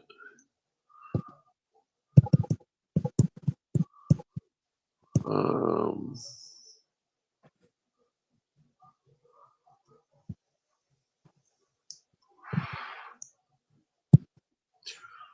Damn it, I might have been retarded. Oh no, they're there. Okay. Is this forward to reverse? Okay, here it is.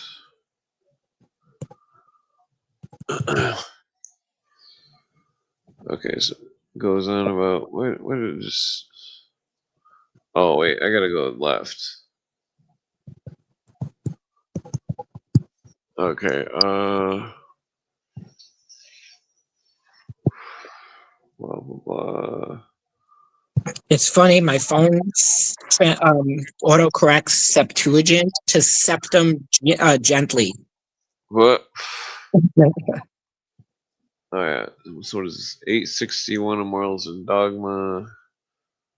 Prepared for the Supreme Council 33rd. Blah blah. Page 861 Morals and Dogma. Quote: the royal secret of which you are a prince, if you are a true adept, is that which the Sohar terms the mystery of the balance. It is the secret of the universal equilibrium. Such is the true word of the Master Mason. Such is the true royal secret which makes possible and shall at length make real the holy empire of true Masonic brotherhood. Page 861. The statement discloses the ultimate goal of Masonry to establish what Pike calls his holy empire. This empire is to be a one world government. Blah, blah, blah. Here's the next quote.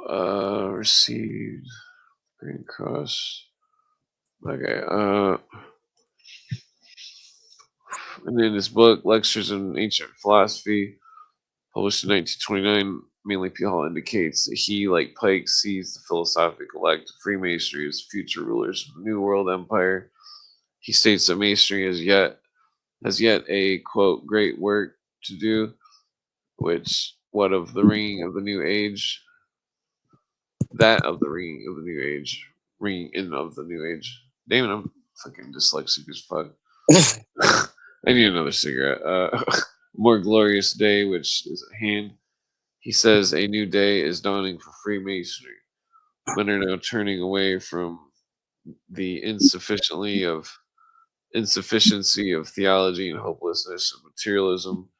In this new era wherein the old order is breaking down, men are finally turning to seek the God of philosophy. This will ring in the rule and the philosophic elect result in the reorganization of society undoubtedly along Masonic lines, he adds. Nope, shit. Is that the okay, yeah, that one. Quote, by thus doing his part in the reorganization of society, the workman may earn his wages as all good masons should. New light is breaking in the east. A more glorious day is at hand. The rule of the philosophic elect, the dream of the ages, will yet be realized and is not far distant. To her loyal sons, Freemasonry sends this clarion call. Arise, ye, the day of labor is at hand. The great work awaits completion. They are the master craftsmen of the universe. So that was mainly P. Hall quote. Uh,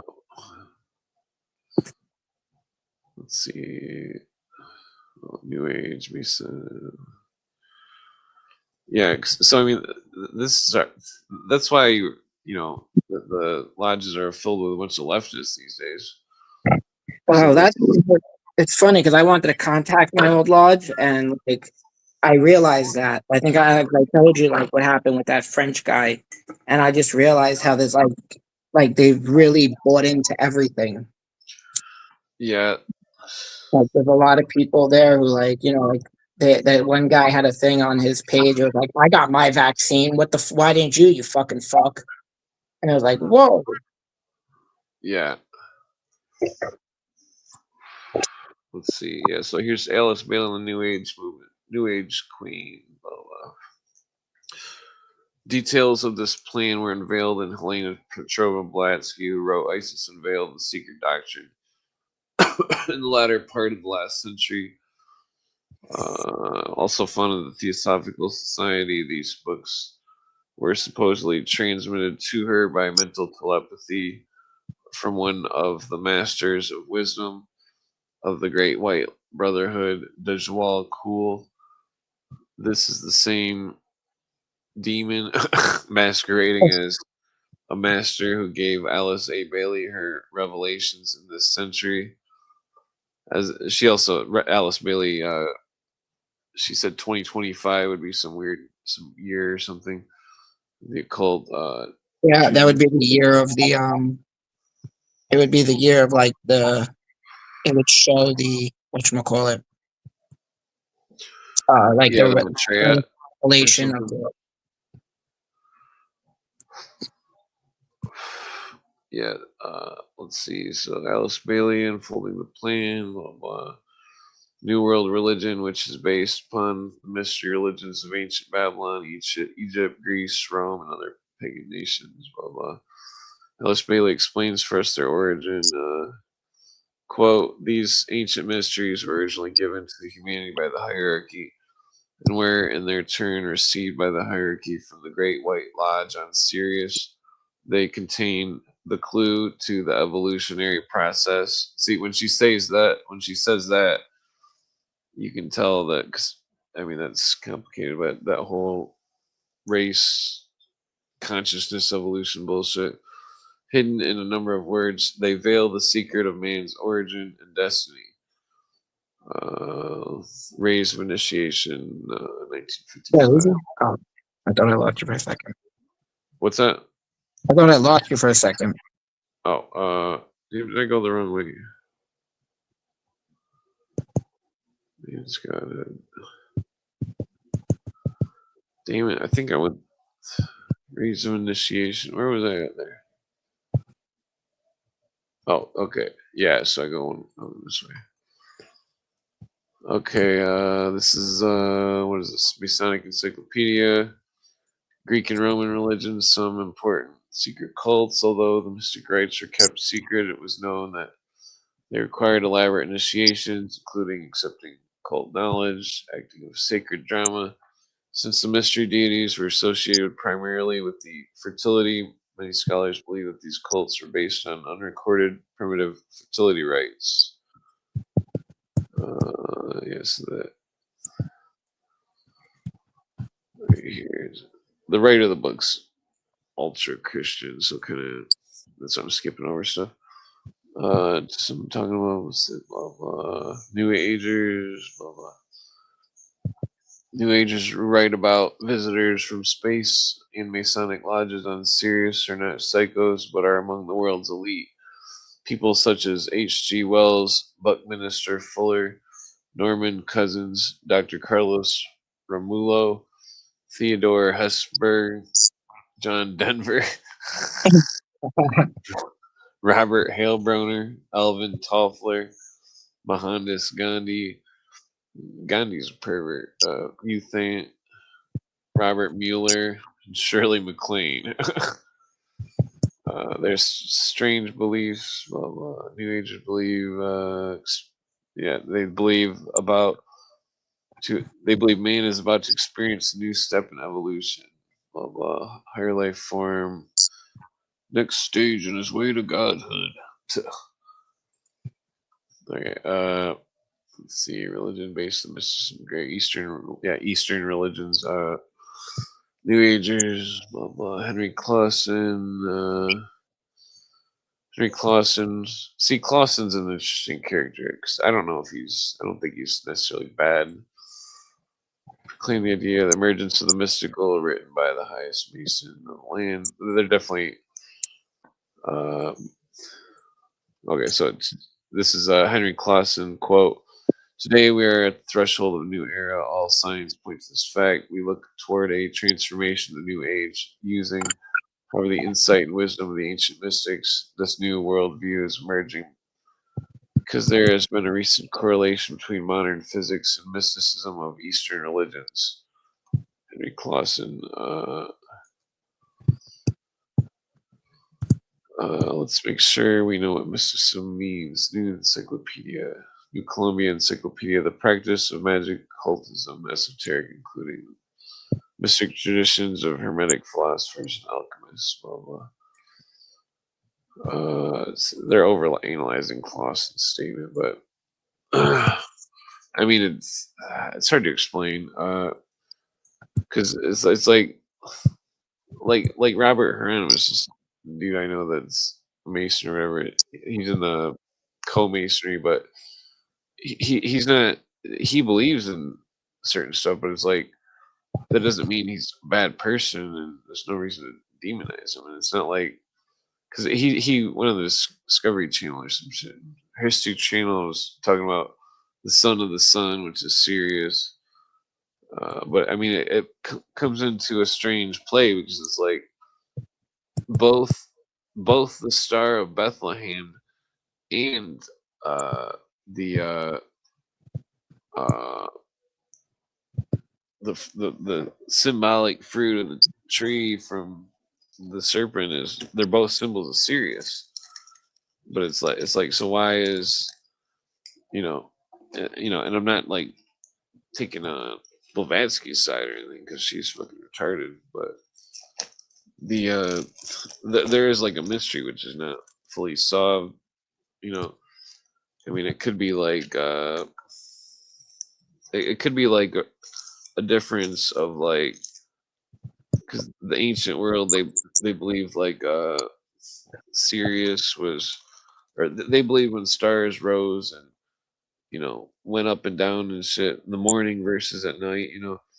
That it was two different entities, that they were two different entities, and or symbols, or it was different, and that the I mean, even other cultures they differentiated the damn the cigarette's gonna be loose as fuck. They differentiated the like the sunrise from sunset, or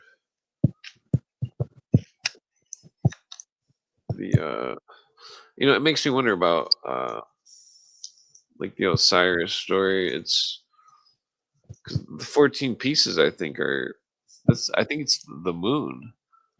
The moon is the 14 pieces, and because 14 times 2 is 28, and that's a lunar month, and the fucking the rising and falling of the moon would be multiplied by 2. Wait, I forgot I was reading this. Blah blah. New religion is in fact the old. This is as old as the Garden of Eden, where Satan brought about blah blah. The sun god Osiris, moon god Isis is alive today in Hindu religion and Eastern religions, such as Eastern religions and Western religions, such as Unity, Christian Science, Unitarianism, New Thought, Spiritualism, and Mormonism. It also lives on in the lodges, dogma, and rites of Freemasonry. I'm sure very few new Masons have realized that they were being initiated to an organization which, in spite of its recent public relations pronouncements to the contrary, considers itself the present day embodiment of these mystery religions, but that this is the case is attested to by numerous New Agers and Masonic scholars, including Alice Bailey's husband, Foster, 33rd degree Mason. Quote, Masonry is a descendant of or is founded upon a divinely imparted religion which long antedates the prime date of the creation given in the Bible.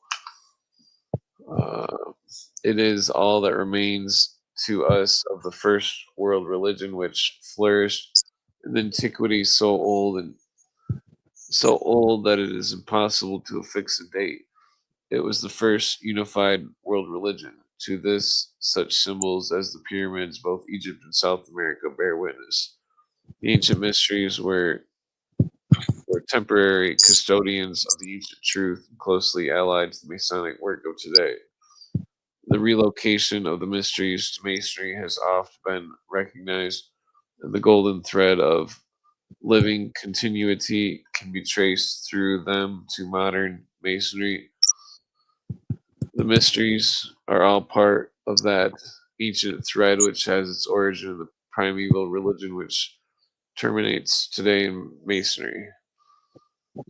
Spirit. See, it's like I see. It's like what he's saying there. It's like I definitely agree with that statement, but it's like what they've turned it into. It's like the modern form. They've lost the key, uh, metaphorically. Yeah. So here's Robert Freck Guild History of Freemasonry, 1884. Masonry is regarded as a direct descendant or survival of the mysteries of Isis and Osiris in Egypt. Henry Clausen's sign symbols and inscriptions date from Sumerian civilizations, Chaldea, Babylonia, Syria, Greece, Rome, even the Mexico and Yucatan. Some rites, the Scottish Rite, Freemasonry, or the mother jurisdiction have been in existence from time immemorial, for we teach the same grand truths, the same sublime philosophies as those adepts of the ancient mysteries taught in their esoteric rites. Let's see here. Sun, moon.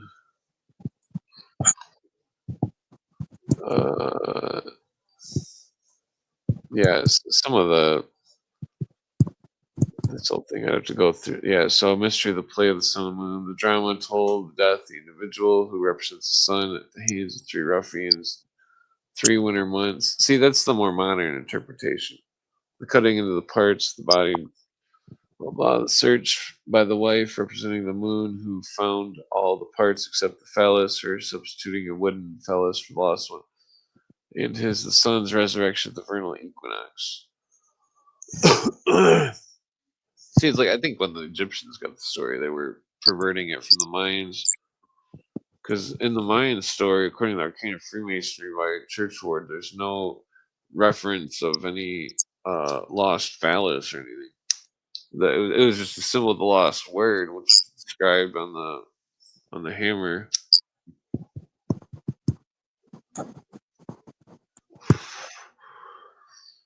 Blah, blah. Third degree involves blah, blah. Secret word.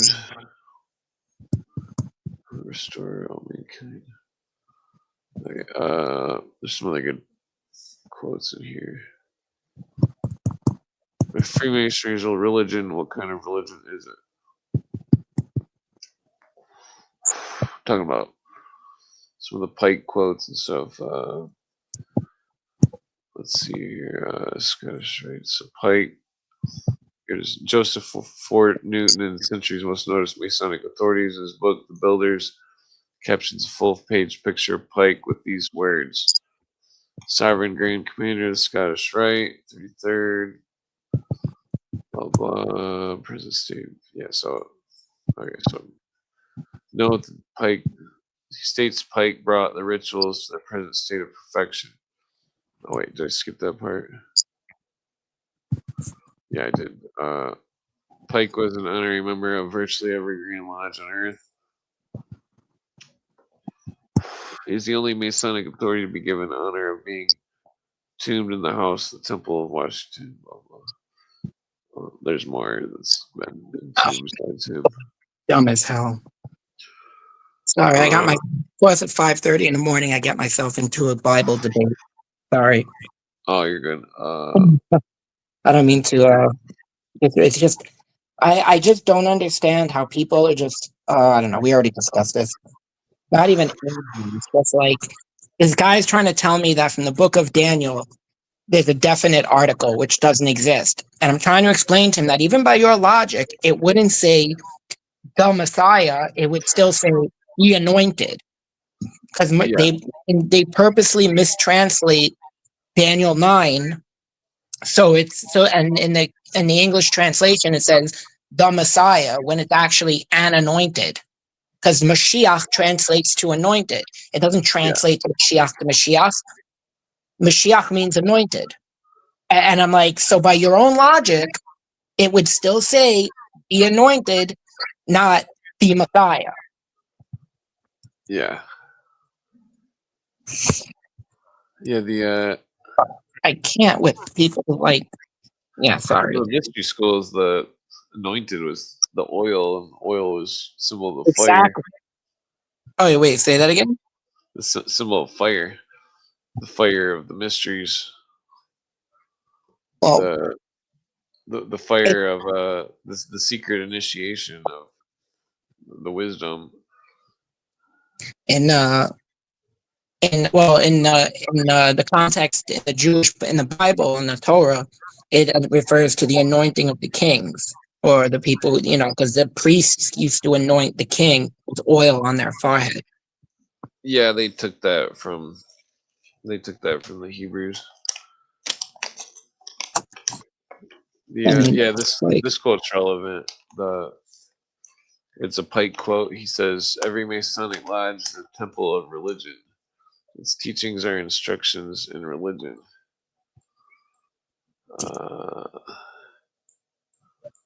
Let's see here. Damn it, this writer he says some really good quotes, but he throws in a lot of stuff that's just like his opinions. According to Holy shit! It's already 5:30 in the morning. yeah, one more joint. What's up? Smoke one more joint and pass out. Yeah, so here, dude, I feel good. Yeah. Oh yeah. Well, if you want to send me a link to that, I'll help you argue on it. I'm not right now, and then I'm going to be up till 8. I told him if he wants to come into a space, I'll hold a space tomorrow, and he can, he's more than happy. But I might I haven't done a space in a while, so maybe I'll do one and I'll send him a link. Oh yeah. But yeah. Here in the Mackey Encyclopedia, I don't remember which page, 594. Freemasonry is a religious institution, and hence its religious regulations inculcate the use of prayer as proper attribute gratification of the beneficent author of life. And it goes on, page 641. The religion of Masonry is non-sectarian. It admits men of every creed within its hospitable bosom. Blah blah. Next quote: Freemasonry is not Christianity nor a substitute for it. Does not meddle with sectarian creeds or doctrines, but teaches fundamental religious truth. So it's Mackey. So it's saying, is Masonry a religion? Mackey says yes. Is it Christianity? He says no. Blah blah. Yeah. So Billy Graham, 33rd degree Mason. Blah blah. Okay. So then, what is this? Charles Finney. Surely, if a Mason really understood Masonry, blah blah. Okay. I'm trying to skip to the main heart of this, what it gets to with this Alice Bailey stuff. There was this Mackey, a general appellation for the religious worship of the whole human race, aka secular humanism, except for the portion which has embraced Christianity, Judaism, or Mohammedanism. Its interest to the Masonic student arises from the fact that its principal development was the ancient mythology, in whose traditions are to be found in many interesting analogies in the Masonic system. Blah, blah. What's this? Okay, so what is this? This is from Pike. He says, quote, much of the Masonic secret manifests itself particularly in those who advance the highest degrees of the ancient accepted Scottish rite. That rite raises a corner of the veil, even, and notice it says just a corner. Even in the degree of the apprentice, for it there declares that Masonry is a worship. Then it goes on, it is the universal, eternal, immutable religion, such as God planted in the heart of universal humanity. No creed has ever been long lived as that was not built on this foundation. The ministers of religions are all Masons who comprehend it and are devoted to it. Okay, so the next.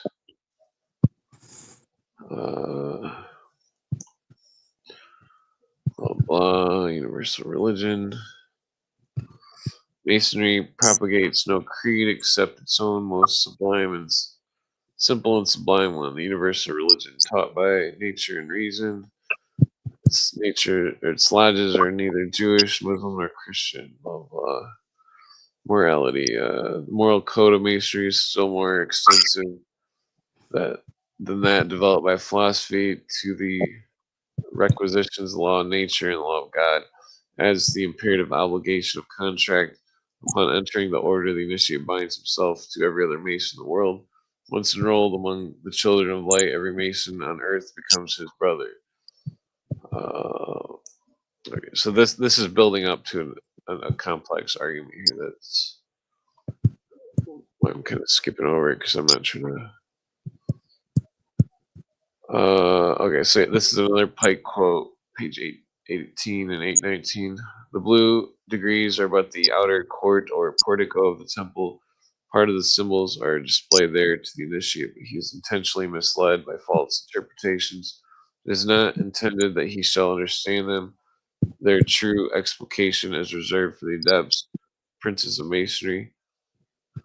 This is the next page. It is well enough for the mass of those called Masons to imagine that all is contained in the blue degrees, and whoso attempts to undeceive them will labor in vain.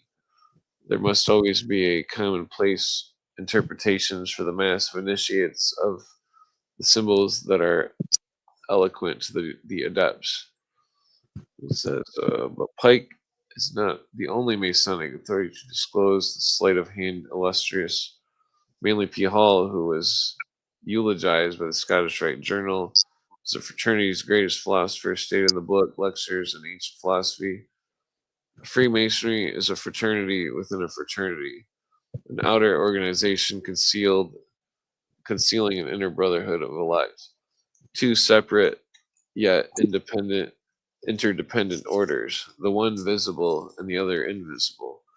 The invisible society is a secret and most august fraternity whose members are dedicated to the service of a mysterious arcanum arcanorum, that truly secret inner society which is to the body Freemasonic what the heart is to the human body. Okay, so Let's skip ahead here. Here, the Pike. Pike says even the casual observer must realize that the true wealth of Freemasonry lies in its mysticism. It is quite incredible, moreover, that any initiated brother, when presented with a copy of Morals and Dogma, upon conferment to this 14th degree, can read that volume and yet maintain that his order is not identical to the mystery schools of the first ages. Uh, blah blah. What is this? Mainly P. Hall. Much of the writings of Albert Pike are extracted from the books of the French magician Eliphas Levi, one of the greatest transcendentalists of the modern times. Levi was an occultist, metaphysician, Platonic philosopher, who by the rituals of magic invoked even the spirit of Apollonius of Tyana. And yet Pike has inserted in his Morals and Dogma whole pages and even chapters practically verbatim of Eliphas Levi. Okay, so this is where it gets good. This is Morals and Dogma, blah blah. Published the Grace Masonic. In addition to Pike and Hall, Alice Bailey husband Foster at 33rd Degree Mason also writes about this New Age Masonic connection as it relates to magic in his book Spirit of Masonry. I guess this is where it gets good. It is the creative nature of the Masonic work to work, say, and think the same things simultaneously. The concentrated attention and thought power of the assembled Masons is in reality a group meditation leading to group work. Masonry is, in its true and highest sense, is magical work. The effectiveness of this possible work will be paralleled by the increasing sensitivity of the race to telepathic impression. Uh, then it goes on, page 99. Behind the magical work of the rituals must be the influence of the established rhythm, the materializing upon the earth of the mystical vision. Must be brought about by the wise working of this law of rhythm and ritual. I guess then, what is this? Is this a Pike quote? This is what magic had been from Zoroaster to Manes, from Orpheus to Apollonius Thyanius, when positive Christianity, triumphing over the splendid dreams of and gigantic aspirations of the school of Alexandria, publicly crushed this philosophy with its anathemas and compelled it to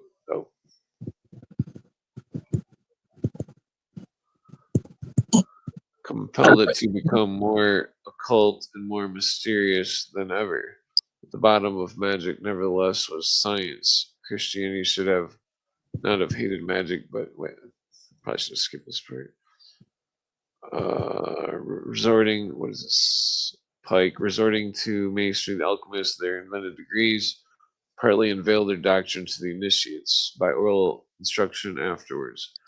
For their rituals, to one who has not the key, are but incomprehensible and absurd jargon. I'm guessing that's Morals and Dogma, page 730. Blah, blah. Oh, well, he goes on about the talking about the Christians, dunces who led primitive Christianity astray, who for so many ages waged war against Magiism, a war of extermination. Excuse me, have succeeded in shrouding in darkness the ancient discoveries of the human mind, so that we now grope in the dark to find again the key of the phenomena of nature. So that nature thing's relevant. I'll get to that. Among other things, Pike has described masonry as searching for the key to the phenomena of nature. This is the classic definition of witchcraft, but you need not take my word for it, because Pike continues the following. This is Pike. There is in nature one most potent force by means whereof a single man who could possess himself of it and should know how to direct it could revolutionize and change the face of the world. This force is known to the ancients. It is the universal agent. If science can but learn and control it, it will be possible to change the order of seasons, to produce at night the phenomena of day, to send a thought in an instant around the world, to heal or slay at a distance, to give our words universal success, and to make them reverberate everywhere. This agent, partially revealed by the blind guesses of the disciple of Mesmer, is precisely what the adepts of the Middle Ages called the elementary matter of the great work. It was adored in the secret rites of the Sabbat or the temple under the hieroglyphic figure of Baphomet or hermaphroditic goat of Mendes. That's Pike 734. Pike has to say about the great work, quote, Pike, whoever shall learn to comprehend and execute this great work will know great things, say the sages of the work. But whenever you depart from the center of the square and compass, you will no longer be able to work with success. Another jewel is necessary for you, and in certain undertakings cannot be dispensed with. It is what is termed the Kabbalistic pentacle. This carries with it the power of commanding the spirits of the elements.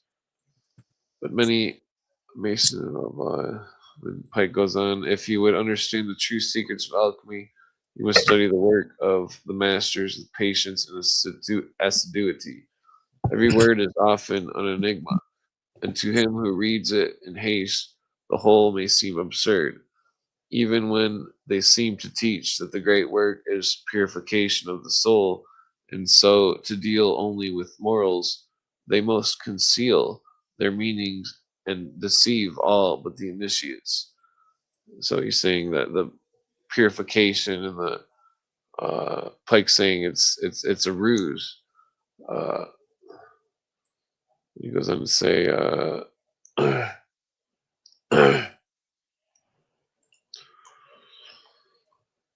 blah blah, return of the Christ, blah blah.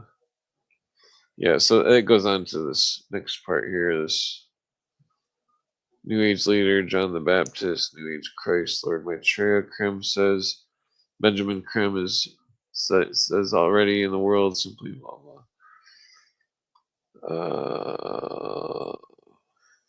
Through the Masonic tradition, this is Benjamin Krim in the New Age ritual. Through the Masonic tradition and certain esoteric groups will come process of initiation in this coming age. Millions of people will take the first and second initiation through these transformed and purified institutions.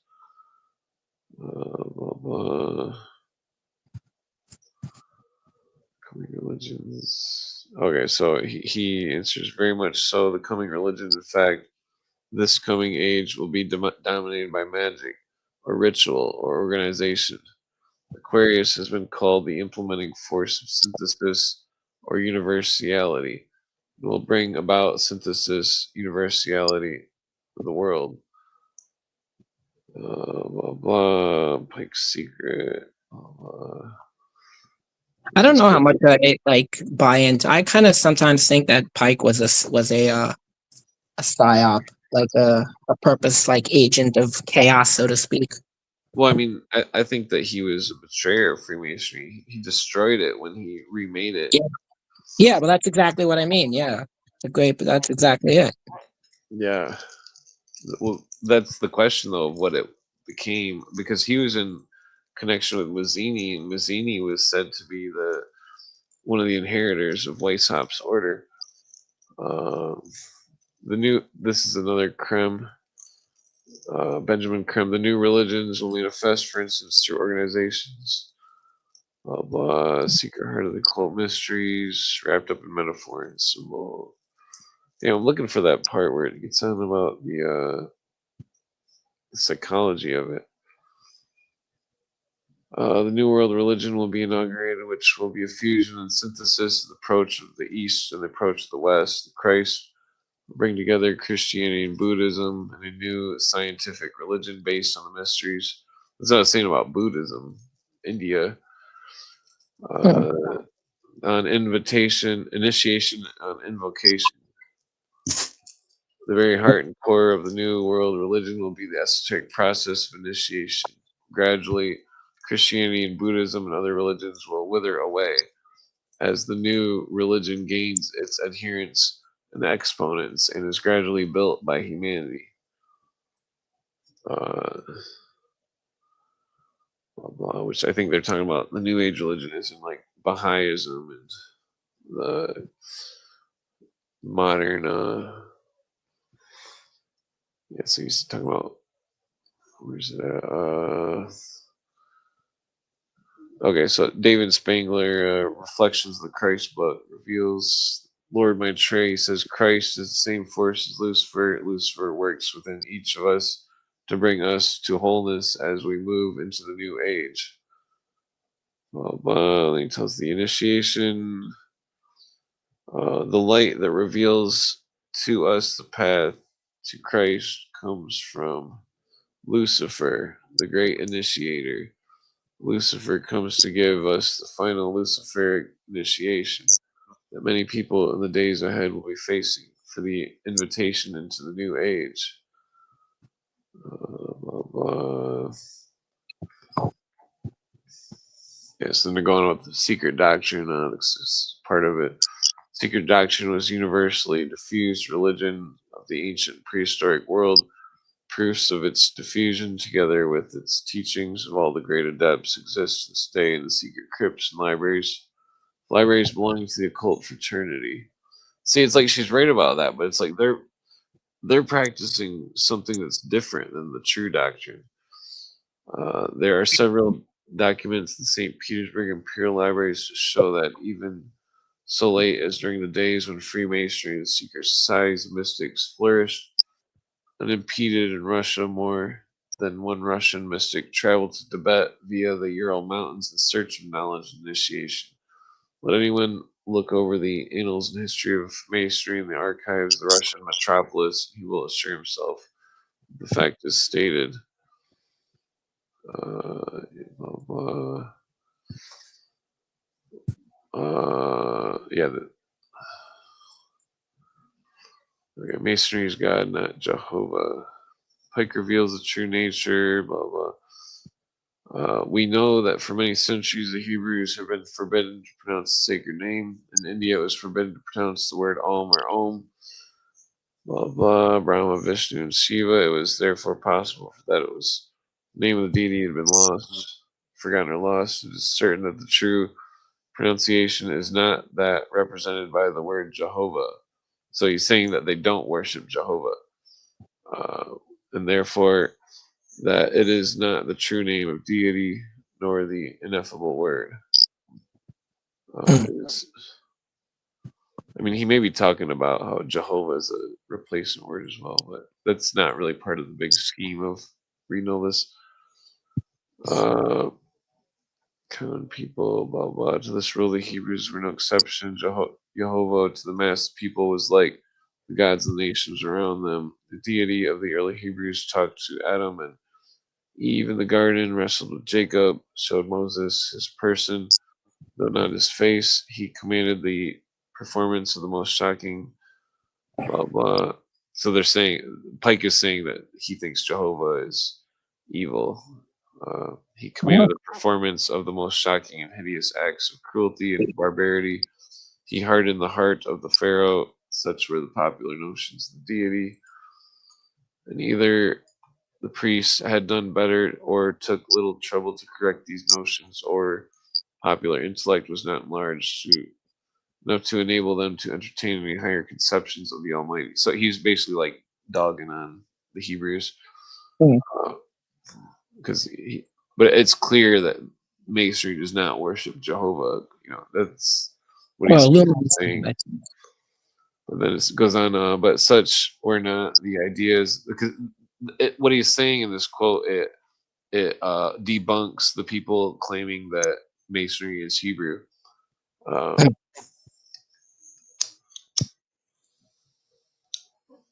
so then such were not the ideas The intellectuals enlightened few of the Hebrews, it's certain that they possessed knowledge of the true nature of the attributes of God. The same class of men did among other nations, Zoroaster, Menu, Confucius, Socrates, Plato's. Their doctrines on the subjects were esoteric. They did not communicate them to the people at large, but only to a favored few. And as they were communicated in Egypt, India, and Persia, and Phoenicia, Greek, blah blah, and the greater mysteries to the initiates, the communication of the knowledge and other secrets, some of which are perhaps lost, constituted under other names what we now call masonry. So then it goes on, Pike, because he said that he, I guess maybe I should read this part right here. So, do we need any clear statement in this of the true nature of masonry as a universal religion whose God is not the God of the Christian and not of its own characterization of itself as communicating the true attributes of the name of God, which it emphasizes is not Jehovah? The God of masonry, according to its greatest authority, is not Jehovah. In fact, Pike states rather clearly who the initiates consider their God to be. And then it says, this is a direct quote from Ellis Levi. He says, the devil is the personification of atheism or idolatry. For the initiates, this is not a person, but a force, created for good, but which may serve for evil. It is an instrument of liberty or free will. They represent this force, talking about the initiates, which preside over the physical generation, under the mythological and horned form of the god Pan. Thence came the he-goat of the Sabbath, brother of the ancient serpent and the light bearer. Same basic statement found in Blavatsky's. So this is Blavatsky. The Kabbalists say the true name of Satan is not that of Jehovah placed upside down, for Satan is not the black god, but the negation of the white deity. For the initiate, says Eliphas Levi, the devil is not a person, but a creative force for good as for evil. They, the initiates, represented this force which presides the physical generation under the mysterious form of the god Pan or nature, whence the horns and hoofs of the mythical and symbolical figure of the Christian goat, the witch's Sabbath. Blah blah, witch's Sabbath pentagram, blah blah. Let's see. Clearly, the true God of the religion of Masonic origin, not Jehovah, but Lucifer. Masonry is one of the major vehicles, blah blah. Because this is Alice Bailey in the book Initiation, Human and Solar. She says, all physical plane organization, governmental, religious, or cultural, is the working out of the inner forces and causes, and for they appear in the physical manifestation, focalization of these influences and energies takes place. The etheric, spiritual levels, the organizations of Masons. Case in point, the Lord of the World was the officiating agent, as is ever the case in the founding of great and important movements. Was that page 131, 132? Blah, blah, blah. Okay, so here we go. Because this is, what is this? Oh, this is I think this is a Manly P. Hall quote. Flickering light glances off the cavernous wall. It's just describing an initiation. Yeah, their attention is riveted at the candidate standing on the lip of a chasm spanned by a swinging rope bridge, but he stands several yards from the bridge, not at its entrance. Blah blah. Yeah, so basically he jumps. Suddenly, his straightness, his fist clenched, raises his arms across his chest, taking one final deep breath, and steps off the edge into darkness. Those assembled are silent, watching intently as the candidate levitates across the chasm and steps off to the other side. Blah, blah. Now, this just goes into some superstitious stuff. Manly P. Hall, this, I think I might skip this quote. Well, Not one Freemason out of 1,000 could have survived the initiations of pagan rites. For the tests were given in those strenuous days when men were men and death was the reward for failure. The neophyte of the Druid mysteries was set adrift in a small boat to battle with the stormy sea, unless his knowledge of the natural law enabled him to quell the storm as did Jesus upon the Sea of Galilee. He returned no more. In the Egyptian rites of Serapis, it was required for the neophyte that he cross an unabridged chasm in the temple floor. In other words, if unable by magic to sustain himself in the air without visible support, he fell headlong into a volcanic crevice, there to die of heat and suffocation. In one part of the Mithraic rites, the candidate seeking admission to the inner sanctuary was required to pass through a closed door by dematerialization. Yeah, that's where he's talking about supernatural shit. That's not where I'm getting at with this. Blah, blah. 1 in 1,000. Masters of Wisdom. The hierarchy here. This is where it's Lord of this world. Let's see. For your conflict is not only with flesh and blood, but also with angels, rulers of this world of darkness. Okay. Okay. Here it is. Alice Bailey. Initiation, Human and Solar. Quote. This hierarchy of brothers of light still exists and goes. The work goes steadily on. They are all in physical existence, either in dense physical bodies, such as many of the masters employ, or in etheric bodies, such as the more exalted helpers and the Lord of this world occupy. They exist upon this planet with us, controlling its destinies, guiding its affairs, and leading all of its evolutions onto the ultimate perfection. Yeah, then they talk about Paul. He's quoting Paul because he thinks Paul's good. Let's see. Yeah, so this is Alice Bailey again. The central home of the hierarchy is Shambhala, center of the Gobi Desert, called in ancient books the White Island. It exists in the etheric matter. Several of the masters in physical bodies dwell in the Himalayan mountains. The greater number are scattered over the world. Blah, blah. What is it? Various unrecognized and unknown, yet forming each in his own. Notice how his is capitalized because it's their God.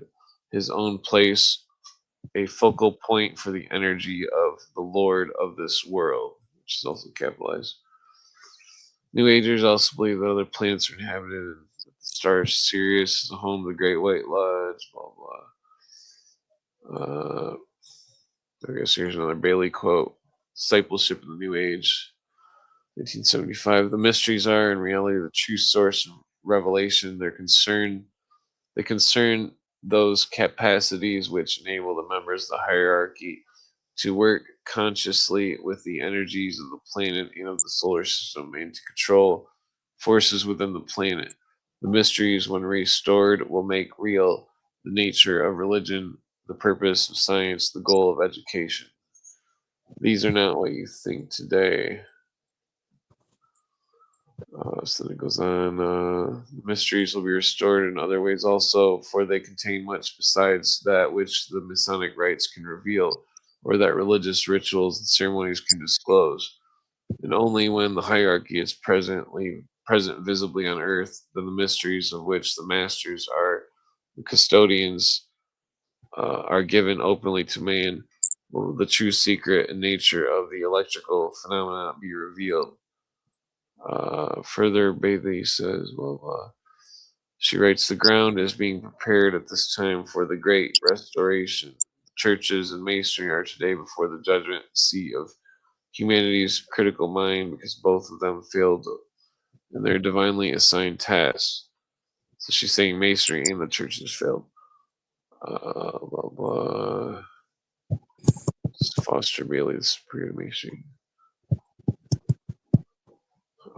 Secret Doctrine.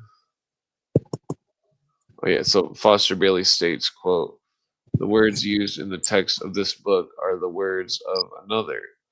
So he's saying, he's talking about that the supposed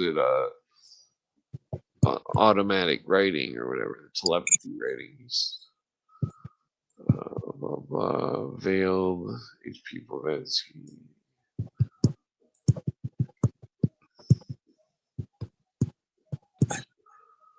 Blah, blah. Okay, so this is book Initiation Human and Solar. Quote, "One great fact to be borne in mind is that the initiations of the planet or of the solar system are but preparatory initiations of admission into the Greater Lodge on Sirius. We have the symbolism held for us fairly well in Masonry, and in combining the Masonic method with what we are told of the steps of the path of holiness, we get an approximate picture. After the first 4 solar initiations, we get the 5th initiation, which is the first cosmic initiation. The 5th initiation corresponds to the first cosmic initiation, that of entered apprentice in Masonry, and makes a master an entered apprentice of the lodge on Sirius. The 6th initiation is analogous to the 2nd degree in Masonry, whilst the 7th initiation makes the adept a master mason of the Brotherhood on Sirius. Initiation, Human and Solar, page 17. Or 17 dash, I mean, it's chapter 17. I'm not sure what the cosmically speaking, blah blah. Yeah, so what is this, Bailey again? First and foremost, the energy or force emanating from the sun Sirius, if it might be so expressed, the energy of thought or mind force in its totality, reaches the solar systems from the distant cosmic center via Sirius. Sirius acts as the transmitter or the focalizing center whence emanate those influences which produce self-consciousness in man. Another type of energy reaches man from the Pleiades, passing through the Venusian scheme to us, just as the Sirian energy passes through the Saturnian. These facts involve the secrets of the mysteries.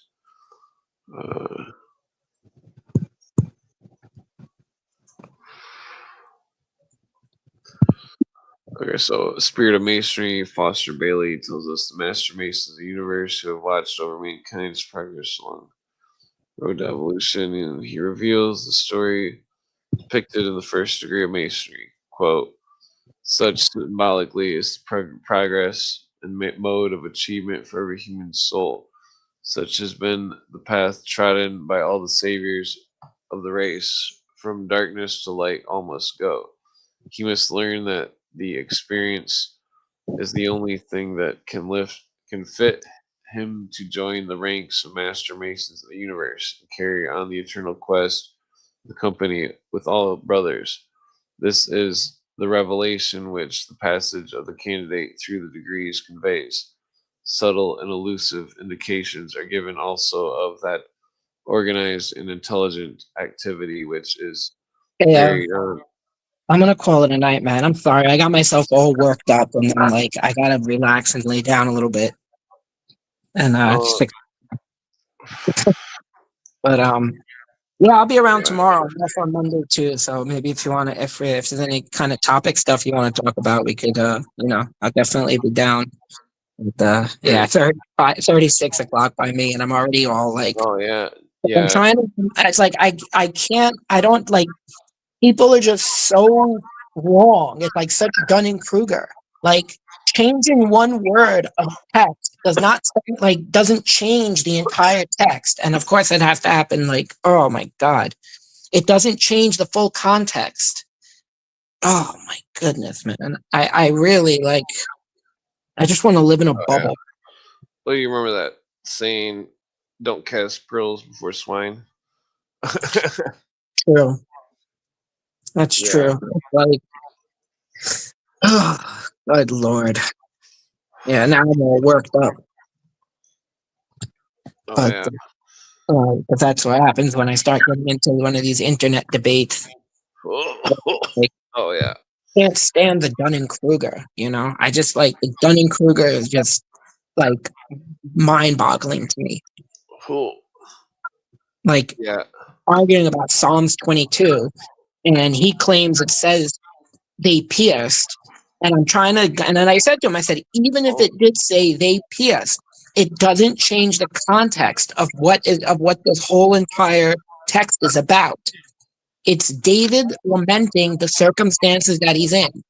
Even if they changed it to bit, even if you want to say it says he bit, they bit my hands and my feet. It doesn't change the fact that it's David lamenting the circumstances that he's in at that moment, that his enemies are on him. And then I'm like, and then I read a point. I said, when does these dogs, when is he attacked? When does Jesus surrounded by a pack of dogs? Oh, well, that's a metaphor for Roman soldiers. I'm like, now you're just making shit up.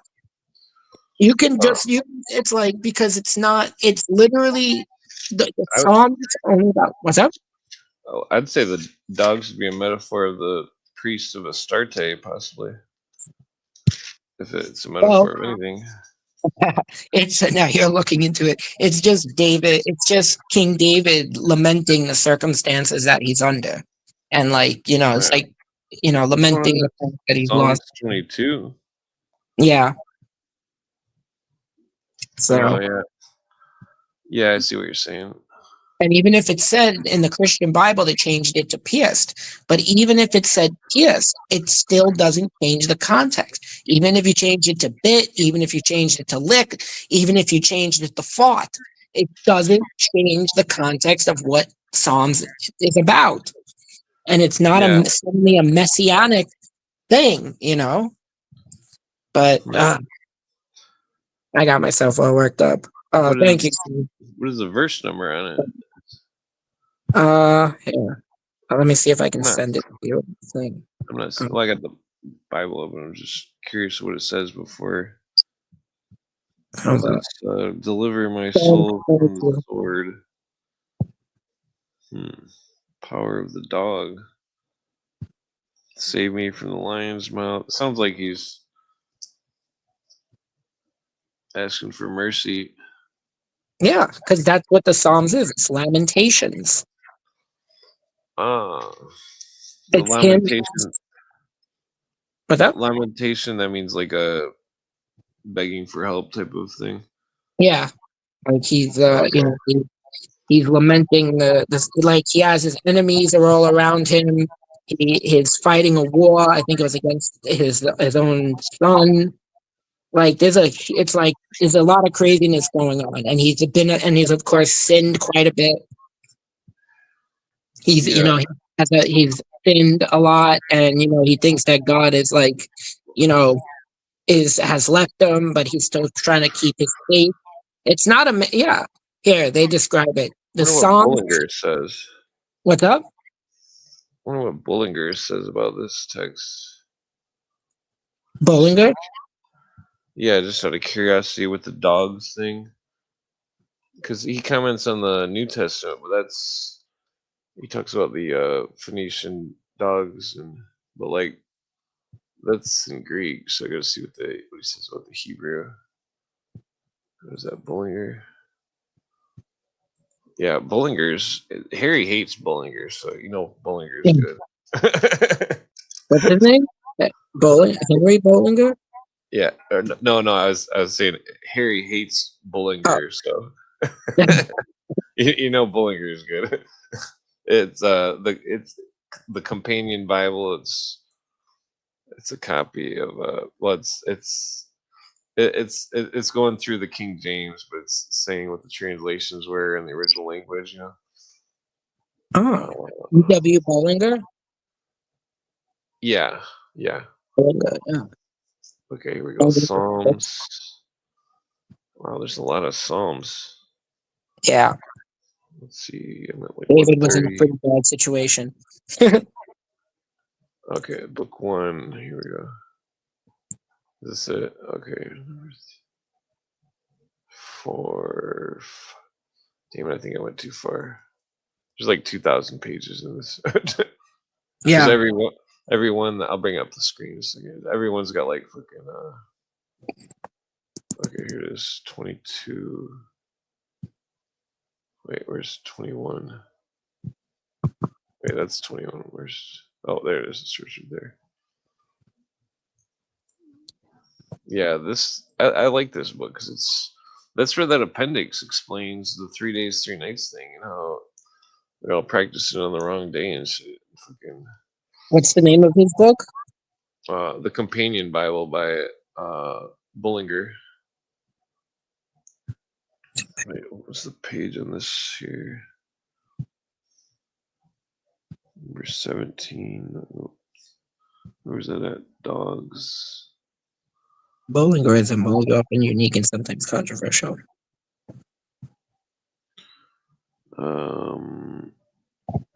Damn, I missed the. Oh, there's verse 16. Okay. Here we go. Okay. Dogs. FIG. Hypocalesthesia. Enemies being implied.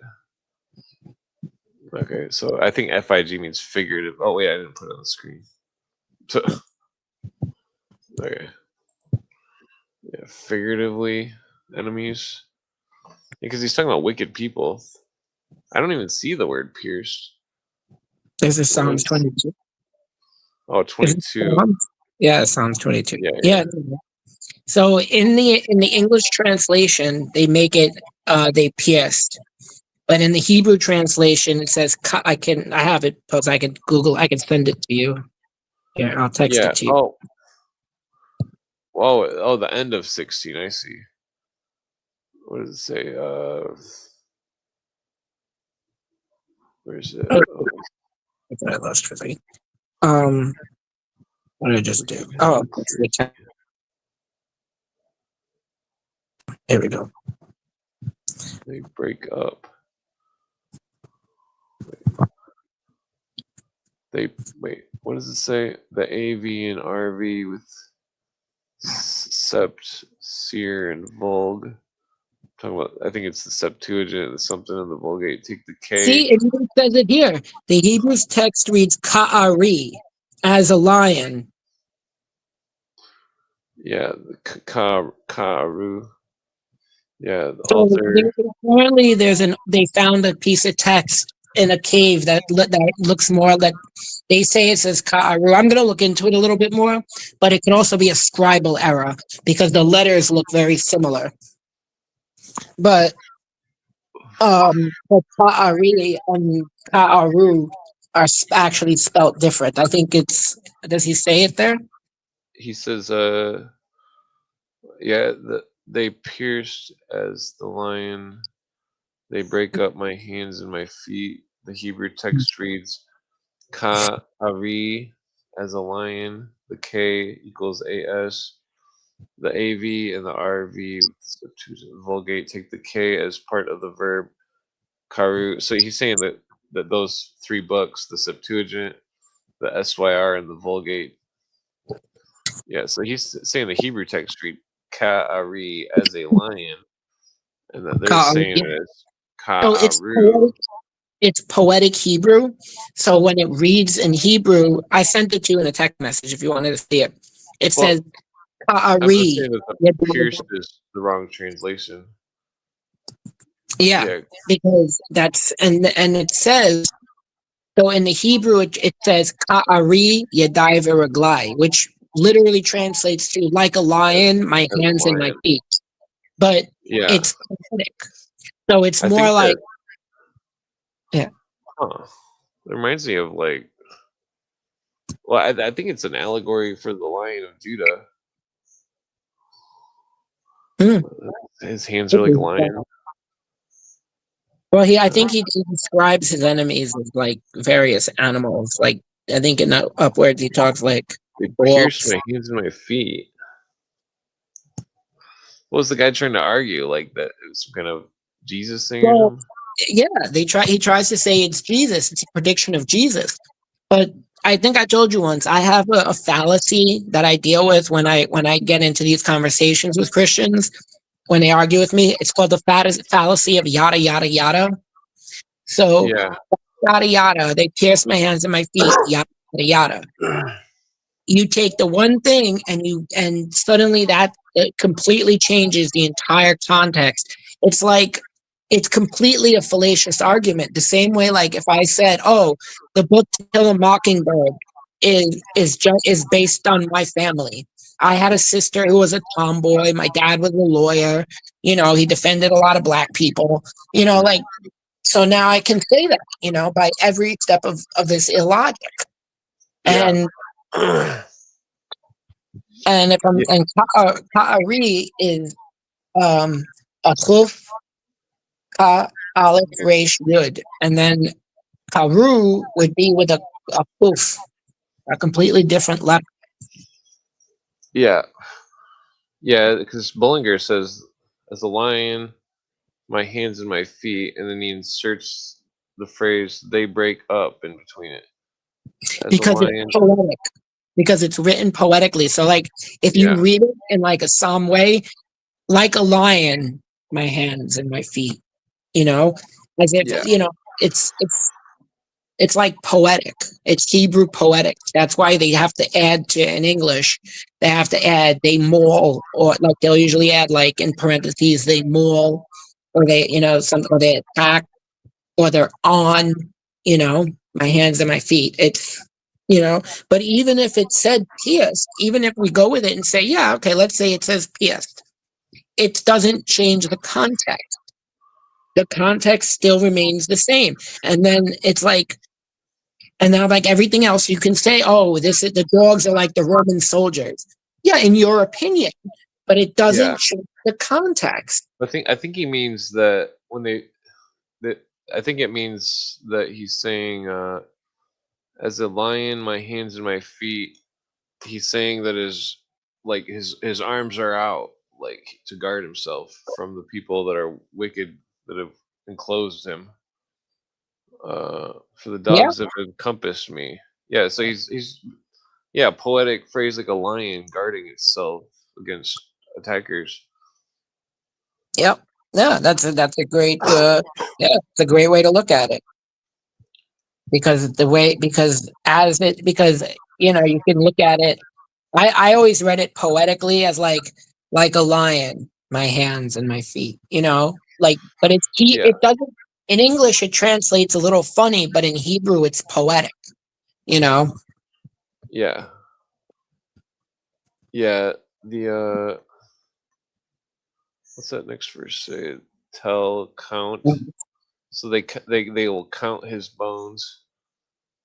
Uh, the whole description of look and stare, look for and see. The idiom, a former verb, includes the feeling implied by the context. It's 18. One of the 134 emendations of the Sulfurim, by which Jehovah of the primitive text was changed to Adonai, soul, nefesh, is that Hebrew Yahid, darling, only one was the one. Yachid is like Yeah. Wait, my darling from the power of the dog. Where's that second dog? Wait, where? Damn it! It should be like right there. So there's 6.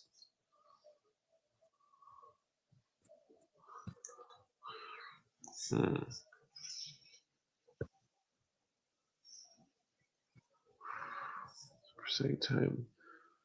Power. Hebrew Yachid. Yachid is like single. Hebrew hand or paw. Hand or paw. And the word before that. So But tell me. I'll pull it up. Which one is it? Psalm 20? Yeah, I'm trying to at the bottom of this thing. Let me try to zoom at the bottom of this thing. Where the 20 is, it starts off for verse 20. Deliver my soul. So it goes soul Hebrew nefesh. Yep. Appendix 13. For the Darling. leader of the Psalm of David. May God answer. Keep you safe. That one? Wait, then Thank he says, darling equals only one. Hebrew Yahid. Yeah, that Uh, one. Being like a unit, a single. damn it, where does it? See note Deuteronomy. For my life, where's that at? Power of the dog. Wait, it seems like it like for the power exercised by. It's hard to like read because it's all these letters are jammed together here. Yeah, it's pretty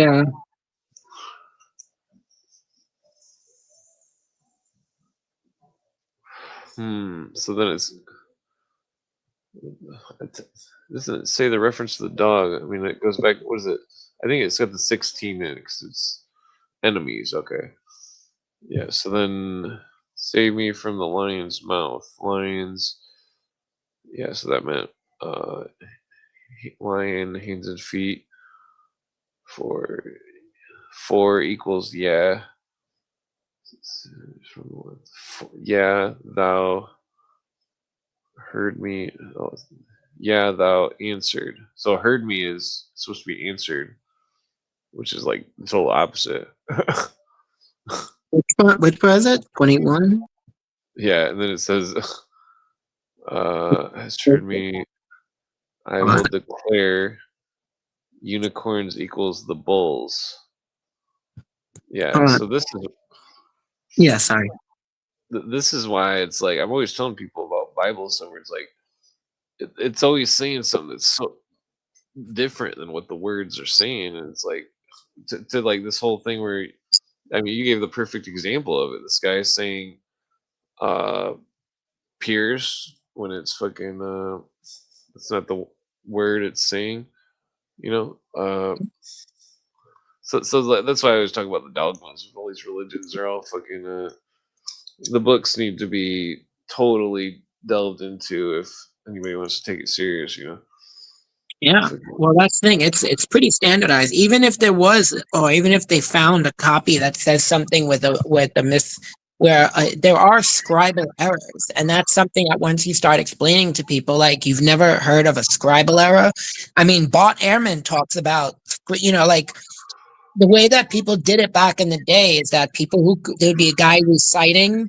I think they called him like a scriptorium or something, and it was like there'd be one guy reading and like 20 guys writing down what he's reading. But they would write a word twice. They would skip a word. They had, like they had, even doesn't matter what the text was, Greek, Latin, Portuguese, there was still scribal errors. And I'm going to look into the one he's telling me just because I'm curious, but it still doesn't change the context. Yeah, yeah, it's excuse me. Yeah, people are like they're always misunderstanding. That's why I like this book so much because it's like it goes into such detail about literally says the Hebrew word Yeah. and then it says the word that it isn't. Yeah. uh, yeah, yeah, yeah. The pierced thing.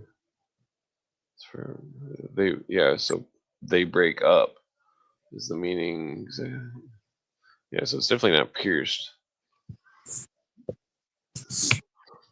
And Yeah, there that's was. it's like that's why I say, like, unfortunately, when I deal with like Christians trying to explain the Hebrew, it's yada yada yada something yada yada yada, and then it just like you completely disregard the whole rest of the text,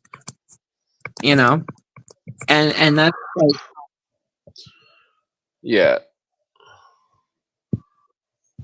Yeah, because there's a lot going on with fucking all of it, and that's not even counting the gematria and Oh yeah, well, the Tamira and stuff. But yeah, like there's so many freaking. I gotta scroll on the appendix because that's where it gets really interesting. Because this writer, I mean, he's it's like that one. Oh, this is taking forever. uh, it's like that part where in yeah, Revelations where it says fucking, dogs. this is sorry. Yeah, This is he what. said. Oh, sorry, go on. Yeah. No, it just pisses me off completely. He's just like he just completely ignores like everything that I say and turns it back on me. I've explained to him that the Christian Bible butchers the book of Daniel. Isaiah 53, the suffering servant of Isaiah 53, is the same suffering servant in Isaiah 40 and Isaiah 42 and Isaiah 50. It's literally called the servant songs. So why on earth does only one reference to the suffering servant represent Jesus and the rest of them don't? Daniel Yeah, 9 is like I can send it to you if you're interested, but they absolutely butchered Daniel. And then he said, see, Daniel 9, Isaiah 53, three separate arguments still untouched.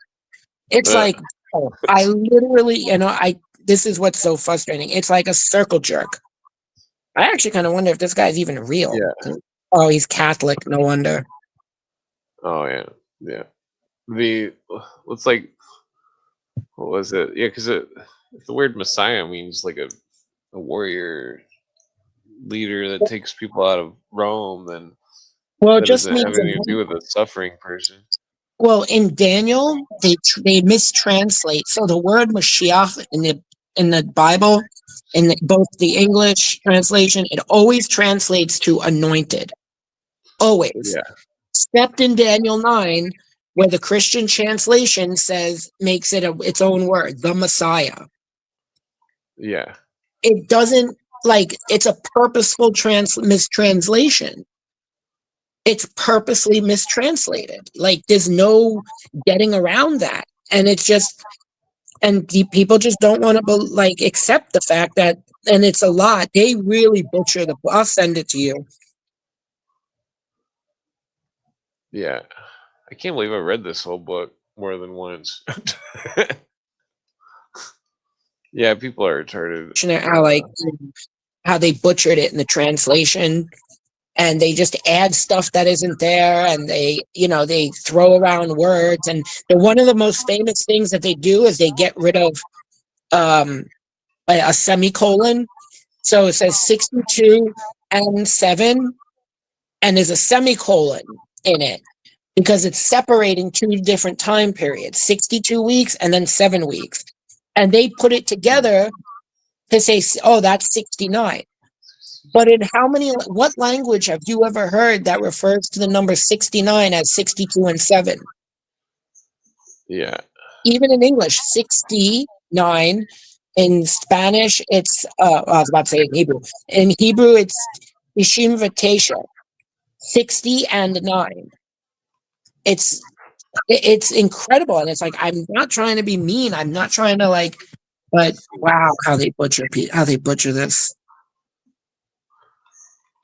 oh, yeah. Oops. Look at him now.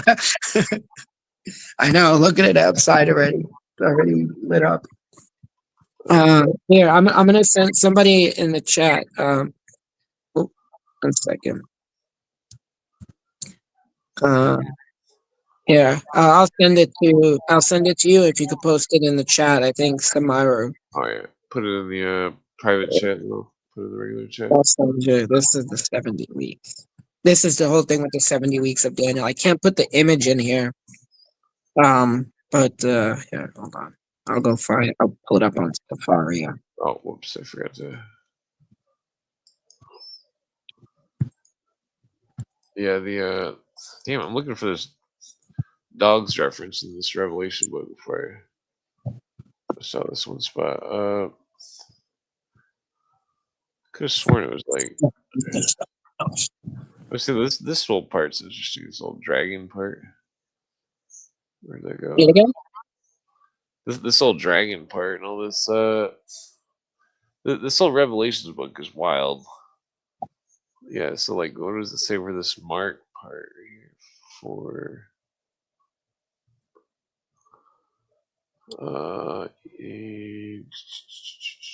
witness. I gotta do my taxes. Hands. Neither. Are you looking at? Oh, yeah, I'm just seeing what it says for this translation of the part where it says Mark. Which whosoever had. Here. Neither. I want to post this also. If anybody wants to read direct Hebrew translations of the Bible, I'll send it to you. I sent it to Clint. He can post it in the thing. Oh yeah, yeah. Safari, but that's the direct Hebrew translations of everything. Oh, interesting.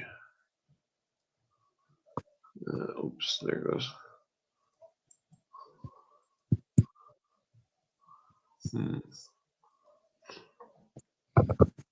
Yeah, that bottomless pit. What the fuck is that part about the dogs? I could have sworn it was like the second to last page. Where in Psalms? No. Revelations is like for without our dogs or something. But Jesus the word, refers to Gentiles as dogs too. well, in this, he references the priesthood of Ishtar. Oh. Yeah. Damn, is this joint even lit? Okay, hold on, I'll probably find it quicker in fucking regular book. For without our. I swear it was on like the right side of the page. Here it is. Okay, chapter 22. That's it. Oh, okay. Chapter 21. 20. Oh shit! I forgot I still have bread left over from work. 22. Behold quickly. Nothing better than working in a place where you get tons of free food. Oh yeah. People pay a lot of money for this stuff. Okay, verse 15. There it is. For without are dogs and sorcerers and whoremongers and murderers and idolaters, and whoever so loveth and maketh a lie. Yeah, so it says synecdoche of species, blah blah. The text omits, and this is dogs. The word dog appears in Phoenician remains as applied to a class of servants attached to the temple of Ashtaroth in Cyprus. Astaroth is the plural of Astarte. Uh, yeah, so it's like literally warning about the serious cult, but it's I don't know, the goddess cult. I mean, it's bizarre. Yeah, so this appendix is intense. Appendix structure of the books, blah blah. There's a lot of interesting diagrams in here. I'm just gonna skip to the diagrams. Oh, he's got, what is this? Etymology of the words? I'm pretty sure the word of. Wait, no, wait. Wait, the structure of the books of the Old Testament according to the Hebrew canon. Oh, I see. So they consider law, the Torah, Genesis, Exodus, Leviticus, Numbers, Deuteronomy, prophets. They got names, Psalms, Proverbs. So wait, so Job is part of Psalms? It's part of the Torah Ketuvim. I think it's part of the writing they call it. Interesting. The Hebrew Bible is broken up with the Torah, the law. The Yeah, prophet is like breaking and transgressing the law. yeah. And the Nabim. writings are like Ket- it's like hmm? it's for prophets. It's got Nabim or something. Nevi'im, Nevi'im, prophets. Yeah. Then Kethubim. Ketuvim Okay. means writing. It's like return, like it's like repentance. Like that doesn't literally mean that, but the order that it's in means it's repentance. Hmm. That's what it's like. So you have like the law, you have transgressing the law, and then you have redeeming yourself, which is like what Psalms is, which why Psalms is in it. Yeah. Yeah. This is Tehillim. Mm-hmm. That's Psalms. Yeah. Daniel. Here's final defeat of Antichrist. That's interesting. Yeah. What is this? Wait a minute. I don't. There's a mention of the devil or the Antichrist in Daniel's book. No. I wonder, that's weird. I wonder what he's saying in the C part right here. Great tribulation. I have to go to that part. What is this? Part 1, part C. 1 part C. Where do I think this is like a index or something. Crease or what the fuck is going? This book is wild here. Appendix 3 and 4. Okay, so I'm not sure what this is, just saying the structure, but it's like got this description. Mm-hmm. 5 megaloth. I'm wondering what the hell he means about this C part. Mm-hmm. It's like right here on the bottom right, where it Right. says Daniel and it says God's Right. judgment here. Yeah. Because it's in the Christian Bible, it's like about like there's a lot of they make it like very messianic, but it's more about discussing like it like predicts the destruction of the temple and like Oh, okay. yeah. Yeah, they do a huge number on Daniel. They absolutely butcher it. So that's why I sent the thing. If you want to read, like this is a thorough breakdown of how what they do to Daniel. Oh yeah. Yeah, I put the link of it. But there is no like Lucifer is Venus, but that comes from I think. What does it come from? Not is it from Isaiah, where it's like son of the howling morning? Hmm. With the sun of the morning. Well, we could check it out. Fucking, yeah, there's a lot of. There's like a giant glossary in here. Wow, like It's I don't so want to cool. order. Yeah, this book is really intense. The word day in Genesis. He goes over all sorts of shit here. What is this? The stars. Yeah, there's like tons of articles on the stars in the Bible. This Wow. synonymous words used for man. Let's see, Adama.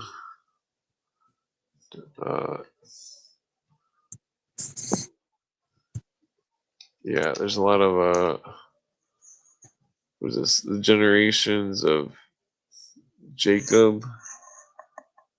It's got like a family tree going on. Yeah. Naphtali, 4 sons, Dan, Benjamin. Yeah. Damn it. My neck hurts. What does that say? Masora. Masora. The Torah or Masora. The Great Masora. Oh, I think it's spaces in between, or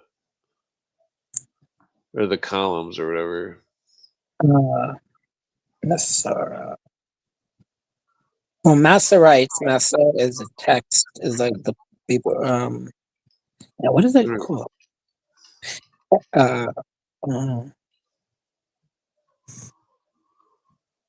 Damn. What that means? Because they call it a lot to they use it a lot for what you call it. Oh, here it is.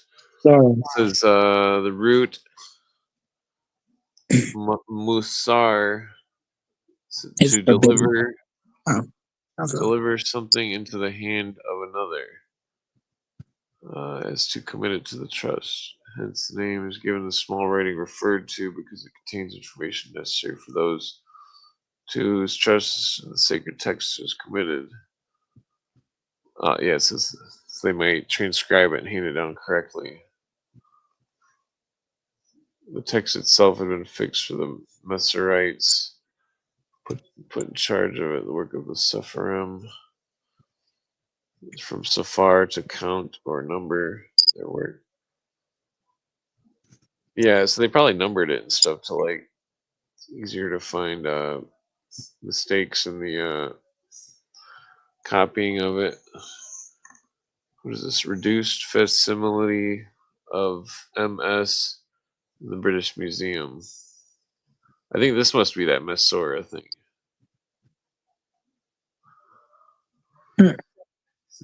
Not sure what it says. Obviously.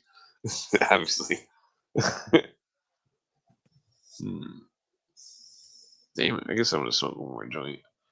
I probably say that like 10 times a day. I'll smoke a small joint. Damn, I want to smoke so bad. I got all right. Maybe I'll treat myself. I have such good weed right now. That's the crazy thing. I mean, if you took like 1 or 2 hits or something, I don't think it would show up on any test. Yeah, well, I'm not getting tested anymore. It's just maybe tomorrow night if you go live, maybe I'll roll something up. Hold on. Yeah, when I was younger, I used to smoke all the time when I was on probation. I mean, well, it's weird because like if I only smoked like once a week, it would show up on a drug test. But and I would also drink a ton of pop to like try to mask it. But like I don't know if that actually worked or anything. We were told vinegar. But then when it was like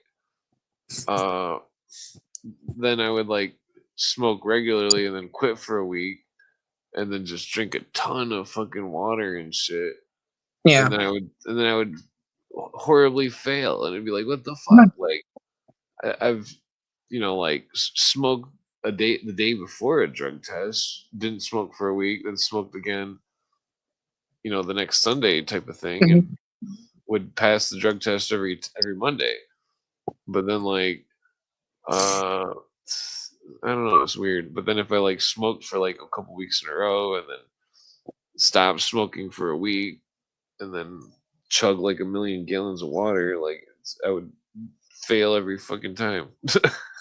I swear they were fucking doctoring that shit. Fucking when I was a teenager. I wouldn't be surprised. I mean, when my ex was going through when she was getting clean and she was doing the outpatient thing, like they used to get annoyed at her because she's like, you're never gonna see me come up with alcohol, you're never gonna see me come up with any other drugs, but I am gonna be smoking weed. And they, I think, kicked her out of a program once. She's like, this is what I need. This is what works for me. And I know someone who did that with kratom. He was taking kratom to keep off dope, and and they forced him back into rehab for a week to get out of the system and pushed him back onto Suboxone. Yeah, You see, drugs are bad. can you see that? What's that? I said drugs are bad. Of course. But check, you see this? Check it out. You can see it What in is the it? light. Oh, herb. It's pretty Yeah, good. that's Blue Dream. Oh wow, nice. This is real Blue Dream. Yeah, that's why I don't know which one I'd want to open. The papaya cake, the creamery, and the Gelinade. And then I have the blueberry also. Oh, nice. Yeah. Yeah, blueberries got some nice cheesy type taste sometimes. The one here that I have, the papaya cake, it kind of smells almost like rotten fruit. Like it's really, really cool smell. Oh yeah, just mix them all together and Yeah. choke a joint down in like as fast as you can possibly hit it. I would be wrecked. Well, I bet you'd forget about the dude talking shit. We did that when my friend came back from Holland to Israel, and he brought a whole bunch of stuff with him. And he took a pipe and he stuffed it with two or three types of weed, and then piled it on top with like hash. Oh, and bro, we were wrecked. Oh yeah. We were Yeah. absolutely I don't remember if I've had papaya weed before. papaya weed. Pretty sure I have. I know I've had the other ones. It's called papaya cake. Yeah, it has like a fruity kind of that fruity, creamy kind of cheesy smell. Oh yeah, that one's probably gonna be pretty good. Yeah, Oh yeah. I like just like without lighting it, just go just to taste it, like taste the natural with the terpenes. Yeah. Yeah, that's all I'm getting out of these fucking joints is flavor because I can't get the buzz. Ah, Everybody thinks I'm high as shit. I'm like, well, maybe sometimes, but then most of the time, I don't even. I'm just like not in pain. It's like my body doesn't like feel like it's getting crushed by a fucking.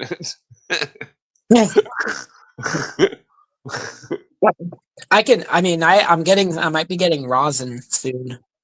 Um, Oh yeah. pure rosin, but yeah.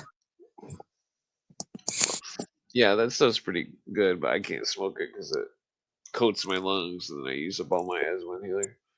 Oh, I didn't even think about that.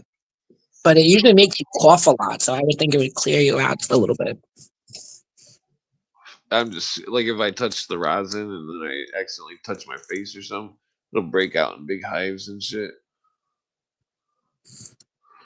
Well, why? No, I'm allergic to weed. So I sparked up another joint. It keeps me like stronger or something. Bread that's leaving. Never. What is that? Never.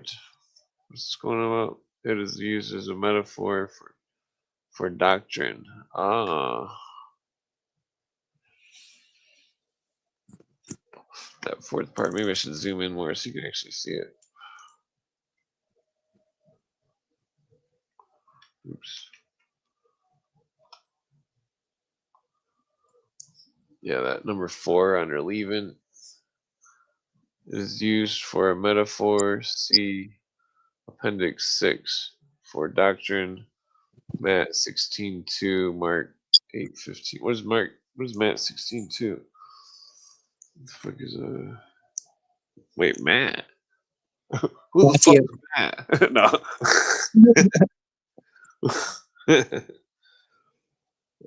Let's see. Wait, that's the New Testament, isn't it? Yeah.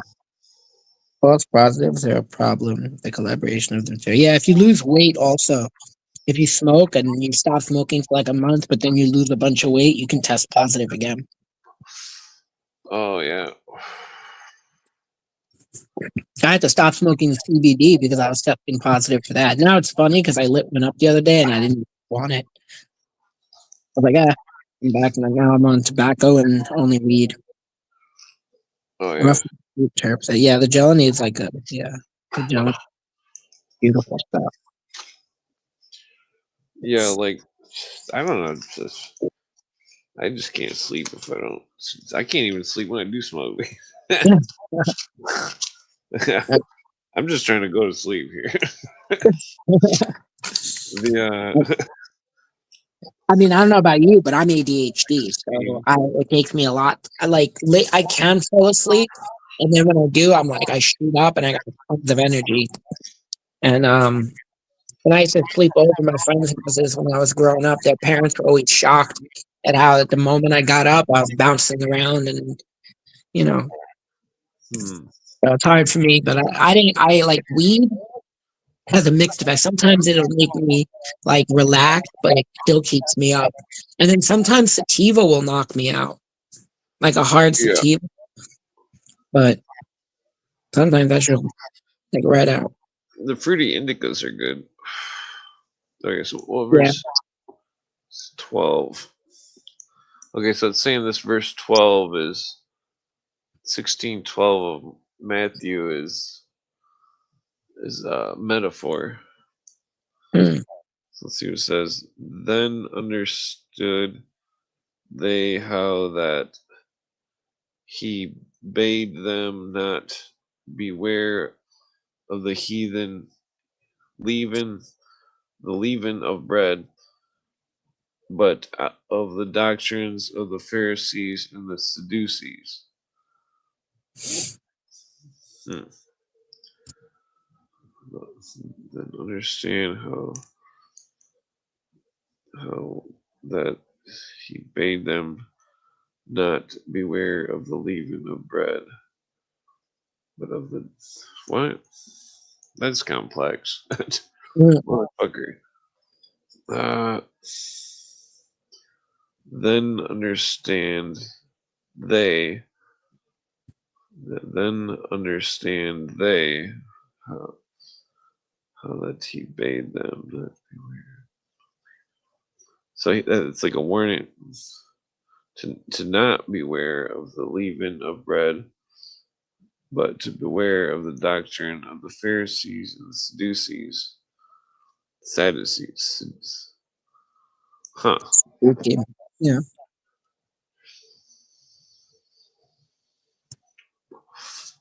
Wait, so what's the other metaphor? Mark 8:15.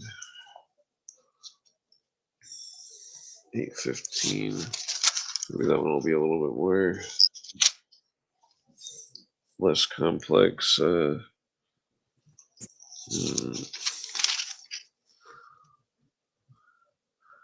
He charged them, saying, "Take heed, beware of the leaven of the Pharisees and the leaven of Herod."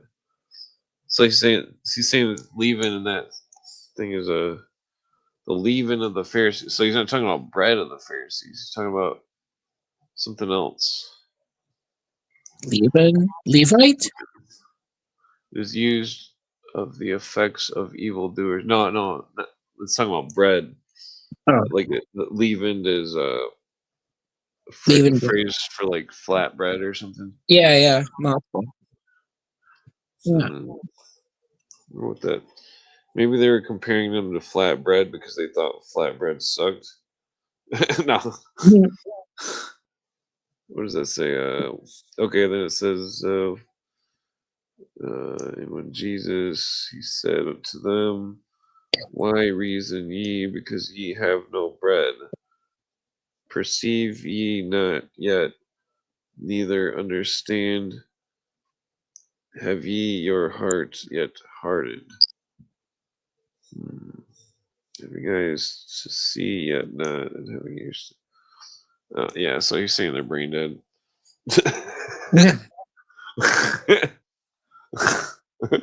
They're like leaving bread. They're bread that hasn't risen.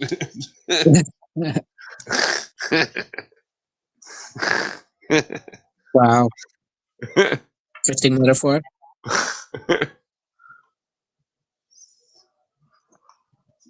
Yeah, I still didn't get to that one spot. I mean, since it's Easter and all. Let's see here.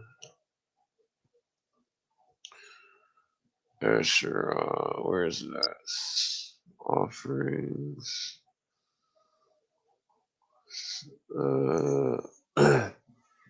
This is the order and the groupings of the tribes. Book of the Law. I don't remember which. Maybe I should have seen which appendix it was at.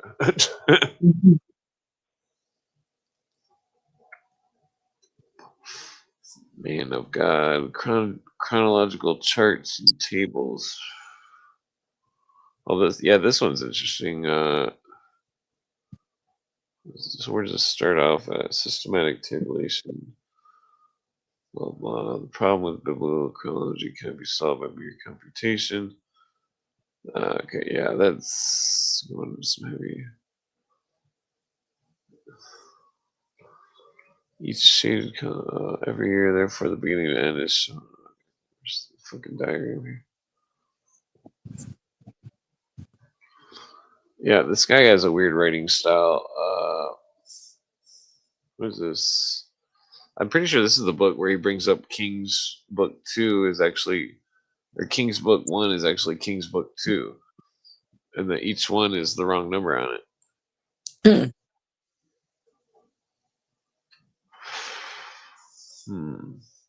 So he's saying the second temple was built 536 BC, finished by 516, so that's 15, 20 years. The walls of Jerusalem were built by Nehemiah in 444 BC. 72 years later, and 91 years from going forth of the decree to build Jerusalem. Wait, so 91 years, so 444 minus 91, was that 344, 354, 353, I think. So they're saying 353 is when Jerusalem was built.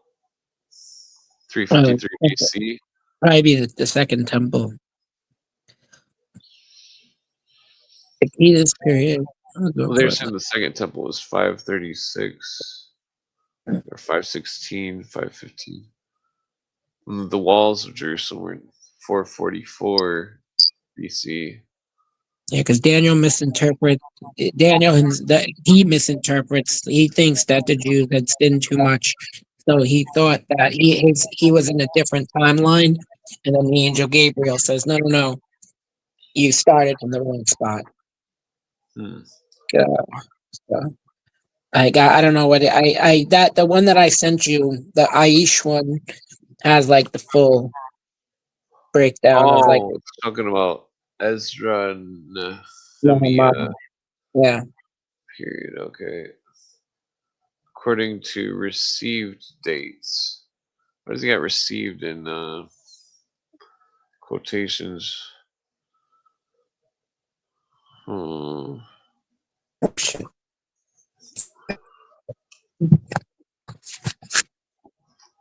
Yeah, so it goes over a lot of Darius the Median.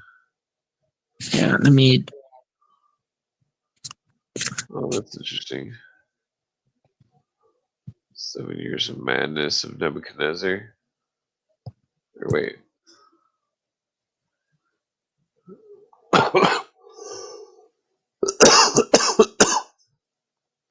Oh, somebody didn't scan that good. Yeah, it's him. I was hyperactive, and they were going to prescribe me Ritalin. My high school psychologist refused to get me referred. Oh, I was very lucky. Oh yeah, yeah. You don't want to take that shit, man. This fucking timeline is like 50 pages long. Okay, there it goes. Principal events. Oh, this is funny. Summary of principal events of the Bible. Wow.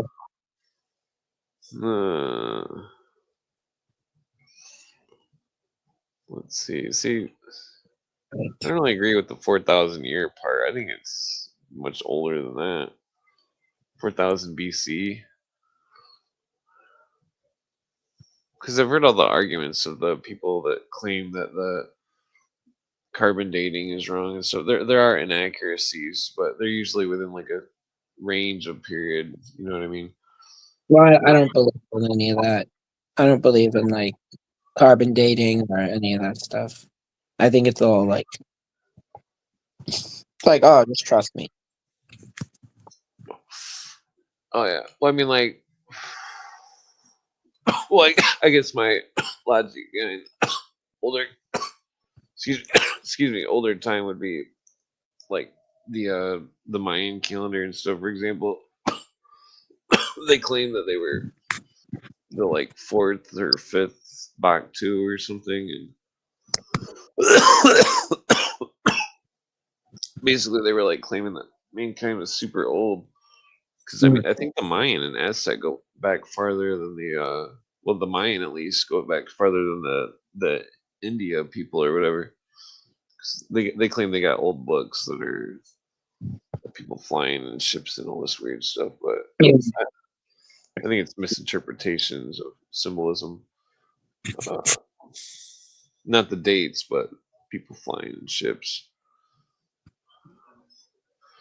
What Joseph sold joins us. Huh. Yeah, like these earlier dates. I think these probably all accurate because I mean they kept a lot of timelines and stuff going on. But I think that they might have some of the dates where it says that the guy lived for like hundreds of years. I think it was like his family lived for 100 years or something, or just a couple hundred years. Excuse me. How like they say that I don't know. It's interesting. Well, it's weird though too because it's like they say that Enoch or not Enoch, Job lived 365 years. I think it was. Yeah, But I think it says even there that Noah lived 600 years. yeah, because the Right. 365 is a symbol of the sun, and 600 might be the rotation for the year of like Mars or something. Because I think their year is like twice as long. I think 600 days or something.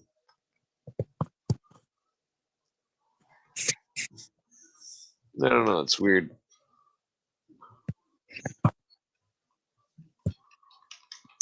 Damn it.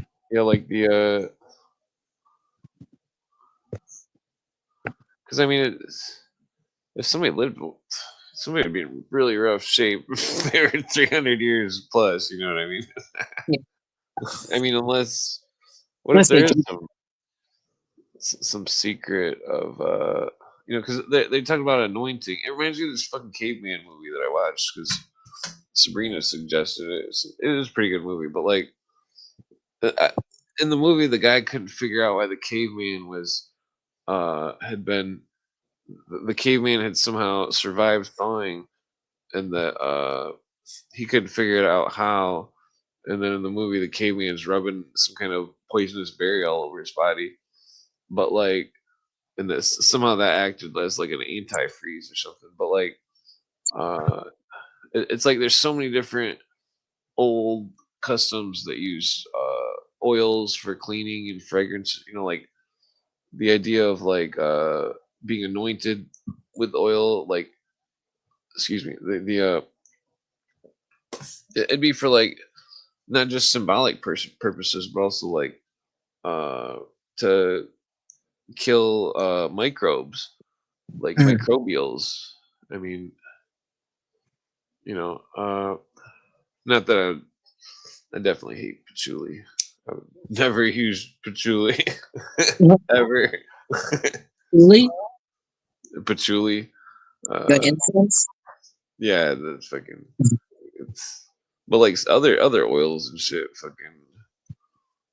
I mean, like, because if you were to, because in the older times, the oils were typically like, I mean, weed oil was probably one of them. Yeah, I think kind of like oil is mentioned in the Bible. Like,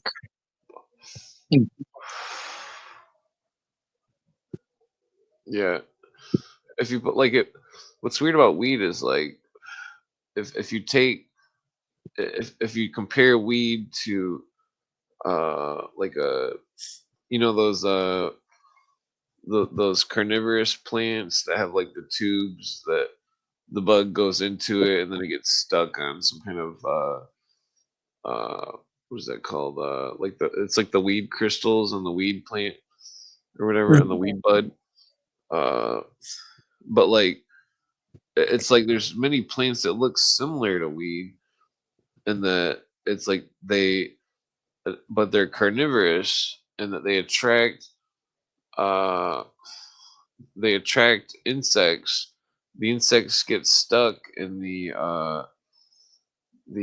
trichromes. That's what it's called, trichromes, and that the and then the plant uh uses the trichromes and the acidity to digest the insect from the outside.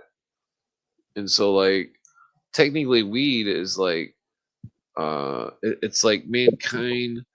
It's like we've taken this plant that is like a carnivorous plant, which literally has more proteins in it in the seeds than any other plant, yeah, and that it also has a higher heat signature than any other plant. And fucking, but we're taking this plant's digestive flour and then we're rolling it in a joint, smoking it. So I mean, essentially, we've like we're smoking anti-bug stuff. yeah, yeah. Two things I Yeah. yeah. Oh my God, it's already 7 o'clock. Yeah, let me call it a night.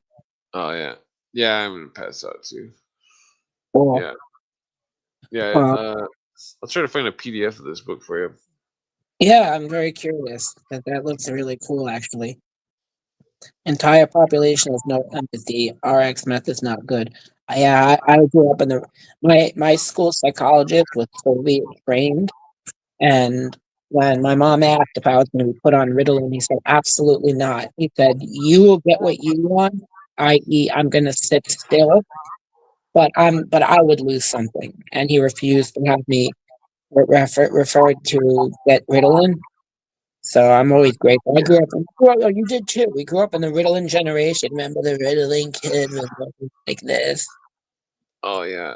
Yeah. My friends were all, not all, but some of them, the more better off ones were prescribed that stuff. And one time, I think I was like 15 or something.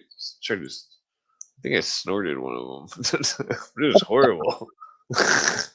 It was my friend talked me into it. It was like it Yeah, wasn't a good buzz. I did not like the buzz. It was horrible. yeah.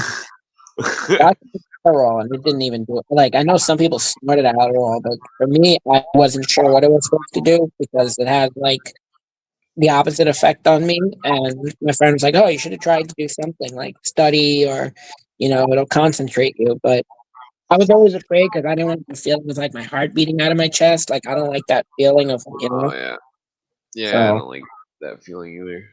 that's why I like to be, I'm already hyperactive enough.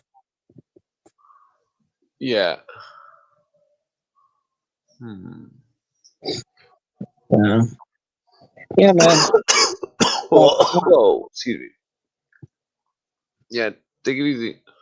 yeah, have a good night, and everybody in the comments, have a good night. Always a Oh pleasure. yeah, yeah. You know, Cool hanging tomorrow out. I'll be home. I'm gonna be chilling. I'm gonna be home early. I just gotta get my tax stuff together. So I'm gonna do Oh my yeah. fuck. Well, real quick, I forgot to say. Yeah.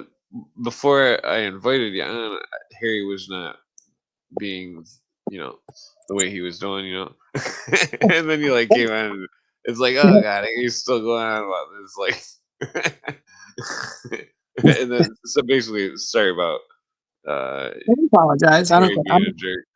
Like I said before, war is the breakdown of all diplomacy. Ad homs are a breakdown of all intellectual ability.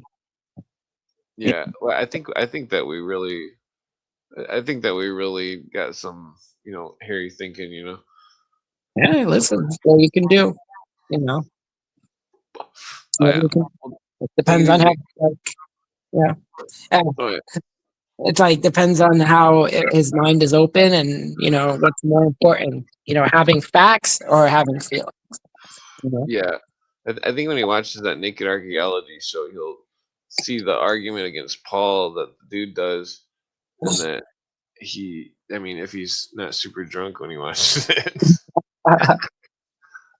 no offense to Harry, he's definitely super drunk a lot. He doesn't smoke weed. No, he just smokes cigarettes. He should start smoking weed. That's Yeah, that better. what's his proper names? No doubt. Well, have a good day. I'll see everybody soon. And good night to everybody in the comments. Oh yeah, Take take it easy. later. Thanks again for the invite. Peace. Peace. Oh yeah, peace. Peace. Okay, let's see here. Let's pick out a Bible name and no. Jederothium. That's an interesting name. What do we got here? Melchizedek.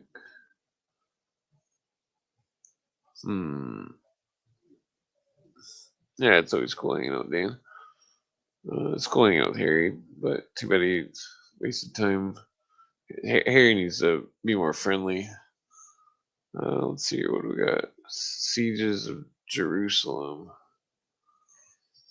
This is not what I was going for on this. Where's that one part of the Moabite stone?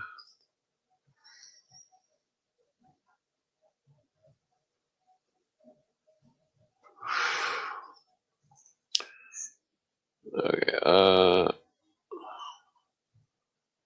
Where's that one part? There's what genealogy of Persian kings. What is this? The rock of Behustan in Persia, showing the inscription of Darius Hystaspes. Hystaspes. Hystaspes. Huh. Well, that's kind of hard to see. Damn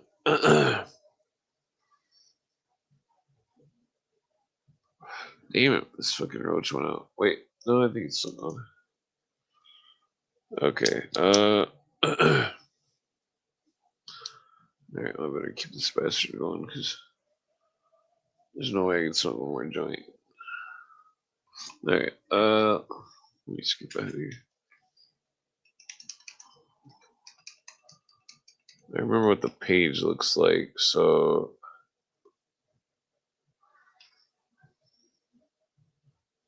What is this? Hezekiah...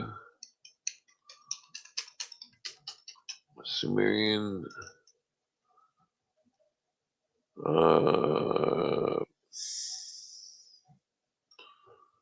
Yeah,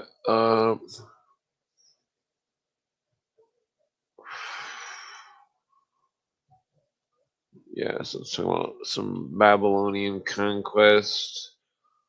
The Babylonians captured 200,000.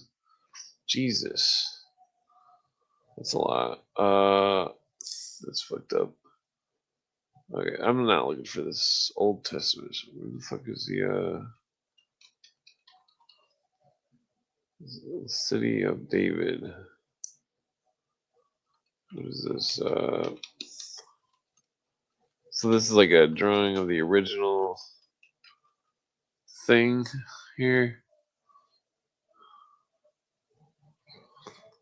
Let's see. That's definitely. I think I see where the. I'm looking for the outer court. You can see like an inner court that's the dotted lines. That's the old temple underneath. But no, I'm pretty sure that damn it, that one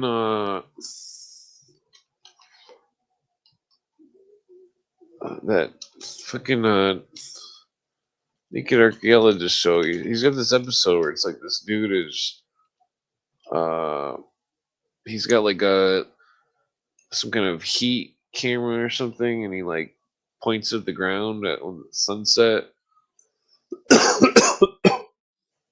and he fucking and it shows that there's uh a building underneath the ground that is fucking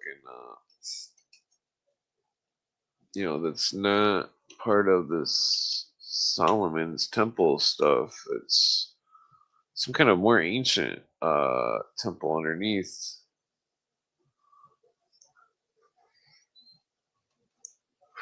Damn it, where is that at here? Yeah, here's some like a pool or something.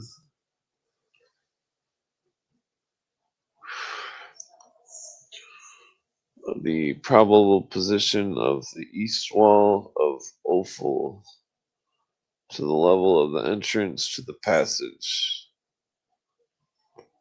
Yeah, so this has a map right here. I mean, if we ever make it to the Jerusalem, we'll have to go check out this secret passageway. I don't know.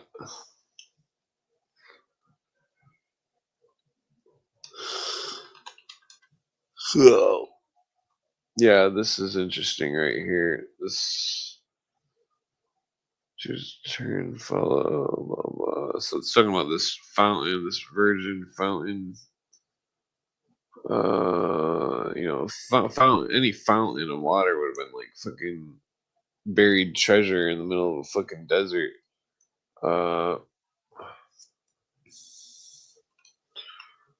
It would have been worth more than treasure because you can't drink treasure. What is this talking about? The Temple of Solomon on Mount Moriah. This is the traditional site of David's altar, threshing floor, blah blah. See, I think the David's altar part is metaphor about the Temple of the molten sea are shown to the west of the altar. Blah blah. According to the Masons, of the molten sea is symbolism. Josephus, blah blah,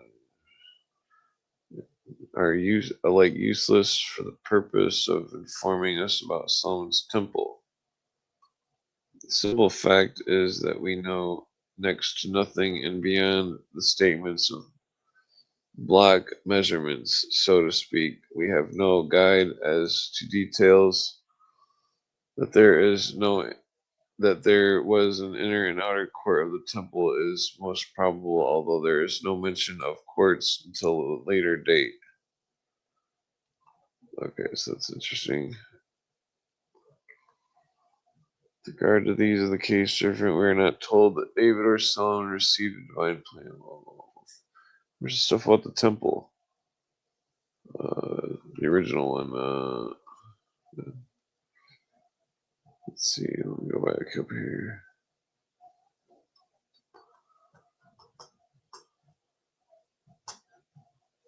Damn it, I think I smoked all my cigarettes. Yeah, I can't smoke one more cigarette. Fucking. Well, unless it's a cigarette right there. Oh, okay, wait. Okay, yeah, I think I'm just gonna go to sleep here. Well, I gotta get to that spot on the book here. Hold on. I mean, this part's not it. Okay, I'm just gonna fast forward here.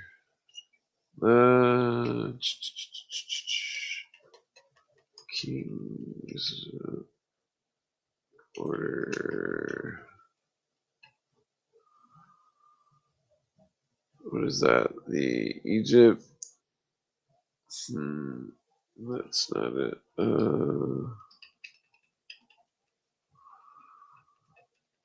Okay, almost there. Gotta be almost there. Where she be?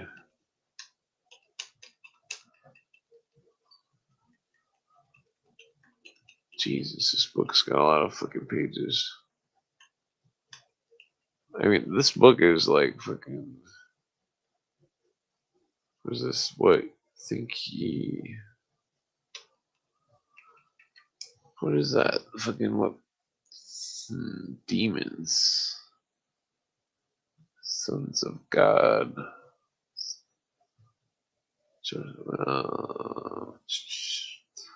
Oh, that's funny. All witnessing the raising of the widow's son. Luke 7:16. It's a Masonic one.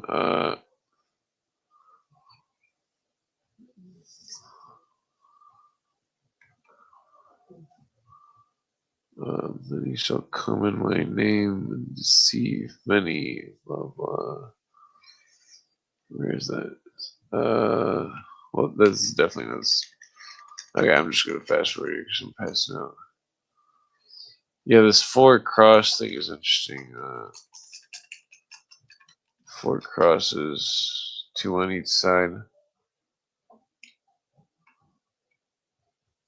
Let's see here. Kind of hard to see. 5 crosses at Pluber Azir near Lenin. I'm not gonna get into that though. Well, this is interesting. No, well, no, I'm not gonna get it.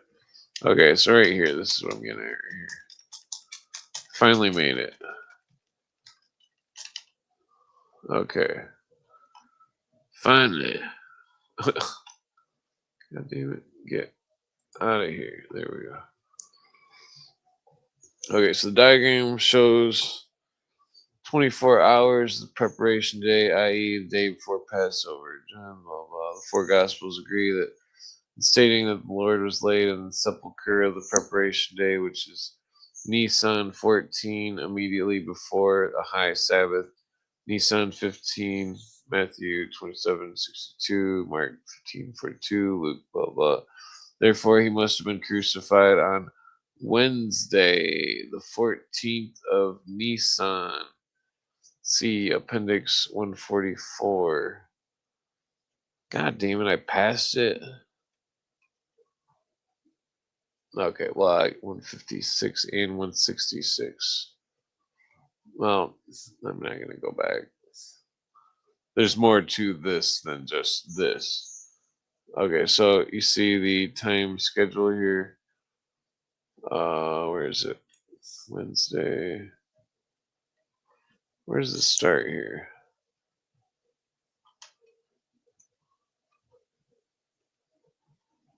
Okay. Okay, it starts in the center. The very center where it says Wednesday, it's got an arrow and it's moving clockwise. So 1, 2, 3, 4,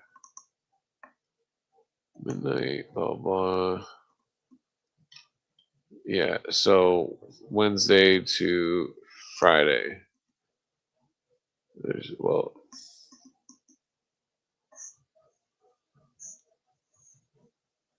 okay, so you can see the arrow, blah blah. Wednesday, the preparation day ends. Then the 15th, Nisan begins, which is Thursday. Passover, the Sabbath day, high day. John 19:31, the first day of the feast. Yeah, so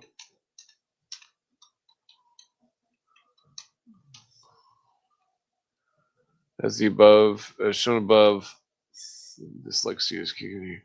14th of Nisan, which was the preparation day, began at sunset on our Tuesday, or the Gentile reckoning. The 6th hour of John 19:14 is the 6th hour of the night, and therefore corresponds to midnight, at which, according to Gentile reckoning, Wednesday began.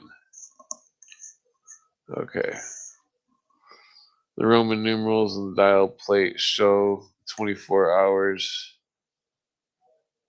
of the complete Gentile day, and on either side of the dial are shown the Hebrew hours corresponding to the Gentile hours, AM and PM.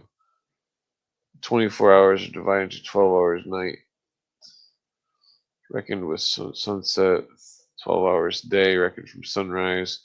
See John 11:9. Hence, the 6th hour of John 19:14 was our midnight.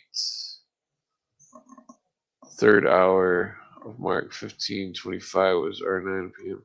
6th hour of Matt 27:45, blah blah, was our noon. The 9th hour was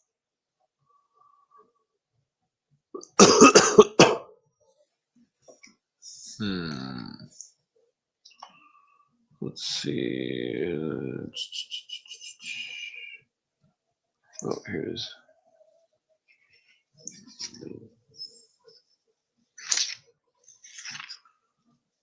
Okay, so 19.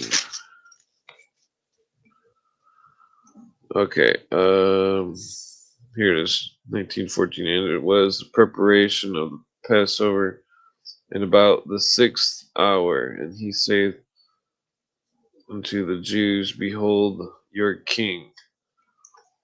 So, the 6th hour of John 19:14 was our midnight. See, yeah. So it's talking about fucking the resurrection stuff.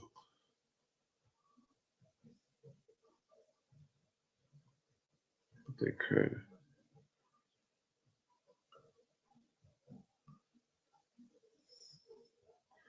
Oh, wait, this is talking about before the. Oh, I'm thinking of the 3 p.m. That's what I'm thinking of. The not this midnight part. Luke 23:44. Or 3 p.m. Or no, wait a minute. It's our noon. Luke 28:44. Okay, well, I'm going back to this, whatchamacallit over here. Where did it go? Number, let's see. Oh, here it is. See Appendix 144, 156, 166. Well, I'm not going to go 156. 156. 144. 156. Here it is.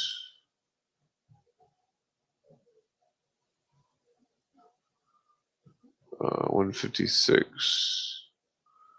Here it is. Ah, damn it. Let me go to 144 first. 144. Because it's a lot to read. Let me just. 144. 151. So I don't have to go back.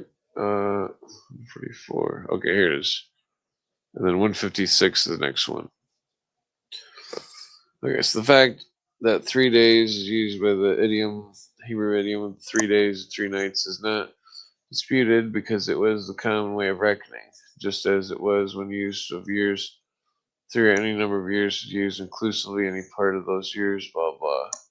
But when the number of nights is stated as well as the number of days, then the expression ceases to be an idiom and becomes a literal statement of fact. Moreover, as the Hebrew day began at sunset, the day was reckoned from one sunset to another, 12 hours of the day, John 11:9, being reckoned from sunrise, and 12 hours of the night from sunset. An evening morning was thus used for the whole day of 24 hours, as in the first chapter of Genesis. Hence, the expression of night and a day, blah blah, denotes a complete day. When Esther says 4:16, "Fast ye for me, and neither drink, no, eat nor drink 3 days," she defines her meaning as being 3 complete days, because she adds being a Jewess night or day. And when it is written that the fast ended on the third day must have succeeded and included the third night. In like manner, the sacred record states that the young man in Samuel, first book of Samuel 30:12, had eaten no bread nor drank no water 3 days and 3 nights. Hence, the young man explains the reason. He says, "Because 3 days agone I fell sick." He means, therefore, 3 complete days and nights, because being an Egyptian, he naturally reckoned his day as beginning at sunrise according to the Egyptian manner. His 3 days agone refers to the beginning of his sickness and includes the whole period, given the reason for his having gone without food during the whole period stated. Hence, when it says that Jonah was in the belly of the fish 3 days and 3 nights, Jonah 1:17, it means exactly what it says, and that this can be the only meaning of the expression in Matthew 12:40 and 16:4 and Luke 11:30, shown in Appendix 156. Excuse me. And the expression "the heart of the earth," Matthew 12:40, the meaning is the same as the heart of the sea, heart being put by the uh, figurative monotony of the subject. Appendix 6 for the midst, and is frequently transferred. See Psalm 46:2. Blah blah. It is used by ships when sailing in the heart of the seas, i.e., in or on the sea. Blah blah. Also, people dwelling in the heart of the seas, on islands. Blah blah. Okay, so 3 days, 3 nights is established as part of this argument. Third day.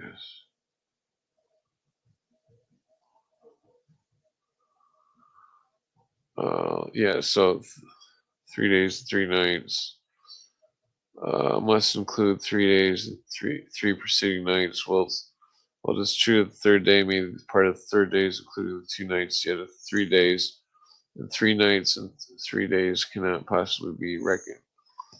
So this fully period admits of the Lord's blah blah the third day, 3 days as preceding, as each being preceded by a night, as shown in Appendix 144 and 156.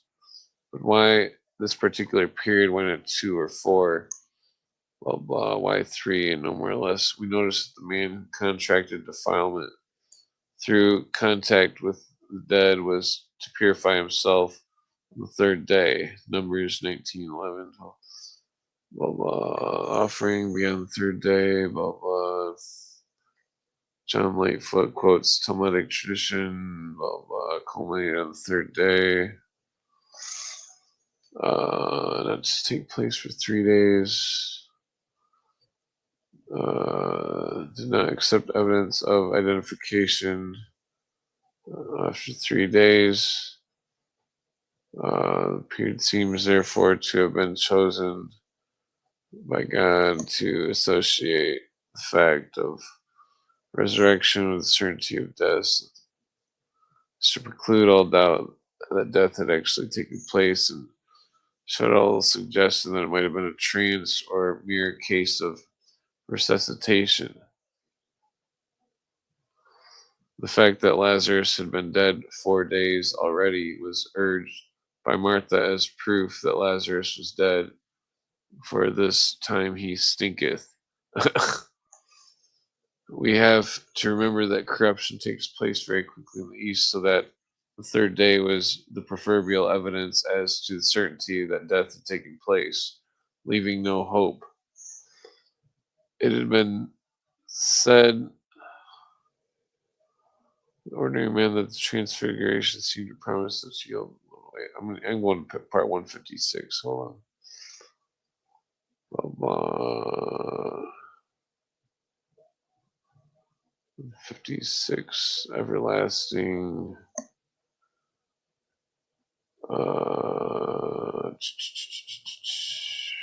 Okay, I'm gonna skip out of this. Yeah, see, this is technically the where's the 156? Healing of the blind man. I don't think I've read his remarks on Lazarus in this book. I mean, I've read it, but it's so long I don't remember anything about it. I think I first seen this book like 20 years ago. 156. Okay, so this is where the argument.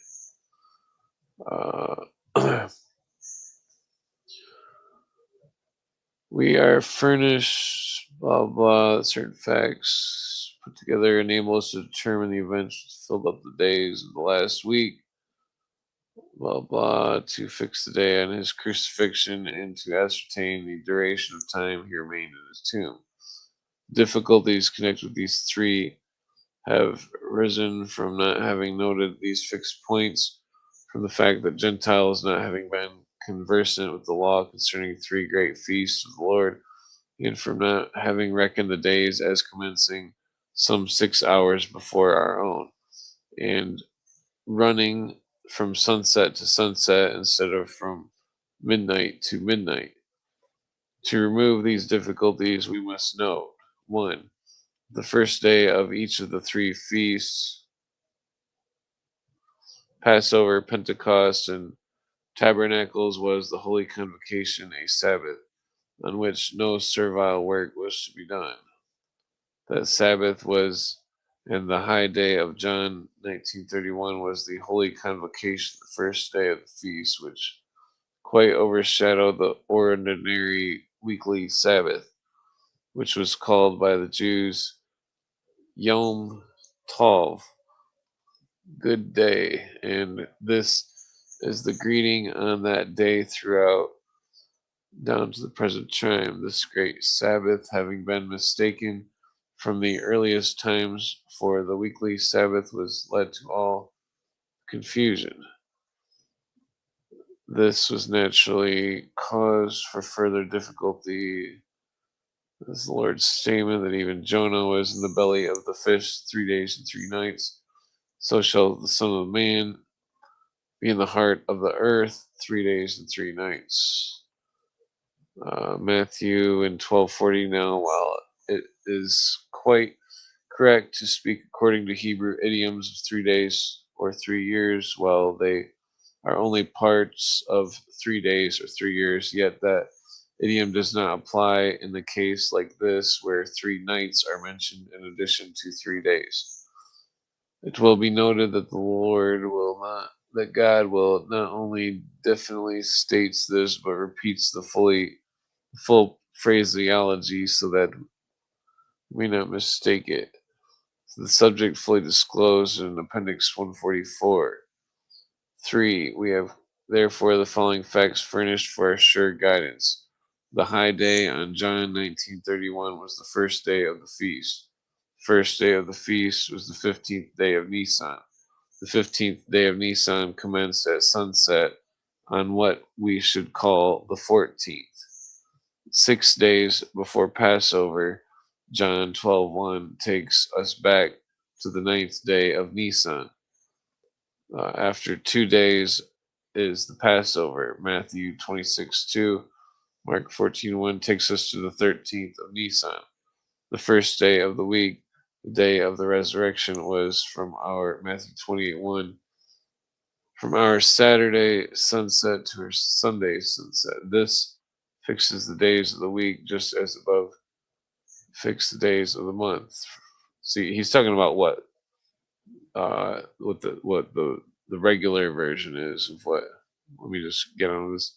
Reckoning back from this 3 days and 3 nights, Matthew 12:40, we arrive at the day of his burial, which must have been before sunset on the 14th of Nisan, i.e., before our Wednesday sunset.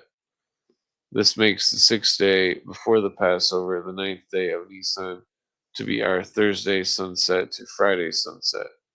Therefore, Wednesday, Nisan 14, commencing on a Tuesday at sunset, was the preparation day on which the crucifixion took place. For all the four Gospels definitely say that this is the day on which the Lord was buried before our Wednesday sunset, because it was the preparation day and the bodies should not remain upon the cross on the Sabbath day, for the Sabbath day was the high day.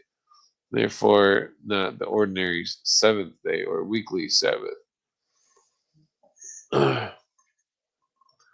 Follows therefore that God, being crucified on the preparation day, could not have eaten of the Passover lamb, which was not slain until the evening of the 14th of Nisan, i.e., afternoon.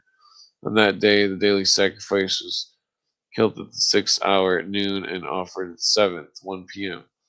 Killing of the Passover lambs began directly afterwards. Thus, it is clear that the Passover lambs did not commence until about 4 hours after our God had been hanging upon the cross, and would have not have been concluded at the 9th hour, 3 p.m., when he gave up the ghost or Passover lamb. No Passover lamb could have been eaten at the Last Supper on the previous evening. With these facts before us, we are now in a position to fill the several days of Jesus' last week of the events recorded by the Gospels by noting that Jesus returned to Bethany for the Mount of Olives each night of that week. We are able to determine both the several days and events that took place in them. Okay, so 6th day before the Passover, 9th day of Nisan. Jesus hangs out with, approaches Jerusalem from Jericho. He passes. Why does that corner thing keep showing up? Get out of there. Okay, I'm gonna pass out after I'm fucking done reading this shit. He passes out there. He passes out Thursday night at the house of Zacchaeus. Passes out. Okay. Delivers the parables of the pounds, 1911-27. Proceeds to the town Jerusalem, 1928. Luke, 1928. He sends two disciples for an ass and a colt, two animals, Matthew 21:1-7. 1-7, and he makes his first entry, blah blah, unexpected. Who is this? He cleans the shit. He cleans the temple, returns to Bethany, blah blah. 5th day, passes the Sabbath at Bethany after sunset on our Saturday. Must have been the first of 3 suppers was made, probably at the house of Lazarus at Bethany, Appendix 157. Remember, there's 3 Last Suppers. At this supper, the first of the 2 anointings took place. 4th day before the Passover, the 11th day of Nisan, our Saturday sunset to Sunday sunset, the Gentile Palm Sunday. The second triumphal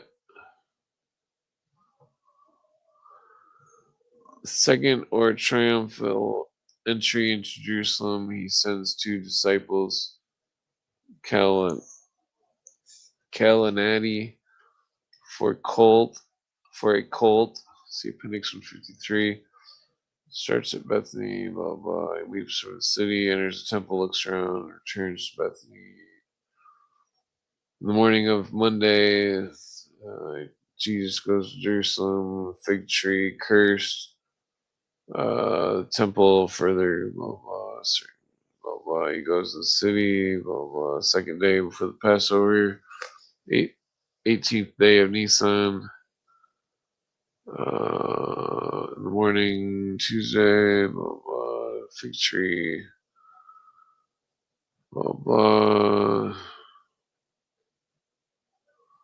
Second, blah blah, blah blah. 2 days Passover returns. Blah blah. Day before the Passover, the 14th day of Nisan, the day of the crucifixion. Our Tuesday sunset to Wednesday sunset. So Tuesday at sunset from Wednesday at sunset that's the plot of Judas Iscariot to betray the preparation, the Last Supper. The even was come for a Tuesday at Sunday. The plot for the betrayal was right for execution. Last Supper commencing with the washing of the feet. The announcement of the betrayal. Blah blah. Supper eaten. New covenant made. Lamb abolished. Bread and wine substituted. Because they couldn't have ate the lamb because it wasn't the right time or whatever for the. I already read that part. First prophecy of Peter's denials. Strife, who should be the greatest? Second, blah blah. Guess to me, blah blah. Blah blah. Led away to be crucified. Oh, here it is. The trials continued throughout our Tuesday night. About the 6th hour, our Tuesday at midnight, Pilates said, "Behold your king." Led away to be crucified, and led with him two malefactors, or kakorgoi. That's Greek. Discussion with the Pilate inscription, the dividing of the garments. It was the 3rd hour that they crucified him. Hour 9 a.m. Wednesday. Then were there two robbers, Lestia, crucified with him. The rivalings of the rulers, both robbers and one malefactor. Wait, both robbers and one malefactor. Both robbers. Lord's Mother and John, 6th hour, our Wednesday, noon in darkness, 9th hour, Wednesday, 3 p.m., the expiring cry, Wednesday at 3 p.m., subsequent events, buried in haste before sunset, our Wednesday at 6 p.m., before the high day, the first day of the feast began, our Wednesday at sunset.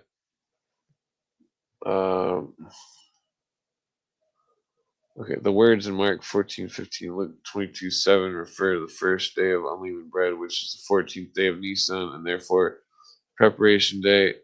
That is why Jesus goes to tell the two disciples to go and make preparation for Passover. Okay, so Isaiah sunset. Yeah, so here it is. Thus, I guess, damn it, that thing keeps appearing. First day, high noon, or high days. What the fuck? It just appeared again. Wednesday, sunset, Thursday. First night, first day of the tomb, blah, blah. The second day of the feast, 16th day of Nisan, or Thursday, sunset. Friday, sunset, the second night and second day of the tomb, third day of the feast. Weekly Sabbath, the 17th day of Nisan, or Friday, sunset to Saturday, sunset. Third night, the third day in the tomb, the first day of the week, 18th day of Nisan, our Saturday, sunset, third day of Mat, not the third day of the feast. Thus, the resurrection of Jesus took place at our Saturday sunset. Oh, so he's saying Saturday. I thought it was Saturday, like 1 in the morning, like Friday night. Saturday sunset. Thereabouts on the third day after 3 days. Yeah, so either way, it's still Saturday. Not Sunday. So you guys are a day late here for the I mean, I discussed this the other night. Figured I would just well, so I'm just gonna read this final statement here before I pass out. It'll be seen from above. Well, here, thus resurrection of the Lord took place on Saturday sunset, thereabouts the third day.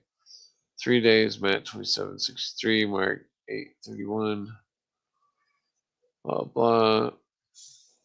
See Appendix 166. It will be seen from above that we have neither power nor authority to alter or shift any day or date, or to change the order or position of any of the events recorded in Holy Writ. Each day is marked by the return to Bethany during the last week, up to the preparation day, and each day is filled with the recorded events.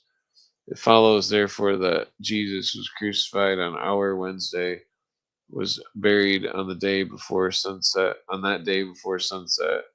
Wednesday, and remained 3 days and 3 nights in the tomb, and was foretold by him in Matthew 12:40, rising from the dead on the third day, the first day of the week. The fixed days and dates at either end hold the whole period as in vice and place the whole subject on a foundation. So he's saying that they're full of shit, that it's a Saturday, not a Sunday. Which I've already shown the diagram. 150, 144. Yeah, let's see. Wait, did I pass it?